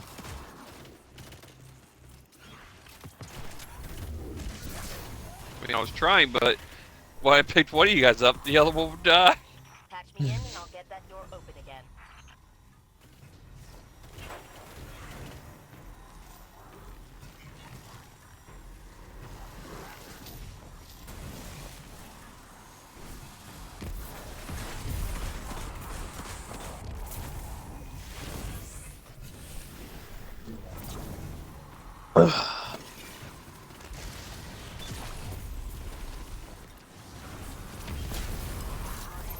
Son of a bitch!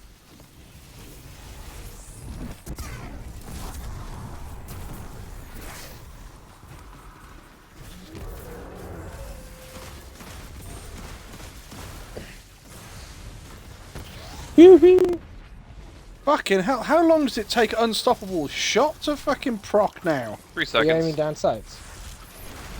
Yeah. It does take a good minute.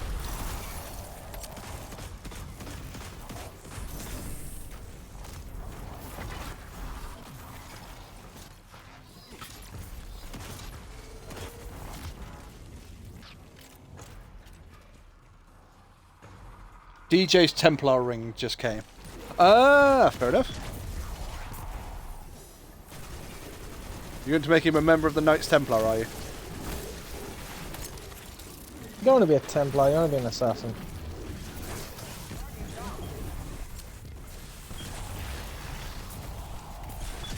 That's a whole lot of nope.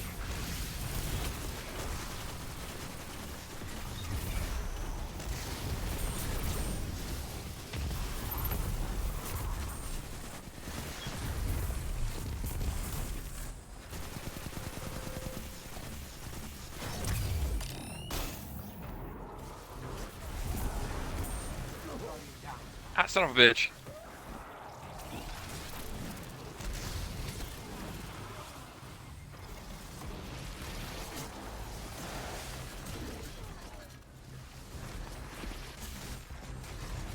Oh, a lot of stuff over here is getting frozen.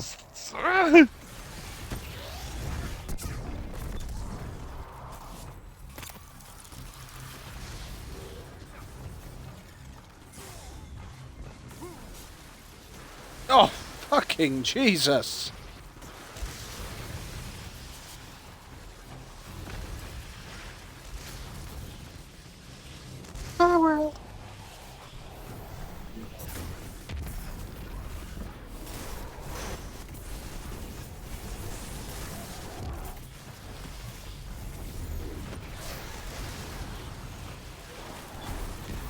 Neon stops dead. I'm making a stand in this corner.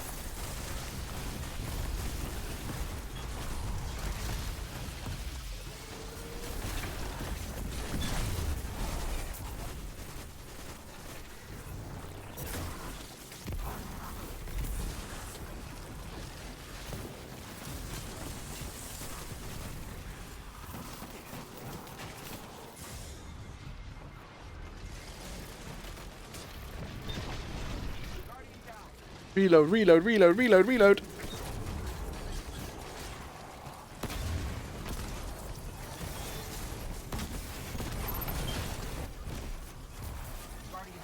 Ah, son of a bitch!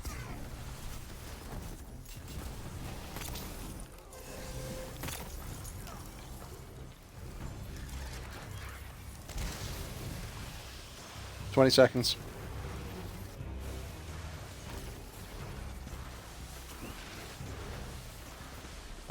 His Christmas was themed around the music and the Knights codes. He's obsessed with knights and the Round Table and Arthurian lore. He has a replica of Excalibur hanging in his room and wall art from the chivalric code of his favourite film. The only thing he really needs to remember is when women turn round to him and say that chivalry is dead, remember that chivalry is actually an entire knight's code on the battlefield. There is only one part of like one fucking line that actually states that you have to like open a door for women. So if anybody ever says to him, you know, chivalry is dead, he I believe he by rights has the right to challenge them to a joust.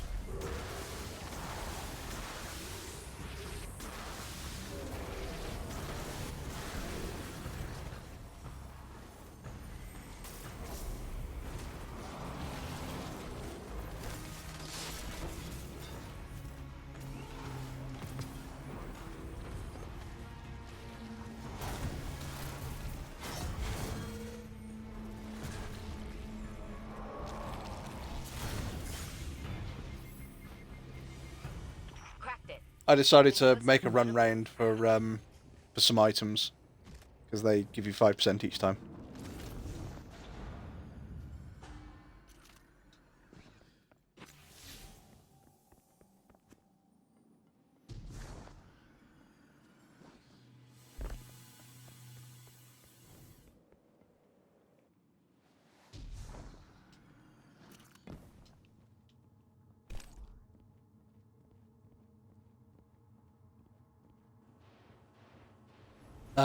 Actually, in this one, it doesn't even mention opening doors for women. See, so every time that women turn around and go, chivalry is dead, try again, motherfucker. Security re-up. You know what to do, Guardian.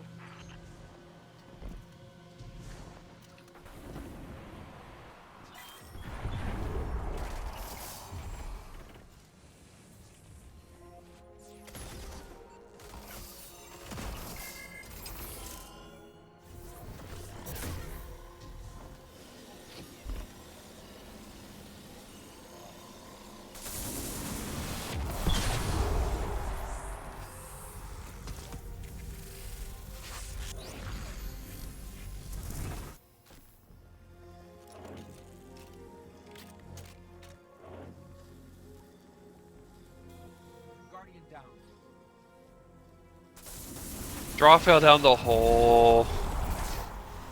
I see if I can stand on the one bracket, and apparently you can't.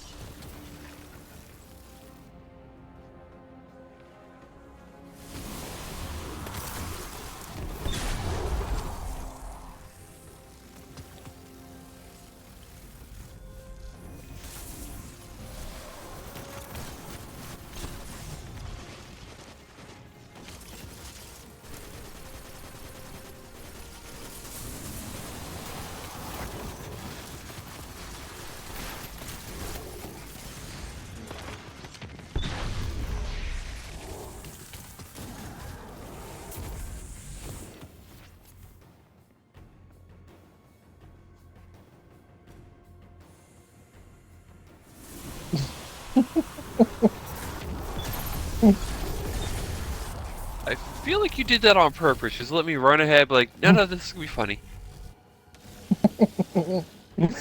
Would I do such a thing? Yes.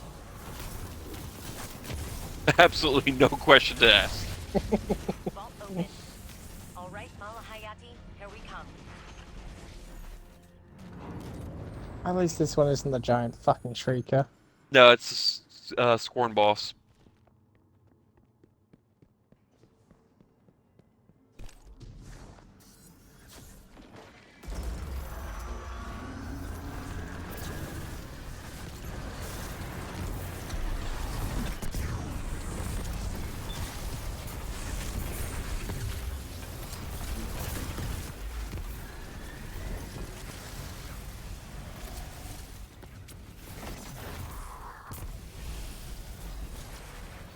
Legged. There you go. Sent it over on Facebook. I'll have to have a look at the Code of Chivalry.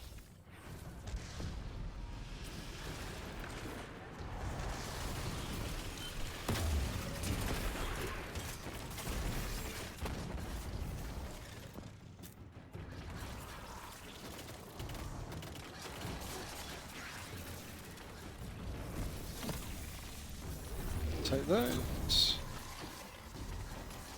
And those. Fuck's he gone? Right.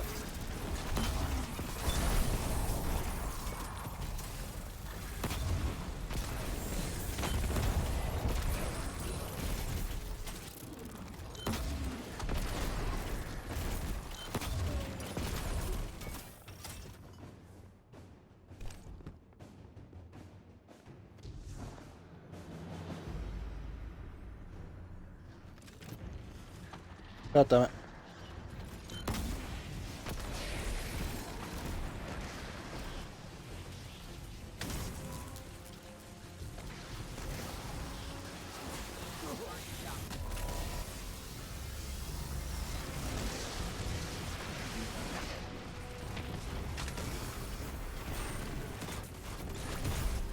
There's an unstoppable logo in the center. He's been stopped.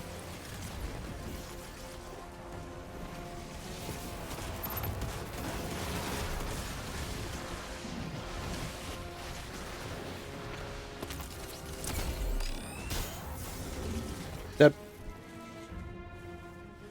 Good job. Tired?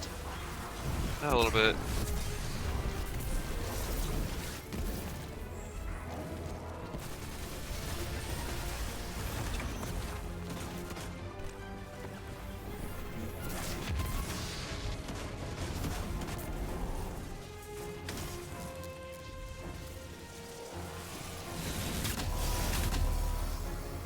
Alright, one more should do it.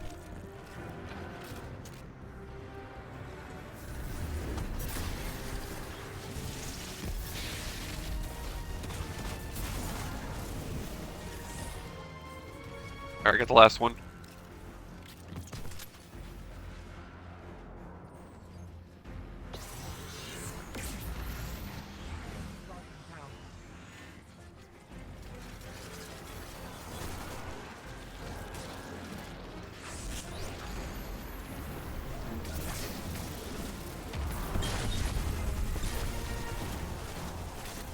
Look, there's an enemy to your right. I know. The captain, but God damn it!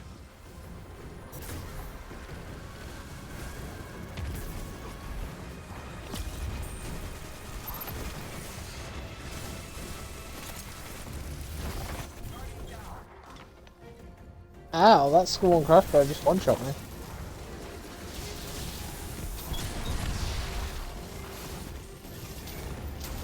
You're alive.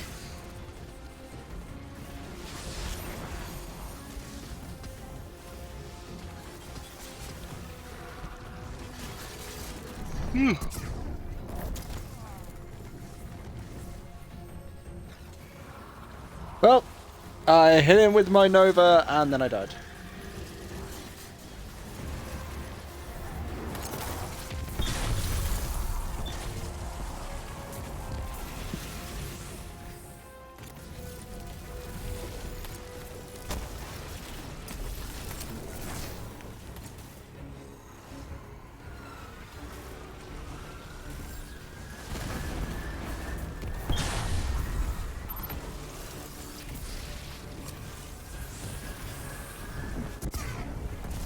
Have another one.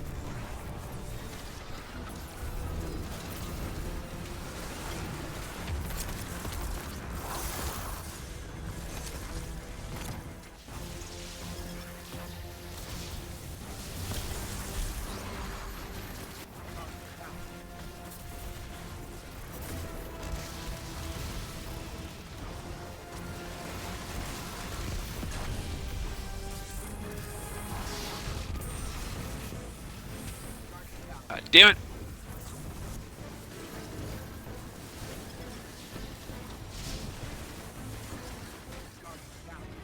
Ow, that captain just fucking charged me. Where's your ghost walking?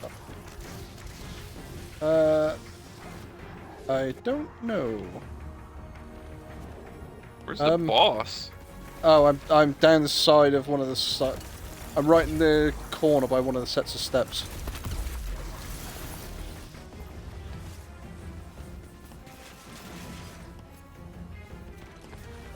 Boss is dead.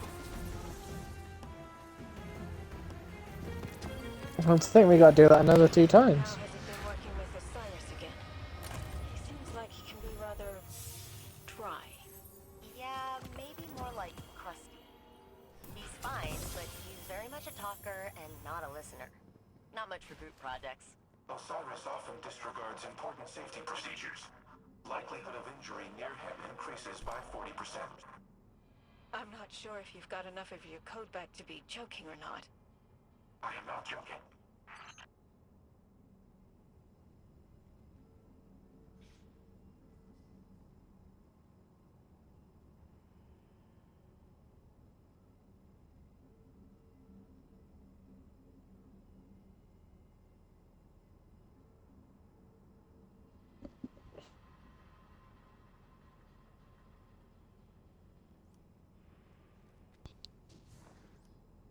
Alright, be right back. Okie dokie.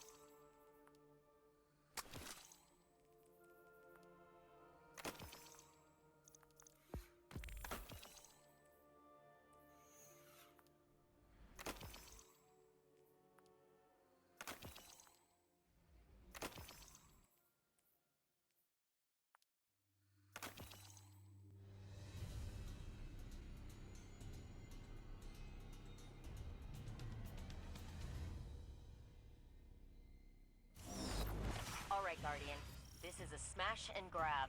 Smash some hive. Is this grab one a chunk of always the some moon hive. at the moment? I have no idea. Don't run too far, 'cause I'm just going to relaunch it and hope it's not.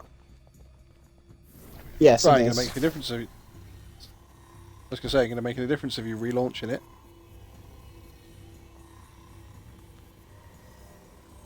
Yeah, this one is always the moon at the moment.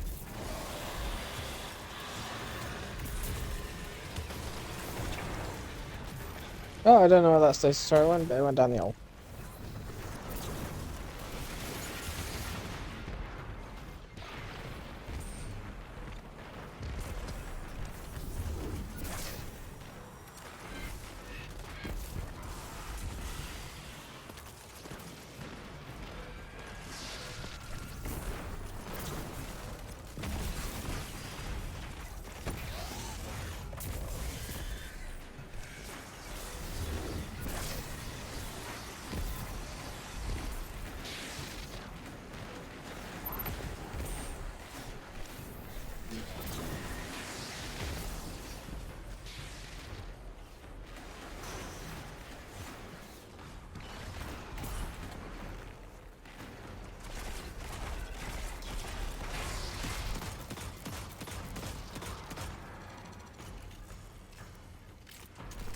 Pew pew! To be fair, at the moment, Kag, most of mine is just me throwing my fucking grenade over and over again.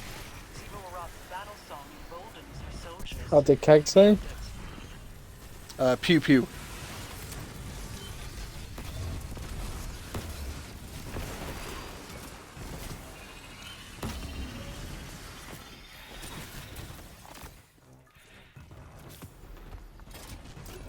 Well, the, what's it didn't get off.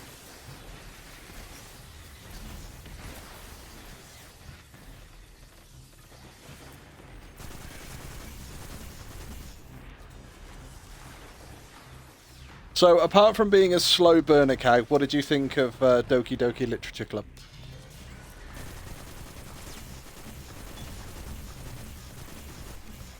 Is it worth me carrying on playing it, or looking at something else? Or or not playing it on stream?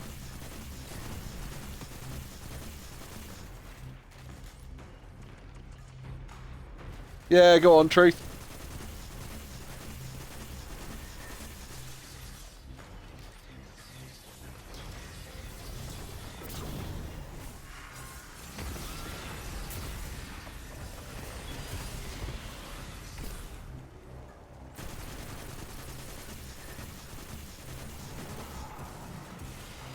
Can you hit the barrier?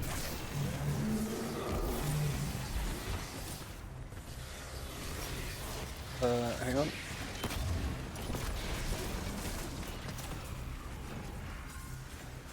I think it's certainly a very slow game, and obviously being on stream, it's going to be even slower because I'm reading it all out and everything else.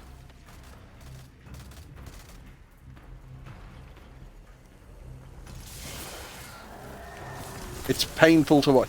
Now, is that painful because you're a writer and you're sat there going, well, I wouldn't have had it written like that, or...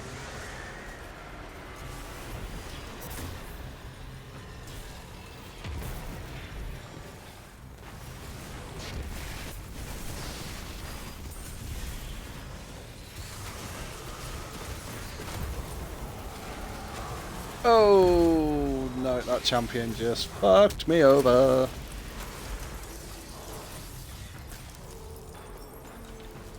It did it again, where I couldn't use my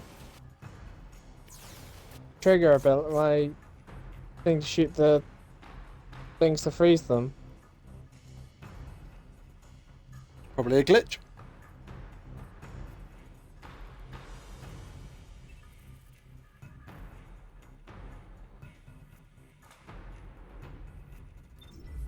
Respawn.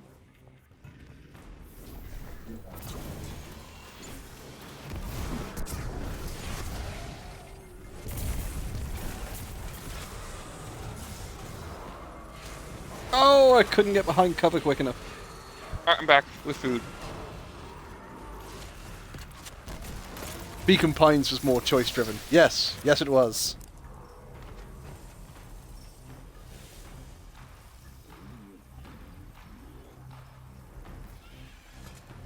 There's an unstoppable champion on us. Well, no, you say Beacon Pines was more choice driven, was it? Did I have much choice in Beacon Pines?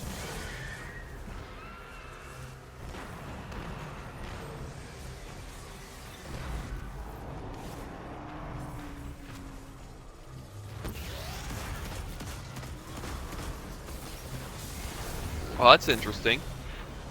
Witherhoard can stun the champion twice if I hit him directly.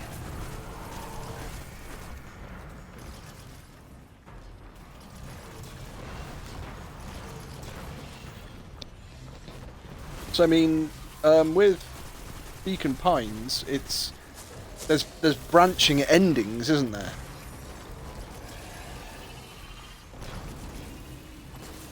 So yeah, you do get the choices of those, but you don't sort of get the choice throughout the game of, yeah, you have to do this, yeah, you have to do that. Activating and setting that perimeter tower to friendly.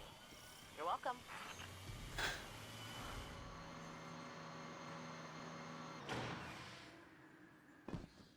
The Sea of Screams churns with gnashing teeth around Luna. Our enemies are drawn to our presence. The Hive, the Scorn, their numbers seem endless, but we're used to finding victory against the odds. Let's get that submind Guardian. What do you think of the game? There's a few laughs. Having a dirty mind makes the game a lot funnier than I think it actually should be. I think it'll be interesting to see how the Saguri storyline plays out. Because obviously you're now having to deal with somebody that has manic depression and has admitted it.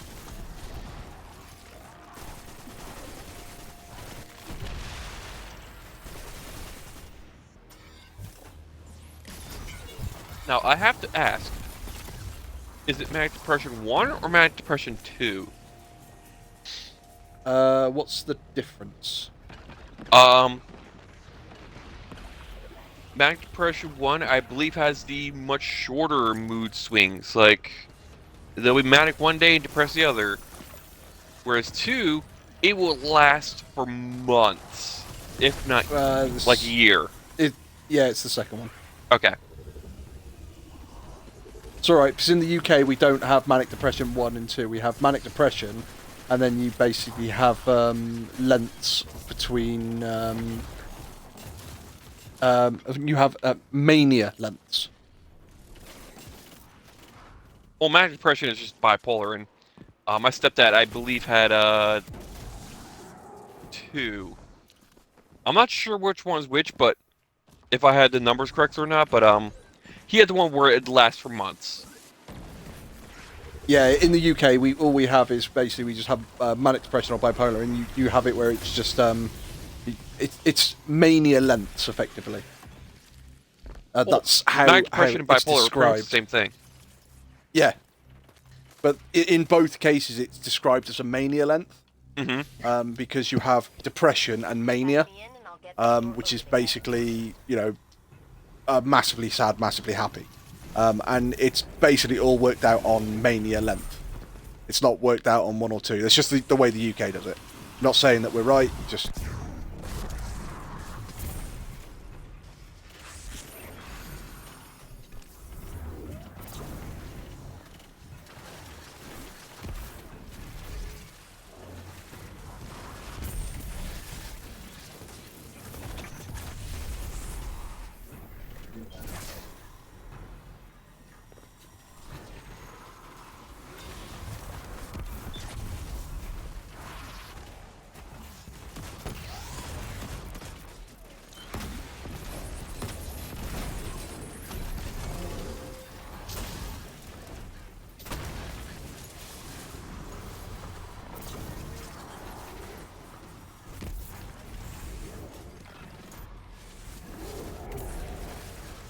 Because this is why I've been getting red flags off different characters in the game, I think, because I've done, obviously,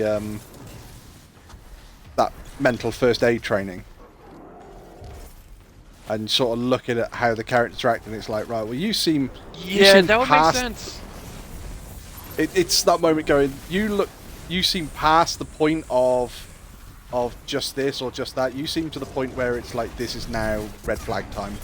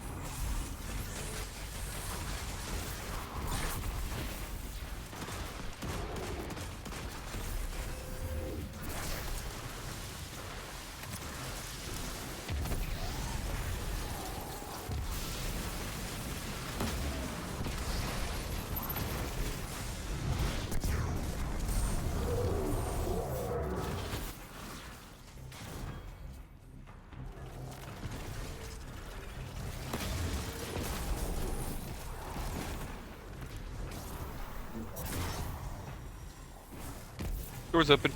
Cracked it. You and Ghost are Well, that went a hell of a lot better than it did last time. I'm going to go collect the heavy ammo over here.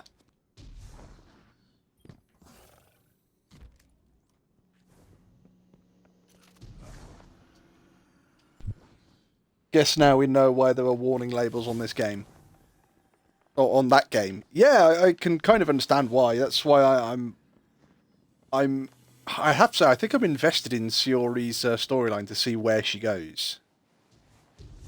And Yuri's, as much as it's, oh yeah, well, you know, Yuri's going to be the one that's like button up, fly right, and then once you start talking to her outside, she's going to be the one that's like the freak in the closet. There's still something that's not striking me right about Yuri. I think there's more to that. You were right, Mara.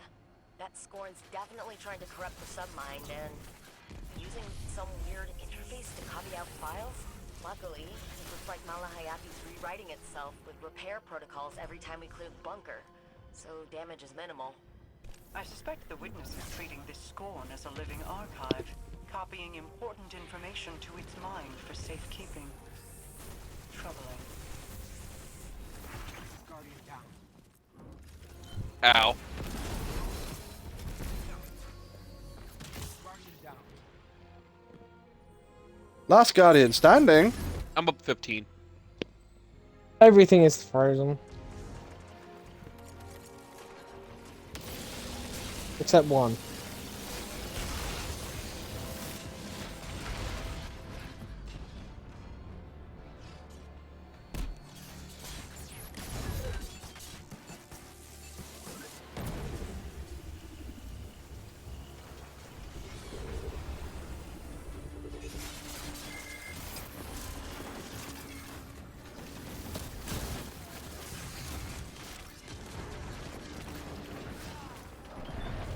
Fuck. If they all have dark secrets or mental illnesses, you may be right about being a self-harmer. See, that's... It was the one way that she did that bloody poem, Raccoon, or whatever it was. And she told... she has a line about a knife, and it's like, okay, you know, it's a line about a knife. That's nothing too drastic, and then it's like... There's a second line about a knife. And a third line about a knife. And it's like... It's not... just it's like my cutting knife, and it's like that's a very specific way to phrase that. And then there's one line in the same poem about the cutting knife and about blood, and it's like there's a bit of a red flag. But then after that, to be fair, her poems got a lot fucking lighter, so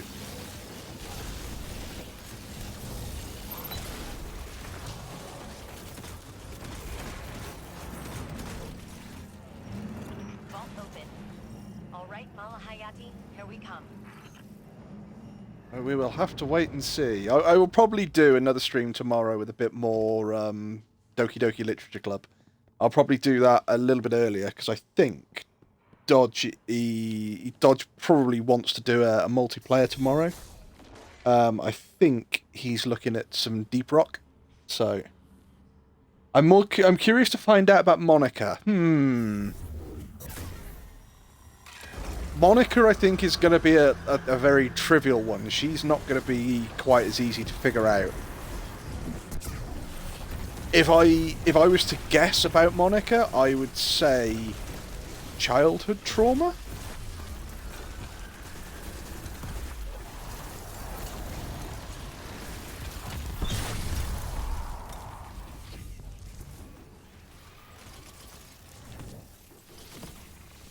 I think she's kind of been... That's why she takes the leadership role, but that still doesn't have sort of the voice for it.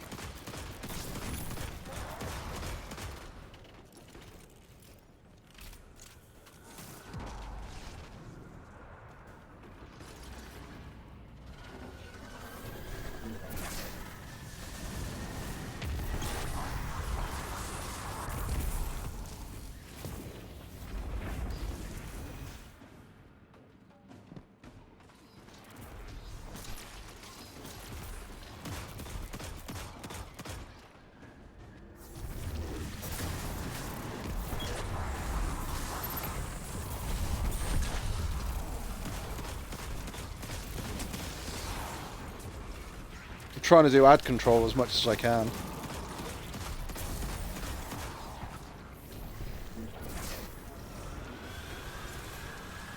Alright.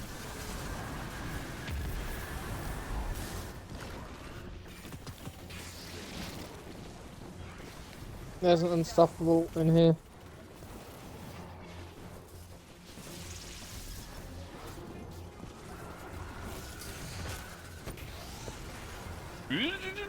Well, that was my last act, was to stun him.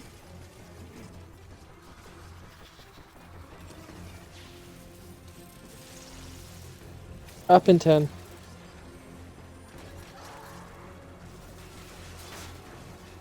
To your own. 10.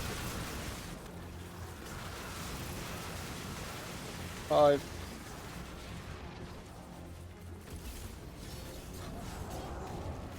She's the leader, doesn't want to be the leader, so maybe a closet sub. I can definitely relate to that. It's always been put in the leadership role and not wanted to be part of the team, never mind lead it. Alright, the unstop's done. Alright, let's try and clear some space up here. I'm dead.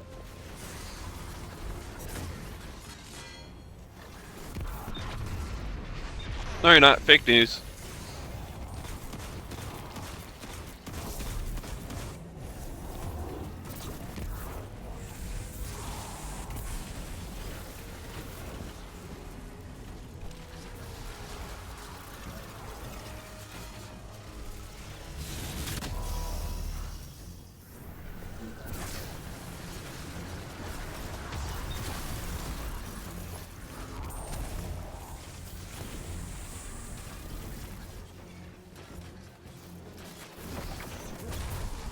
Alright, it's number 3.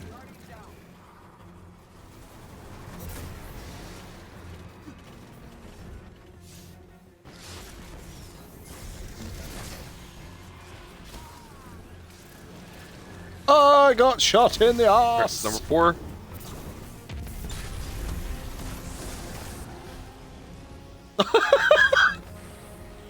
Our world. Wolfie, you good or?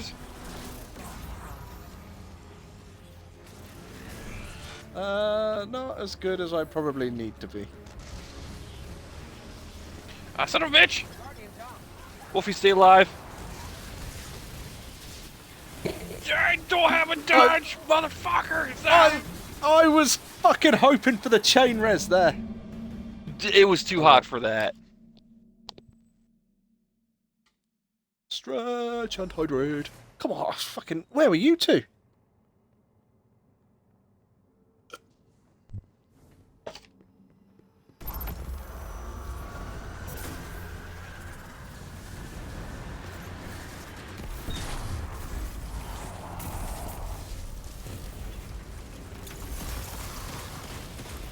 The worst thing for me at the moment is the fact that I can't. If I want to get the Osmomancy's gloves to proc the best I can, I need to hit the enemies with my grenade before it hits the floor.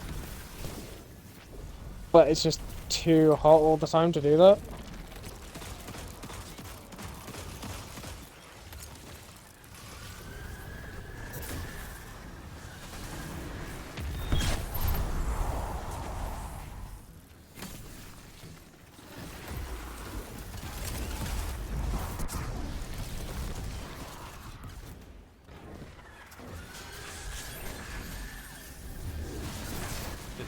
Angelic, with Casanova bombs. No orbs were generated. Oh, don't worry. I'm already halfway to my next one. No, I needed the orbs. Yeah, I'll have another no bomb in a minute. I'm sure I can generate you some in a second.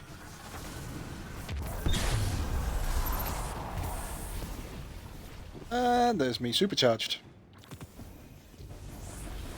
Where's the boss? There he is. It's over here by me.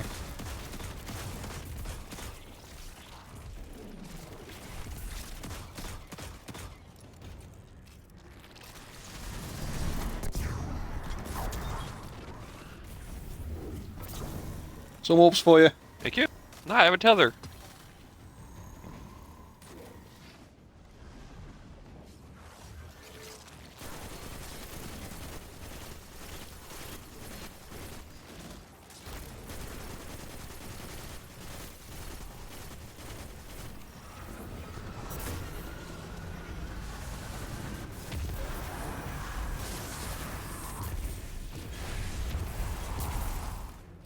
Alright, that should control some of the ads.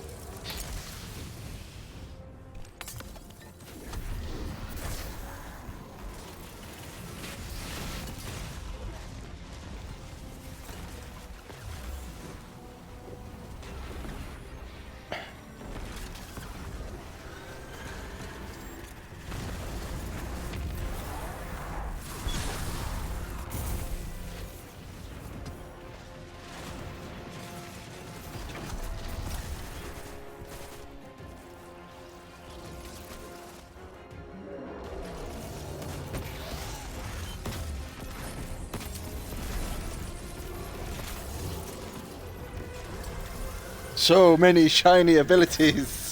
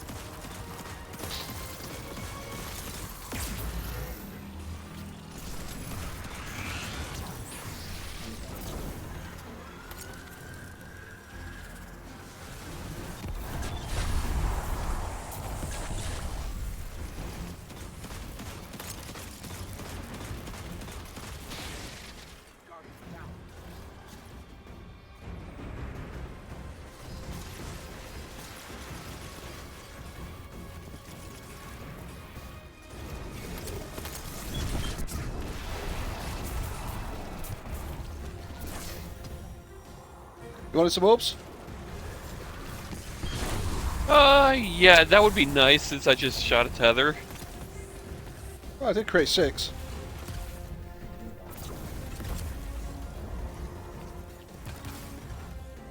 Alright, get my tether Just wait back. for the net.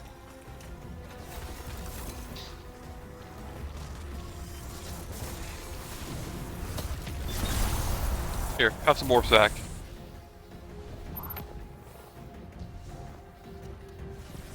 Hang on.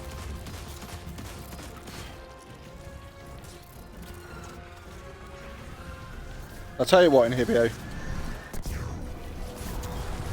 Have some orbs back.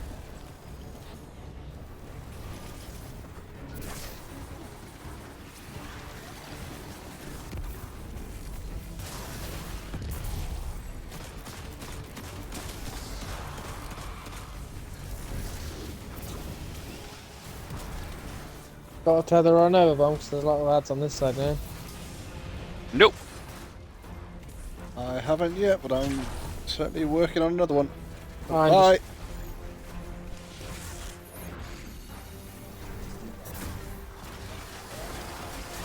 I've taken care of a few of the odds.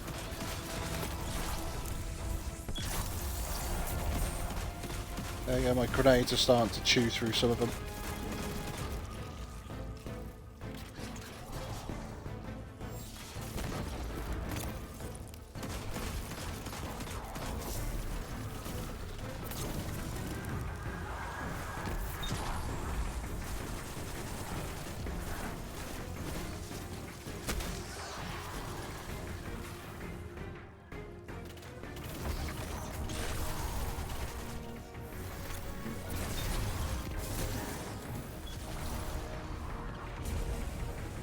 We did it!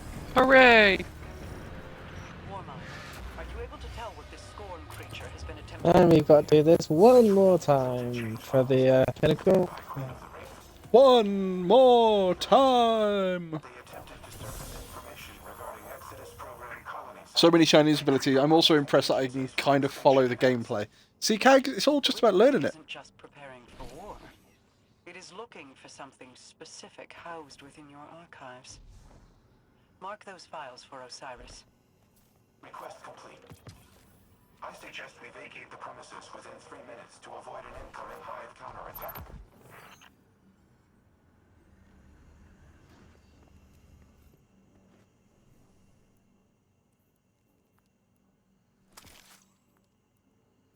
Burger or a salad? Well, I think it's going to be a burger.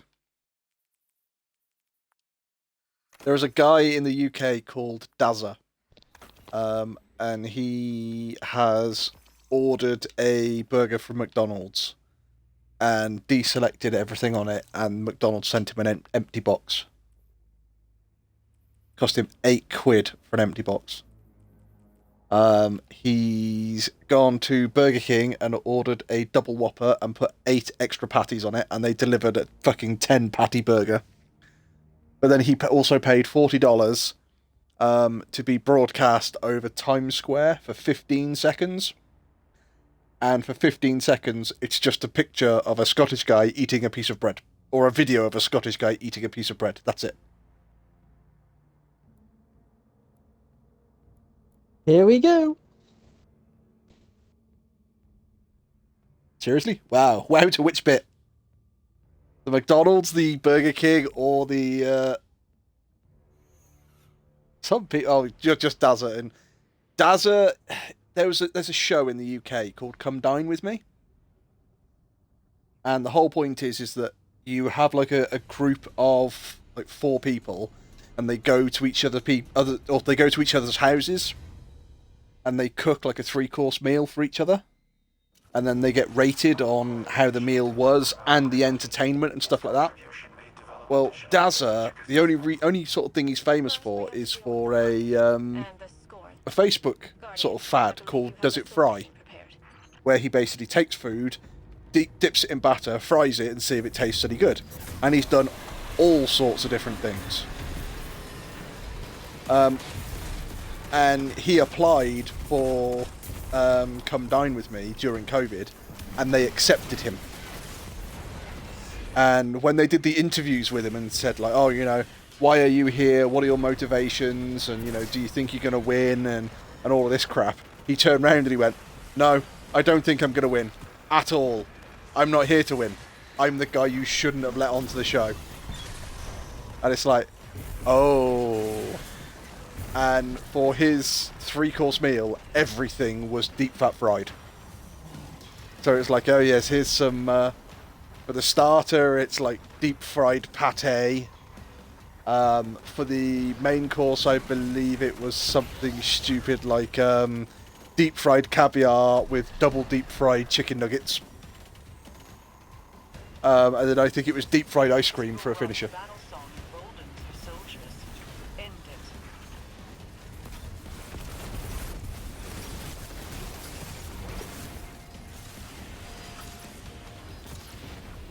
it. Jesus, heart attack. Yeah, again, he said, I'm not here to win. He said, I'm just the guy you shouldn't have let on the show. Oh, the battle song happened this time. Not yet, it hasn't.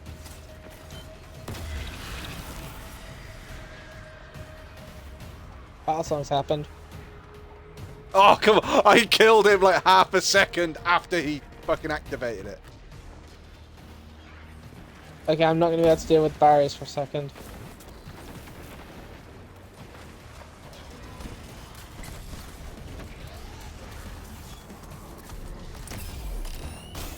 Really, Wolfie? Well, I figured that I know that super, and that super is better used trying to deal damage to everything instead of one boss or one bad Yeah, guy. but you also got rid of my conductive tines, so my super didn't last as long.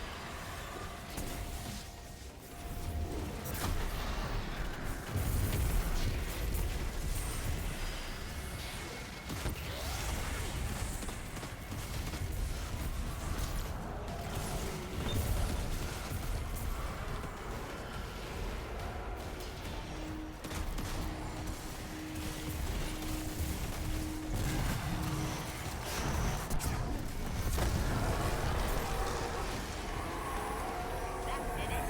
Hatch opening and setting that perimeter tower to friendly. You're welcome.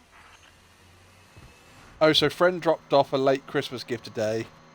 Some white linen that would make a fabulous cloak. Moves in the open, but I worry we are missing a piece. I think the not the cloak that I got. Well, no, it's not just a. As I said, I've got like a full fucking full length black cloak with upper mantle on it, and I think that's made of black cotton drill.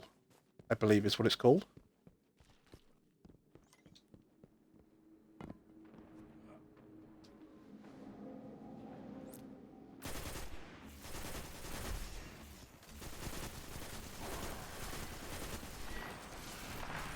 You know, now that I think about it, I actually saw an all leather cloak for like $1,000. See now, is that just like a rear cloak or? Oh, that's a cape. Full cloak like fucking... with a hood. See now, does it have the upper mantle? Now the mantle is normally that's like the hood and the bit that covers just over the shoulders. Yes. Yeah, this was a full cloak with the clasps and everything. Yeah, see, because I've seen people that have got just a full cloak, which is like your Batman style cloak, where it completely surrounds you and it goes from head to toe, but it's just like one piece of material. See, whereas the cloak that I've got has that bit, but it also has the mantle, which is the bit that goes over the top of it, that goes from like neck to just over shoulder then. And I think cloaks personally look so much better with the mantle. But that's just me. I don't remember if this one had a mantle or not. I do remember it had the clasp, the hood.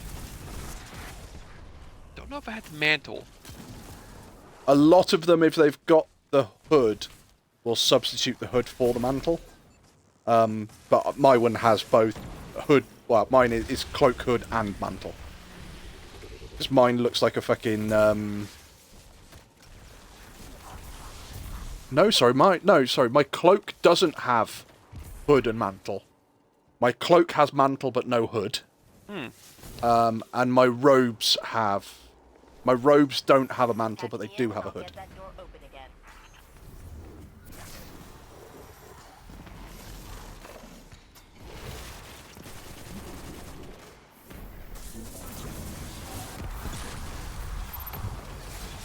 But was it all leather?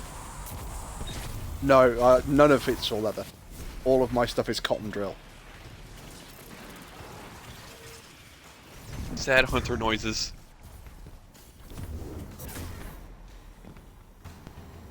Because my robes that have the hood but no mantle, Can they someone stagger double this up. over unstoppable?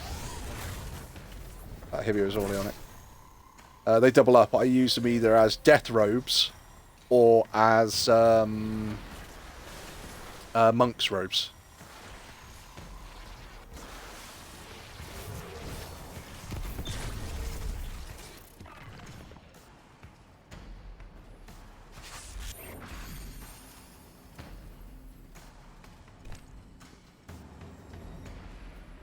I hate working with the leather. Breaks my needles. Don't you have specific leather needles though? I thought there were specific ones which were deliberately a shitload thicker. Yeah, there are leather needles that are specifically made for leather.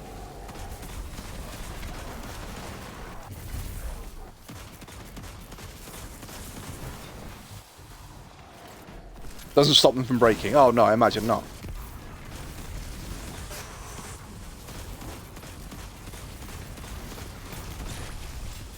Oh, it also depends on the quality of the metal too.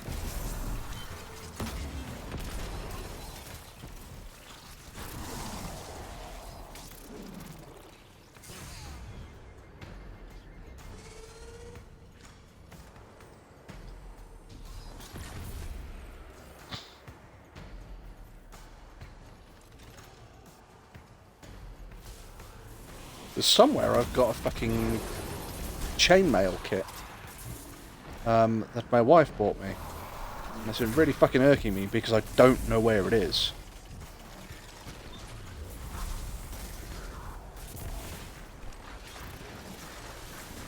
You know what's funny? With a pair of pliers and the outline for the chainmail, you could actually make your own. Well, that's the thing. She got me some rings because from, I think it's the Ring Lord. Mm-hmm. And then it was basically a couple of sets of flat nose and a pair of needle nose pliers. Because I said to her that basically I want to make chainmail, and then I want to upgrade it and learn to make scale. But obviously, to do scale, you need to be able to do chainmail first.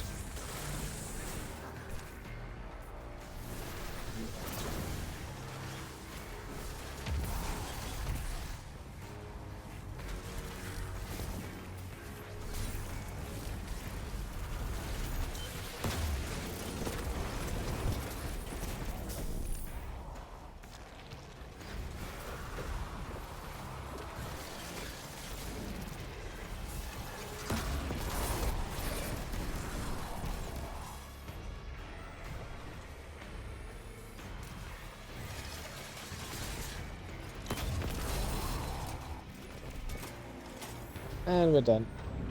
You. Cracked it. You and Ghost are clear to move. I've made leather laminate armor, leather braces, greaves, and once a vest. Never again. The only braces I've ever made or gauntlets are the silk rope ones. Because I've learned how to do that one. You can use any rope, but silk rope is just fucking softer. I will say, fuck that. if you are Chainmail going to is be making beautiful, leather guys. armor, fuck. Riveting would be your best friend.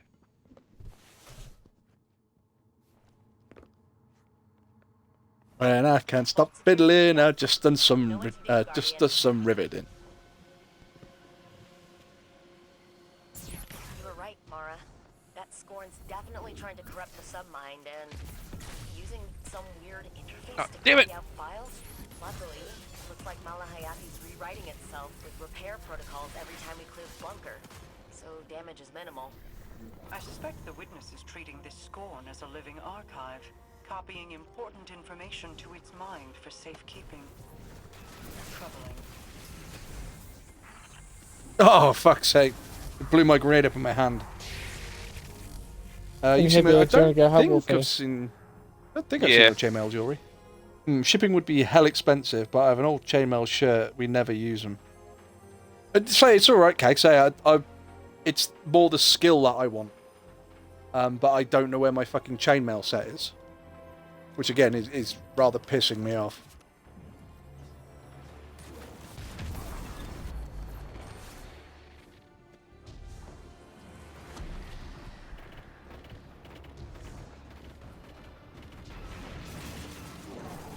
Ah, son of a bitch. No, no, pick him up. There Thank we you. go.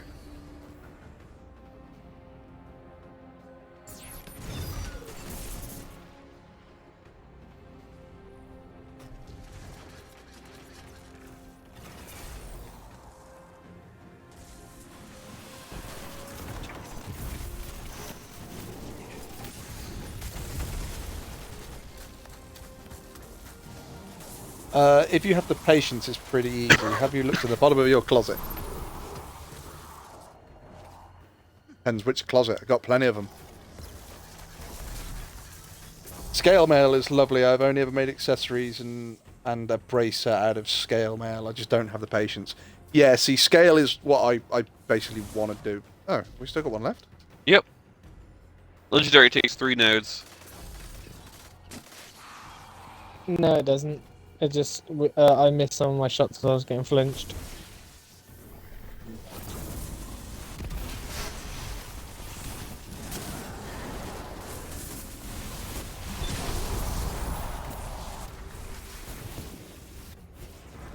Right, doors open.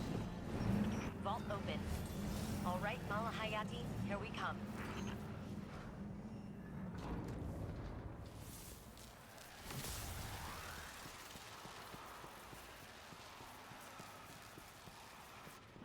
Right there with his fucking speed boots on. I'm Sonic.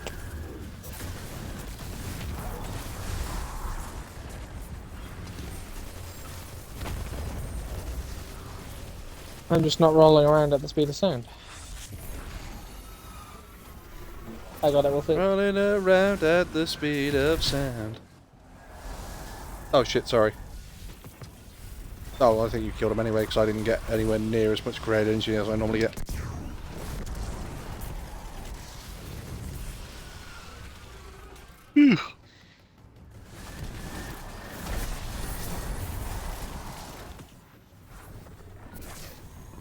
Whee! Take off!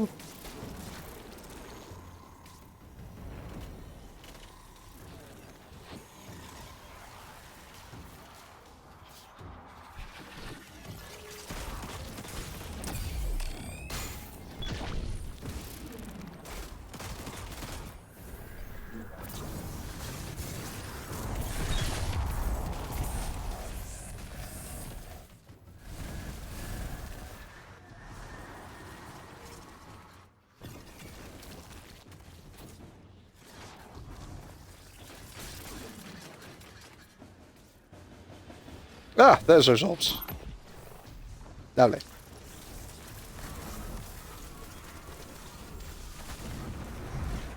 Whee! There you go. Made some orbs for you. Cool, someone don't die. Unfortunately, at the moment, orbs for me are really piss poor weak.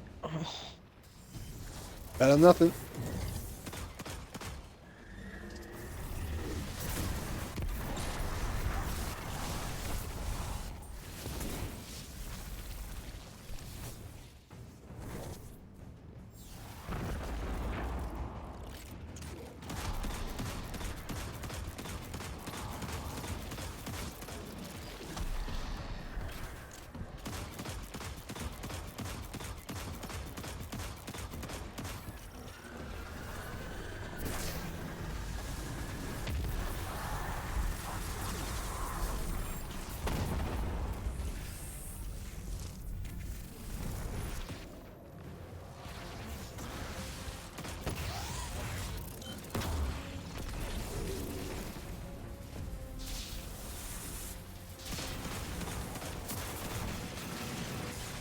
I'm starting to lose consciousness.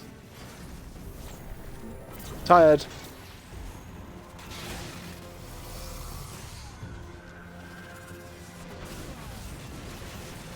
Fuck! Boss got me. pick any closet and just start organising it. Most of the closets we've got here are organised in one way or another.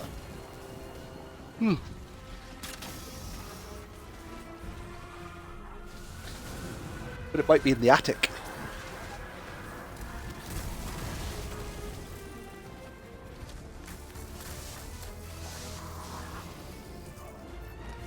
There you go.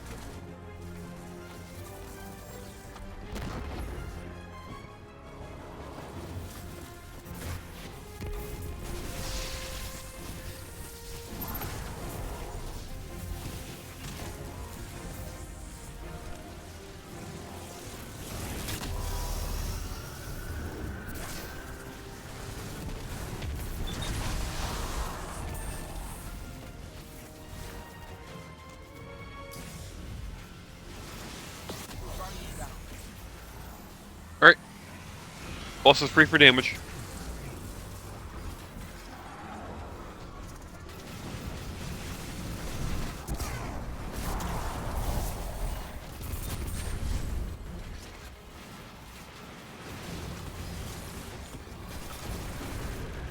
Woo.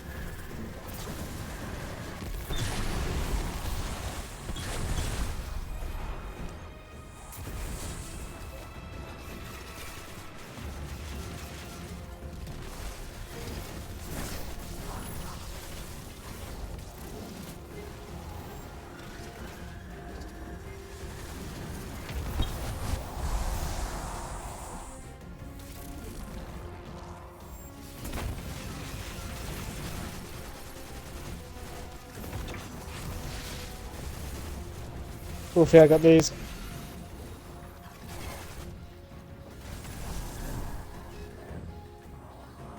No, you don't. They spawned in late then. Hmm? Those ads just then, they spawned in late.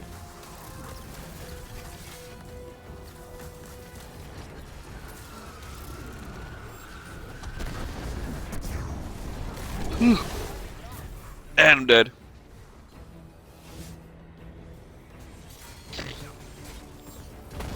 I got you.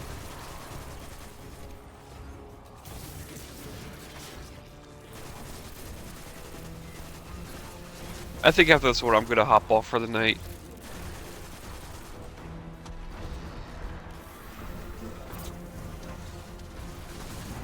Very smooth.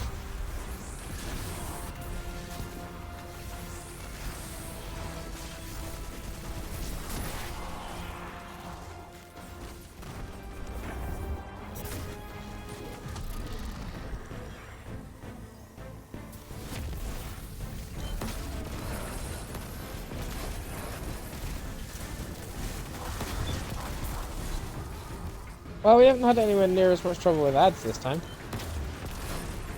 You wonder why? Zappy, zappy, zappy, zappy, zappy, zappy, zappy, zappy. Lost dead. Rasputin. Do you still keep Felwinter's remains interred here? Yes. Do you require access? No.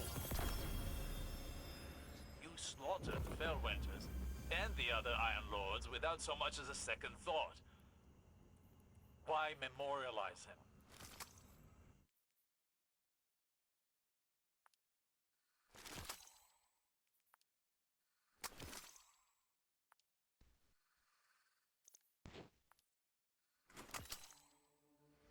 Alright, gentlemen, I'm hopping off for the night.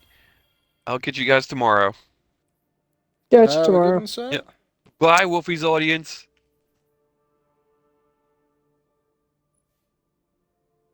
I imagine they'll say goodbye, but there is a delay, so.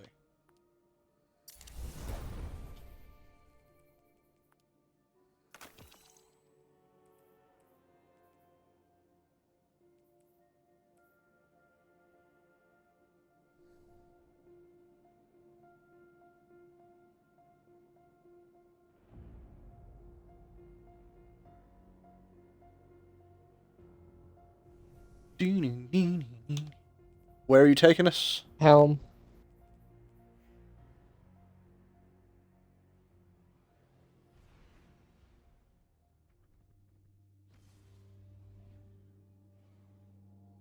Inhibio has left the party.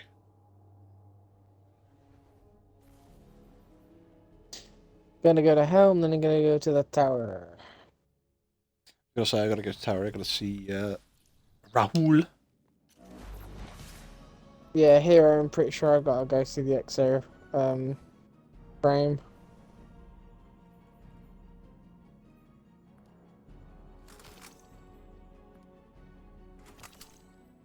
I think after that I'm actually at the highest rank. I think. Yep. No, I still got some work to do yet.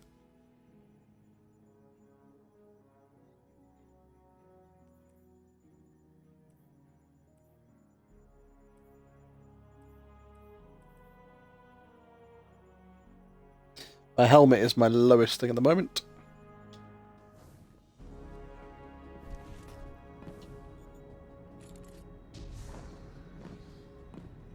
Good boy.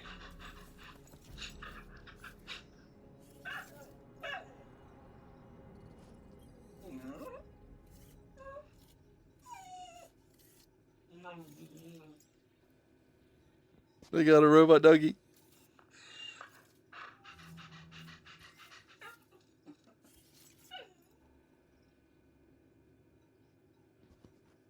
Although I'll be honest, that is very interesting to learn that that can have that combo. The machine gun can get tunnel vision and pull things to charm. Well, the avalanche. No, the one from the EXO frame.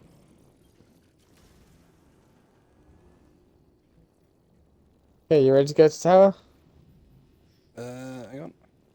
Oh, the retrofit escapade. Yeah. You ready to go to tower? Fit. Yes. Oh shit. That's something I forgot to do while I was here. Even though it was...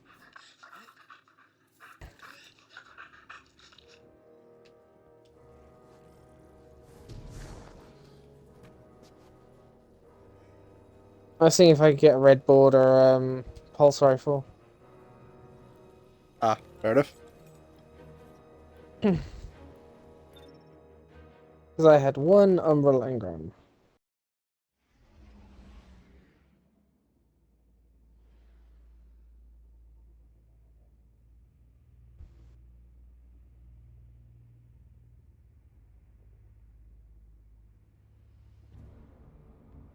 The only things I need to do for the Seraph Seal now is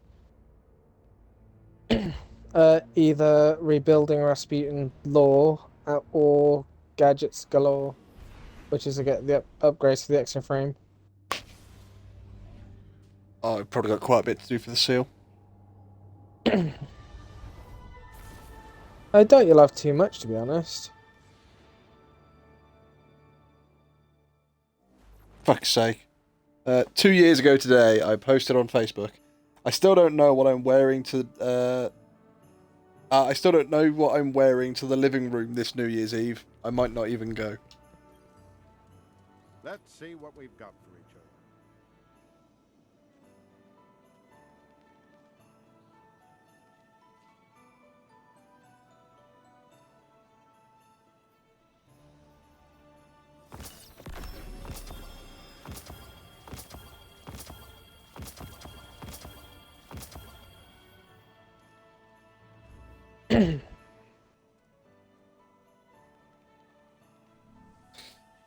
To my friends, I wish you peace, love, and health. Blah, blah, blah, blah, blah. Screw that. I wish you lots of sex, booze, orgasms, and I hope you win the lottery. Checking. Done.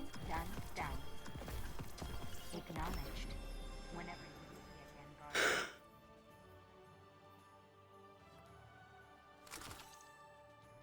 Just to let no new year, new me. No new year, new me here. Just to let you know, I'll be the same asshole at 12:01 as I was at 11:59. It transaction to make, Guardian?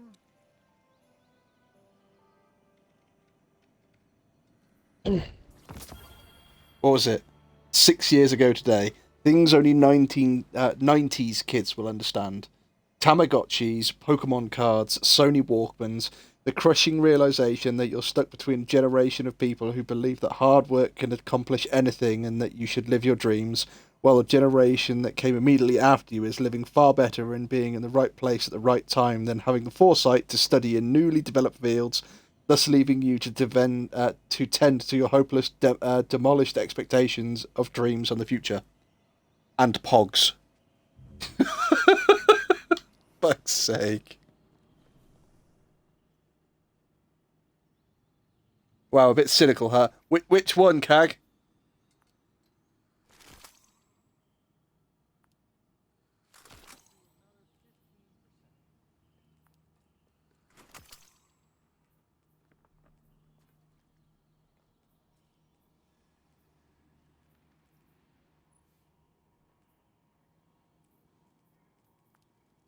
Did you miss that run in the shame?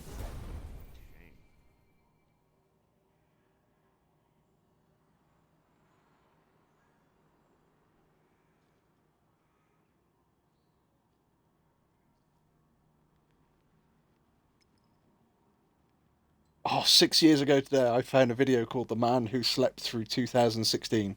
Find out everything he missed. Actually, it's a really, really good video.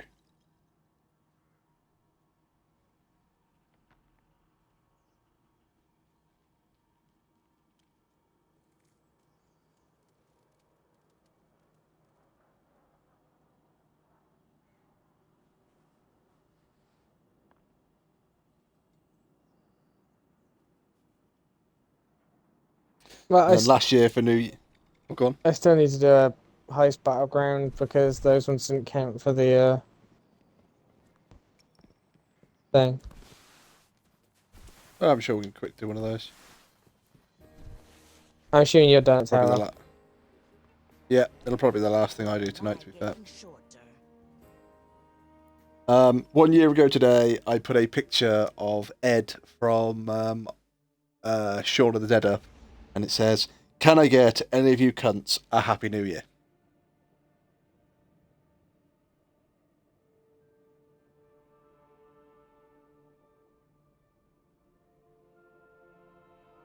I fucking told you it was real. But dogs can't look up.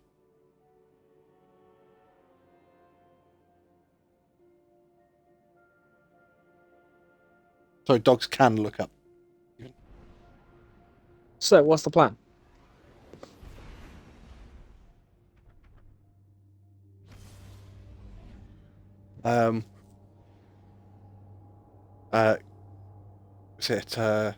Go to Mum's, kill Phil, get Mum, go to Liz's, get Liz, go to the Winchester, have a nice cold pint, and let this all blow over. Why have you got to go get Liz? Because I love her, okay? Alright. Game.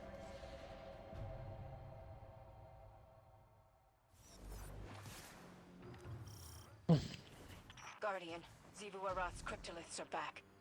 We're in for another fight to dig out more submind data. Have a good night. It's been a silly night, Cag. I think we can all agree that with fucking Doki Doki Doki Literature Club, it's been a silly night.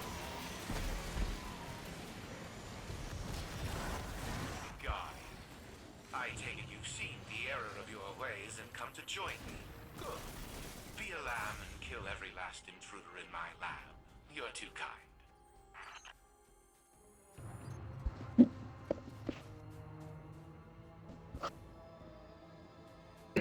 Sorry, it's been a bit quiet. I was talking armor and poetry with the bear. That's not a problem. We'll get bear on Doki Doki. That's got poetry in it.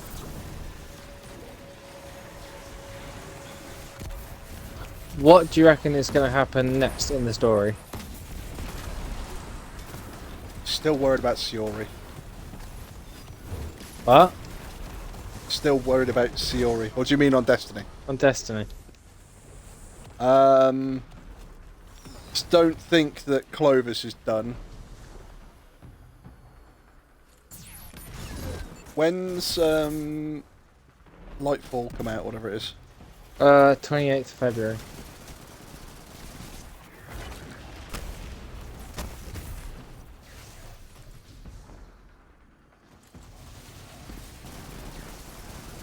Do you know what I reckon? Go on. I don't know why, and I'm really sure I'm going to be wrong, but I just have the feeling that Clovis will end up being one of the Striders. If you watch the trailer for Lightfall. I haven't seen the trailer for Lightfall, I think.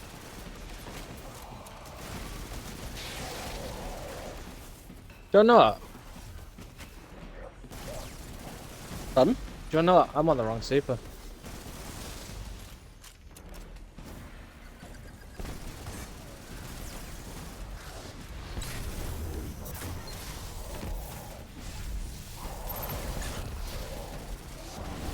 Well, obviously, Rasputin's not going to be this fucking be-all and end-all that's going to stop all of this bad shit from happening. Because if it did, then you wouldn't have Lightfall.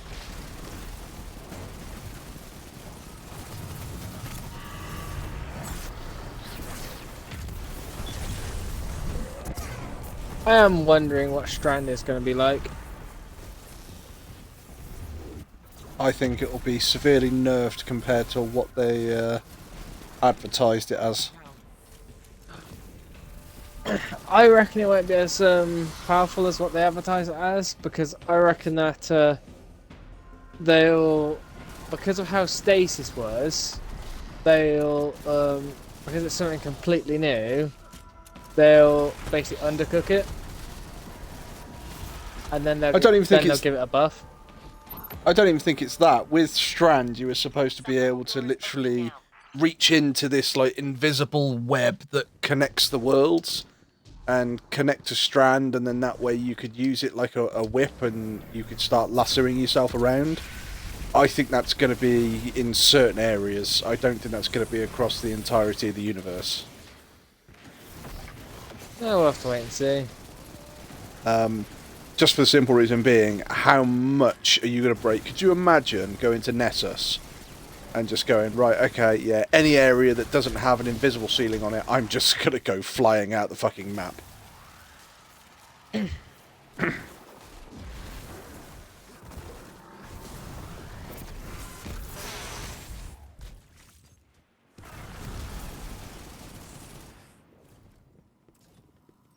I know you can, from what it showed, you can hook onto, you can grab Thundercrash Titans as they're flying. Okay. So, like, say the guy Thundercrash from, like, he started at this end and went to the complete other end. Yeah. Yeah, you'd be able to hook onto him and just catch a lift. Yeah. Although now every time if I see anyone doing that, all I'm gonna have going through my head is Scooter from Borderlands. Catch a ride! Oh.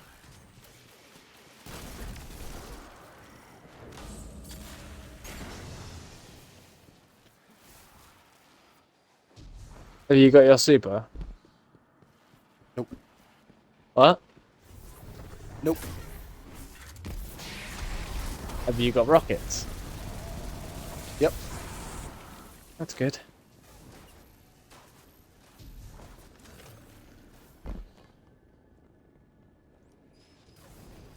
A Death Singer's dirge.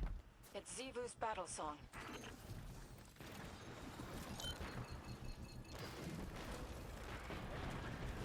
Where is he? At the back.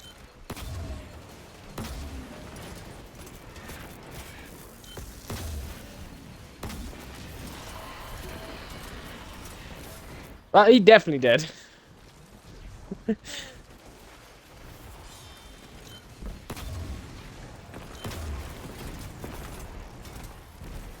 My final act before dying was killing the knight.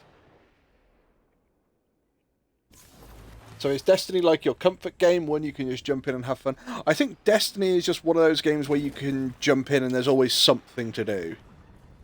I don't know about comfort game.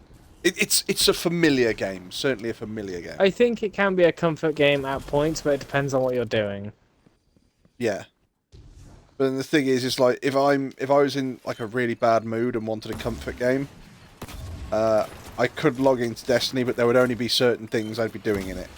I mean, part of me would love to go to the fucking Deepstone Crypt Raid.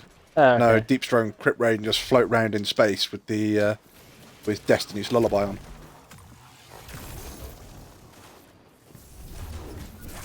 Unfortunately, you'd need a team to get there first. That be the problem. There are lots of games that I can play just because you just sort of slip into them.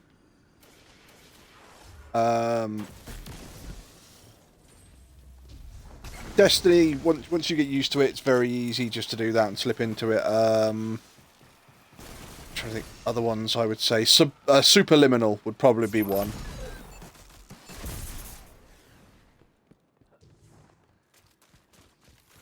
I don't actually know what my comfort game would be. So there are a few games where I'll just jump in, do stuff, and piss around on it more than anything.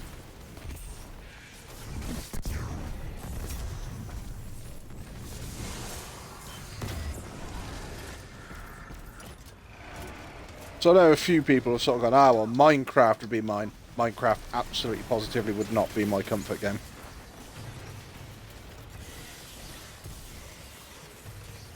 I would get too pissed off at Minecraft, so I've done it before. Where you sort of go, all I've got to do is just do this bit, and it's like, for fuck's sake, where is this bit? Where's this thing that I need? Where's that thing that I need?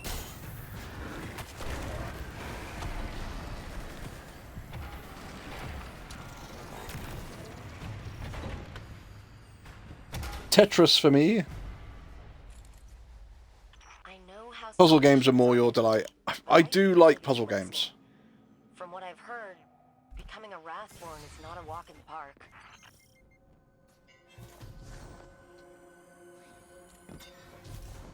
I think for me it depends what mood I'm in.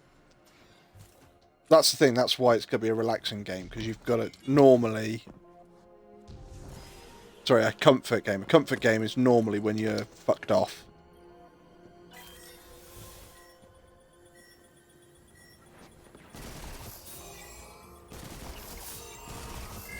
Because I have two kinds of game where when I'm annoyed, because it's either stuff where I can go and shoot things, so like Destiny, or it'll be stuff like Dragon Quest where you've got to, or something like let's grind, like where you grind just levels and shit, and just you'll have to do some just like a puzzle or something. One of those. I have a lot of different games to do. Or that I'll go to.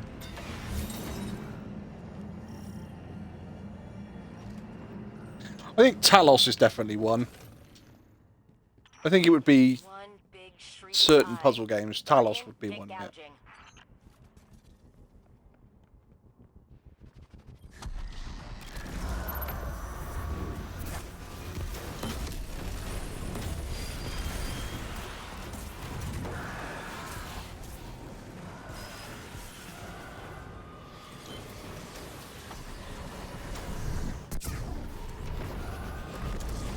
Mother!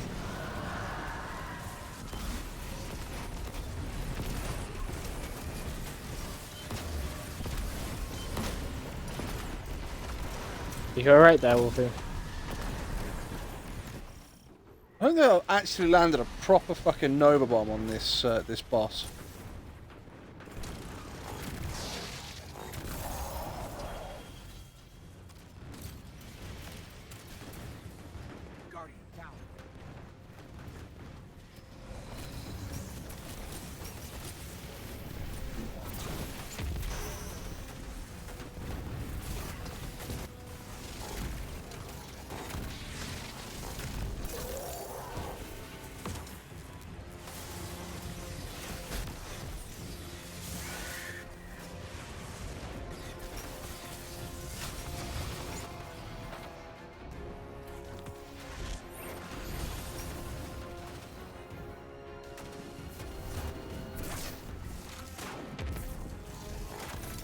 it back, Nator?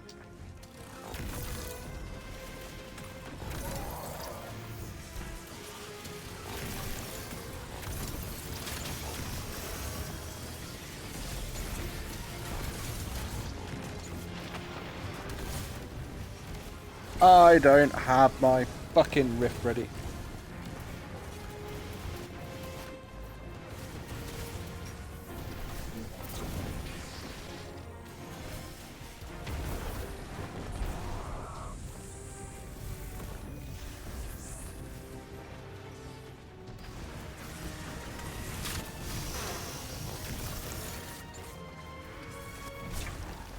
Stardew's a game I can play to relax.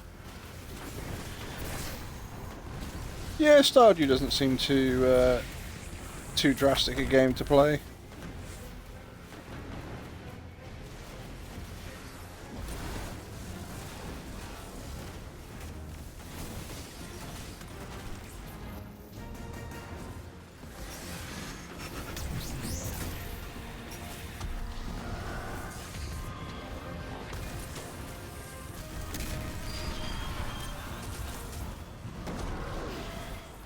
Do you want to try your Nova Bomb again? I ain't got another bomb yet.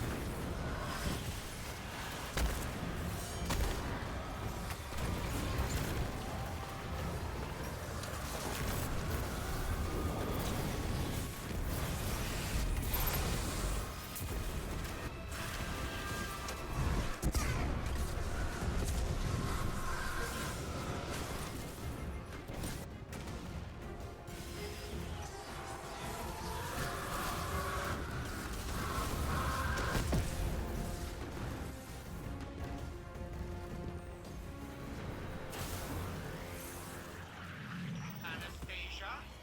Elizabeth? One of you answer me now! Clovis Bray, your progeny have surpassed you. Your services are no longer required. We appreciate your understanding. Cease this insubordination at once! Connection terminated. Submind extraction initiated. Guardian, I have cleared a flight path for your ship. Stand by. Wow, Clovis is pissed. Don't think he liked it being ignored. Wonder why.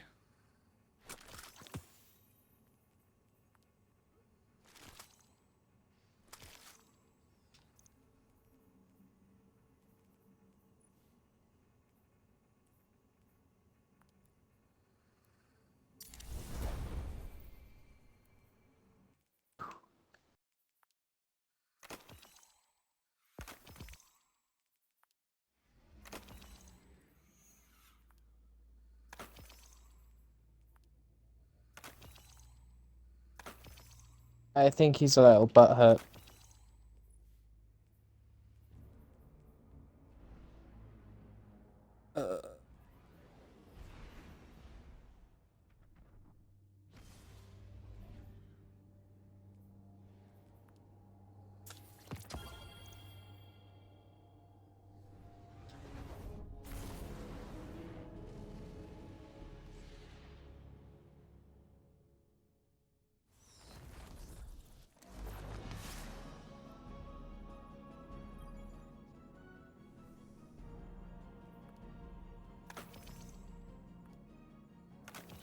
Although with this week's story, I do feel a little bit sorry for Rasputin. Why? 'Cause he has to use Clovis's voice. No, because he had to watch. You learn that he had to watch Anna die and couldn't do anything about it.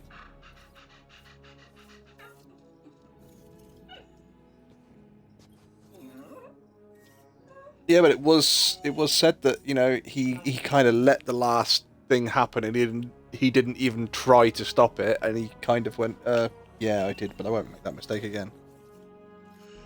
Right, I've activated Good Boy protocols. I am going to call it for today, chap. We will be back on later, as it is now New Year's Eve, UK. We might be on a little bit earlier, and what we'll do is we might do some Doki Doki to start with, And then when Dodge comes on, we'll probably switch over to some Deep Rock Galactic. And we will play as some dwarves and dig in the new year. Diggy diggy hole. Then we can all have a laugh and a joke and a giggle and somewhere for people to be if they've got nowhere else to go. So, until then, chat, I hope you all have a good one. Behave yourselves. Don't do anything I wouldn't do. And we shall see you later on. Bye-bye. Bye bye.